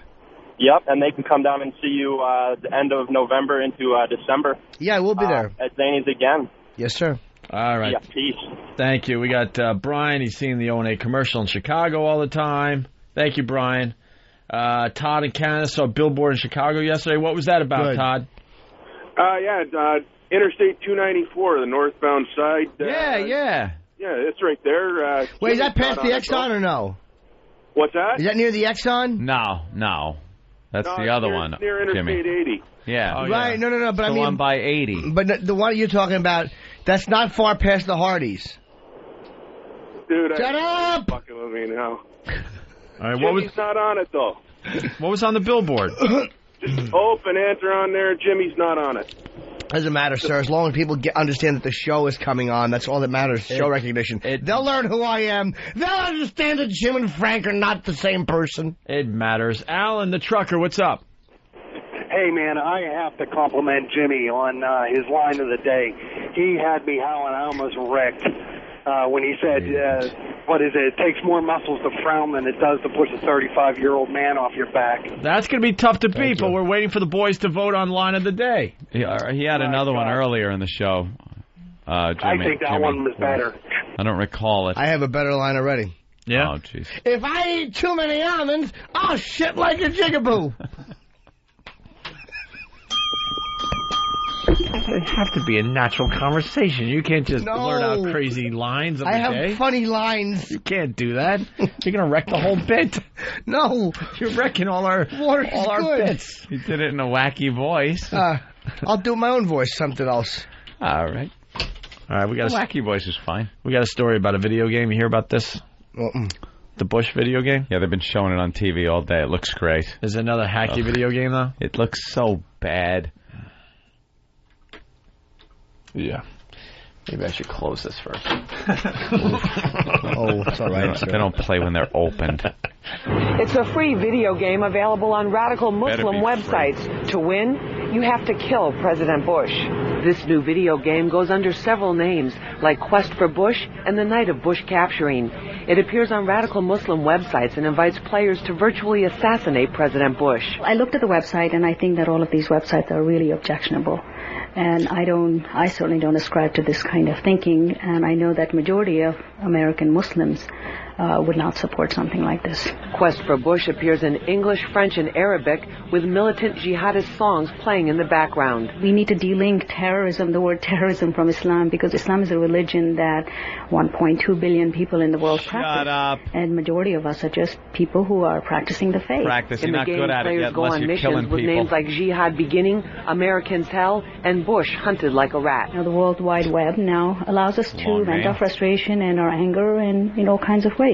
So I think that we have to be a little alarmed and make sure that this does not get promoted worldwide. The Secret Service says they're taking a look at the website, but under current U.S. law, there's very little they can do to stop it. Of course. It's the dumbest thing. It looks like an old version of Doom. Horrible. It's bad, bad graphics. And, you know, believe me, I am the last person to support any of this bullshit. But you ever see some of the video games you could buy in our stores and not free downloads? I mean, I was playing one where I took an A-10 Warthog and pretty much laid waste to Iraq all by myself. It's great. You blow up everything. So it's like if these guys want to put out a stupid free video game you could download off a website you'll never find anyway. Where are these extremist jihad websites? I want to go there. I want to see what they're using. MySpace.com, Jim Norton. Is that what it is? You can get I all thought the it was games. eatabullet.com. They're just bringing attention to these games by talking about them. No one would have known about No one would know. Who the hell would know about that one? Owned. Noob. There's so much violence in video games. I've created a new video game. Oh, you did. That's going to be fun for the kids. Yeah. Stop. And won't have any violence in it. It's called Color Shirts. Oh. And the goal is that you have a whole bunch of people, and all the people who are wearing blue shirts, you have to somehow hustle them behind a partition. And they have to change into red and yellow shirts. And then by the end of the game, whoever has the most yellow or red or blue shirts wins. And even the losers get the same prize as the winners. Everyone gets cookies. It's a wonderful game. Hey, Kevin in Louisiana, what's up? Hold on, I didn't tell you the twist. No, Kevin. They don't have shoes on. Hey, you know what? Shut Jimmy, up. You need to be nice lately, man. You've been an asshole lately. I want to know what the fuck's wrong with you lately. Hold on. I'm explaining the twist in my video game because the blue and the red and the yellow shirts. You need to stop being an asshole. I can't hear you, sir. I don't know if he can get. Sir, you're not. It's hard to hear you. Jimmy's been very nice lately. Extremely nice. The different colored shirts. What happens is that the players, they don't have feet. They each walk with their stumps inside of aborted fetuses. And they make squishy sounds when they walk and they change Swaggy, into a help blue us out. shirt or a red shirt. Now that game. Hey guys, what's going on? What's up, Swaggy? I want to play what I learned today. Oh, cool. Thank you. Anthony lost his virginity by a kerosene lamp. Did you? He did. Might want to invest in sinus surgery. No, there was electricity then in that place. Ah, my bad. Already. Different place. We moved every year, believe me. Let's go to Indy Mike. Anthony lost his virginity to a Civil War chess piece. Indy Mike. Yes, sir. What did I learn today? Bishop. I learned that Howie did not invent time travel. Yeah, that was a good discussion there earlier. Oh, yes. On the old time travel thing. Can't wait to have it again when I pop back in time. Good luck with the commute home today, by the way. Good luck. I got a route that was given to me by police officers, so I know which way to go. Call me at noon. I know you. I know you're not getting home before noon. Just a hole from West Virginia. What's Can I up? get an escort, police escort? Well, I just wanted to say Probably could. that it doesn't quest for Bush mean something totally different to American men. You mean like a pussy? No, landscaping.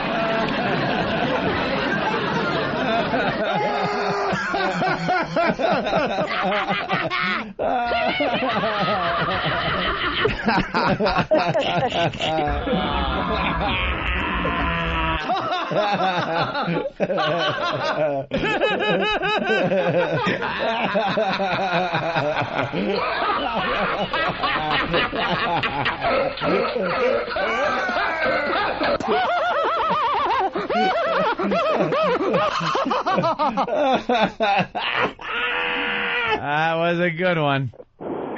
Sorry, I thought it was funny. Did you?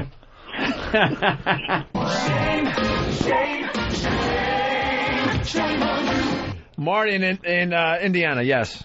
Hey, I learned today that Chuck Liddell is one bad motherfucker. Someone suggested, could you imagine Dateline? And instead of meeting Chris Hansen from the back room, it's Chuck. Chuck comes out and just like... You get a choice. Yeah. You could either go outside and meet the police, or you can take the back way out, but it's through Chuck Liddell.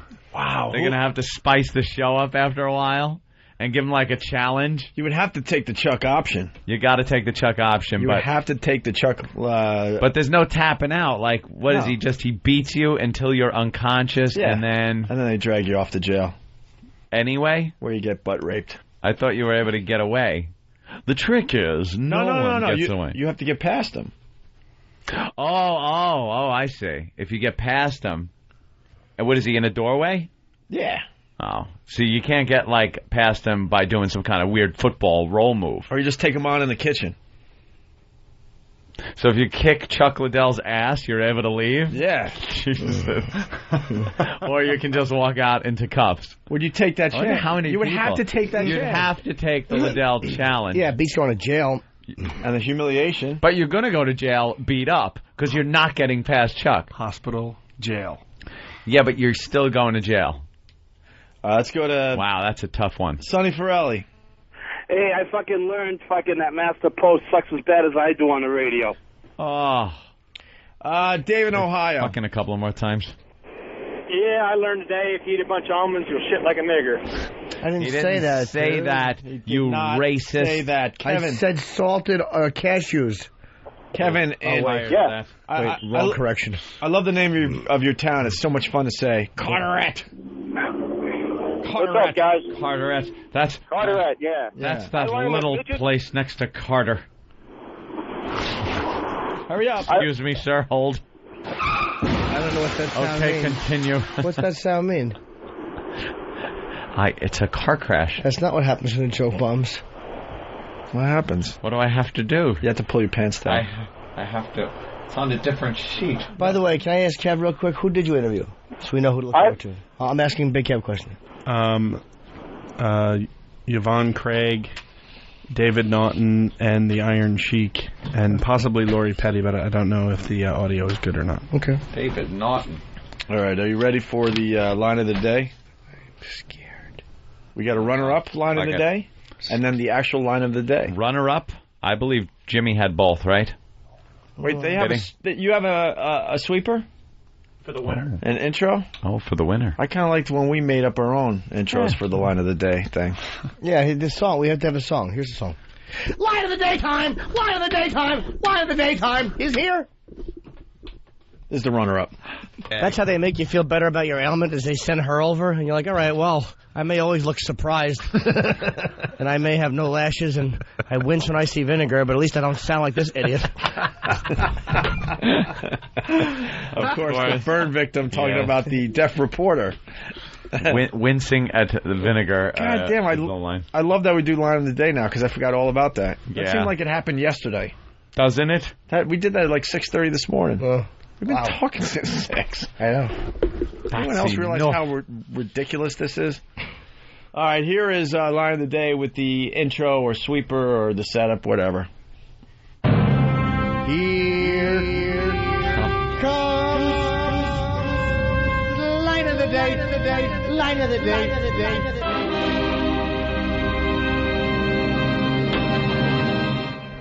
You know, it takes more muscles to frown than it does to push a 35-year-old man off your back.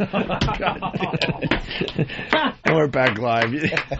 Wow. You pulled that out of your ass 15 minutes ago. That's a great line. He got the runner-up, the winner, and he's the sweeper. Right. Wow, Jimmy. Not too self-serving. Jesus. Line of the day. I write good jingles. Everybody hates on the game, but I'm a jingle writer. That's a good jingle. Jokes you and gotta jingles. give him that.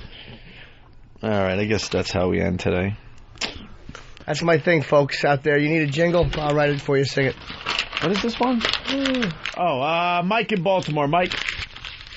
I learned that you can't get in trouble with a young person if you chat online that's peppered with salty language. I didn't know Love you, Jimmy. the beginning of what he said, but that sounded very good as a Frank. You can hang up now. Oh, punch out. All right, thank you, Do you know one time I was having a conversation and the girl got mad at me because I began throwing about frisky insinuations.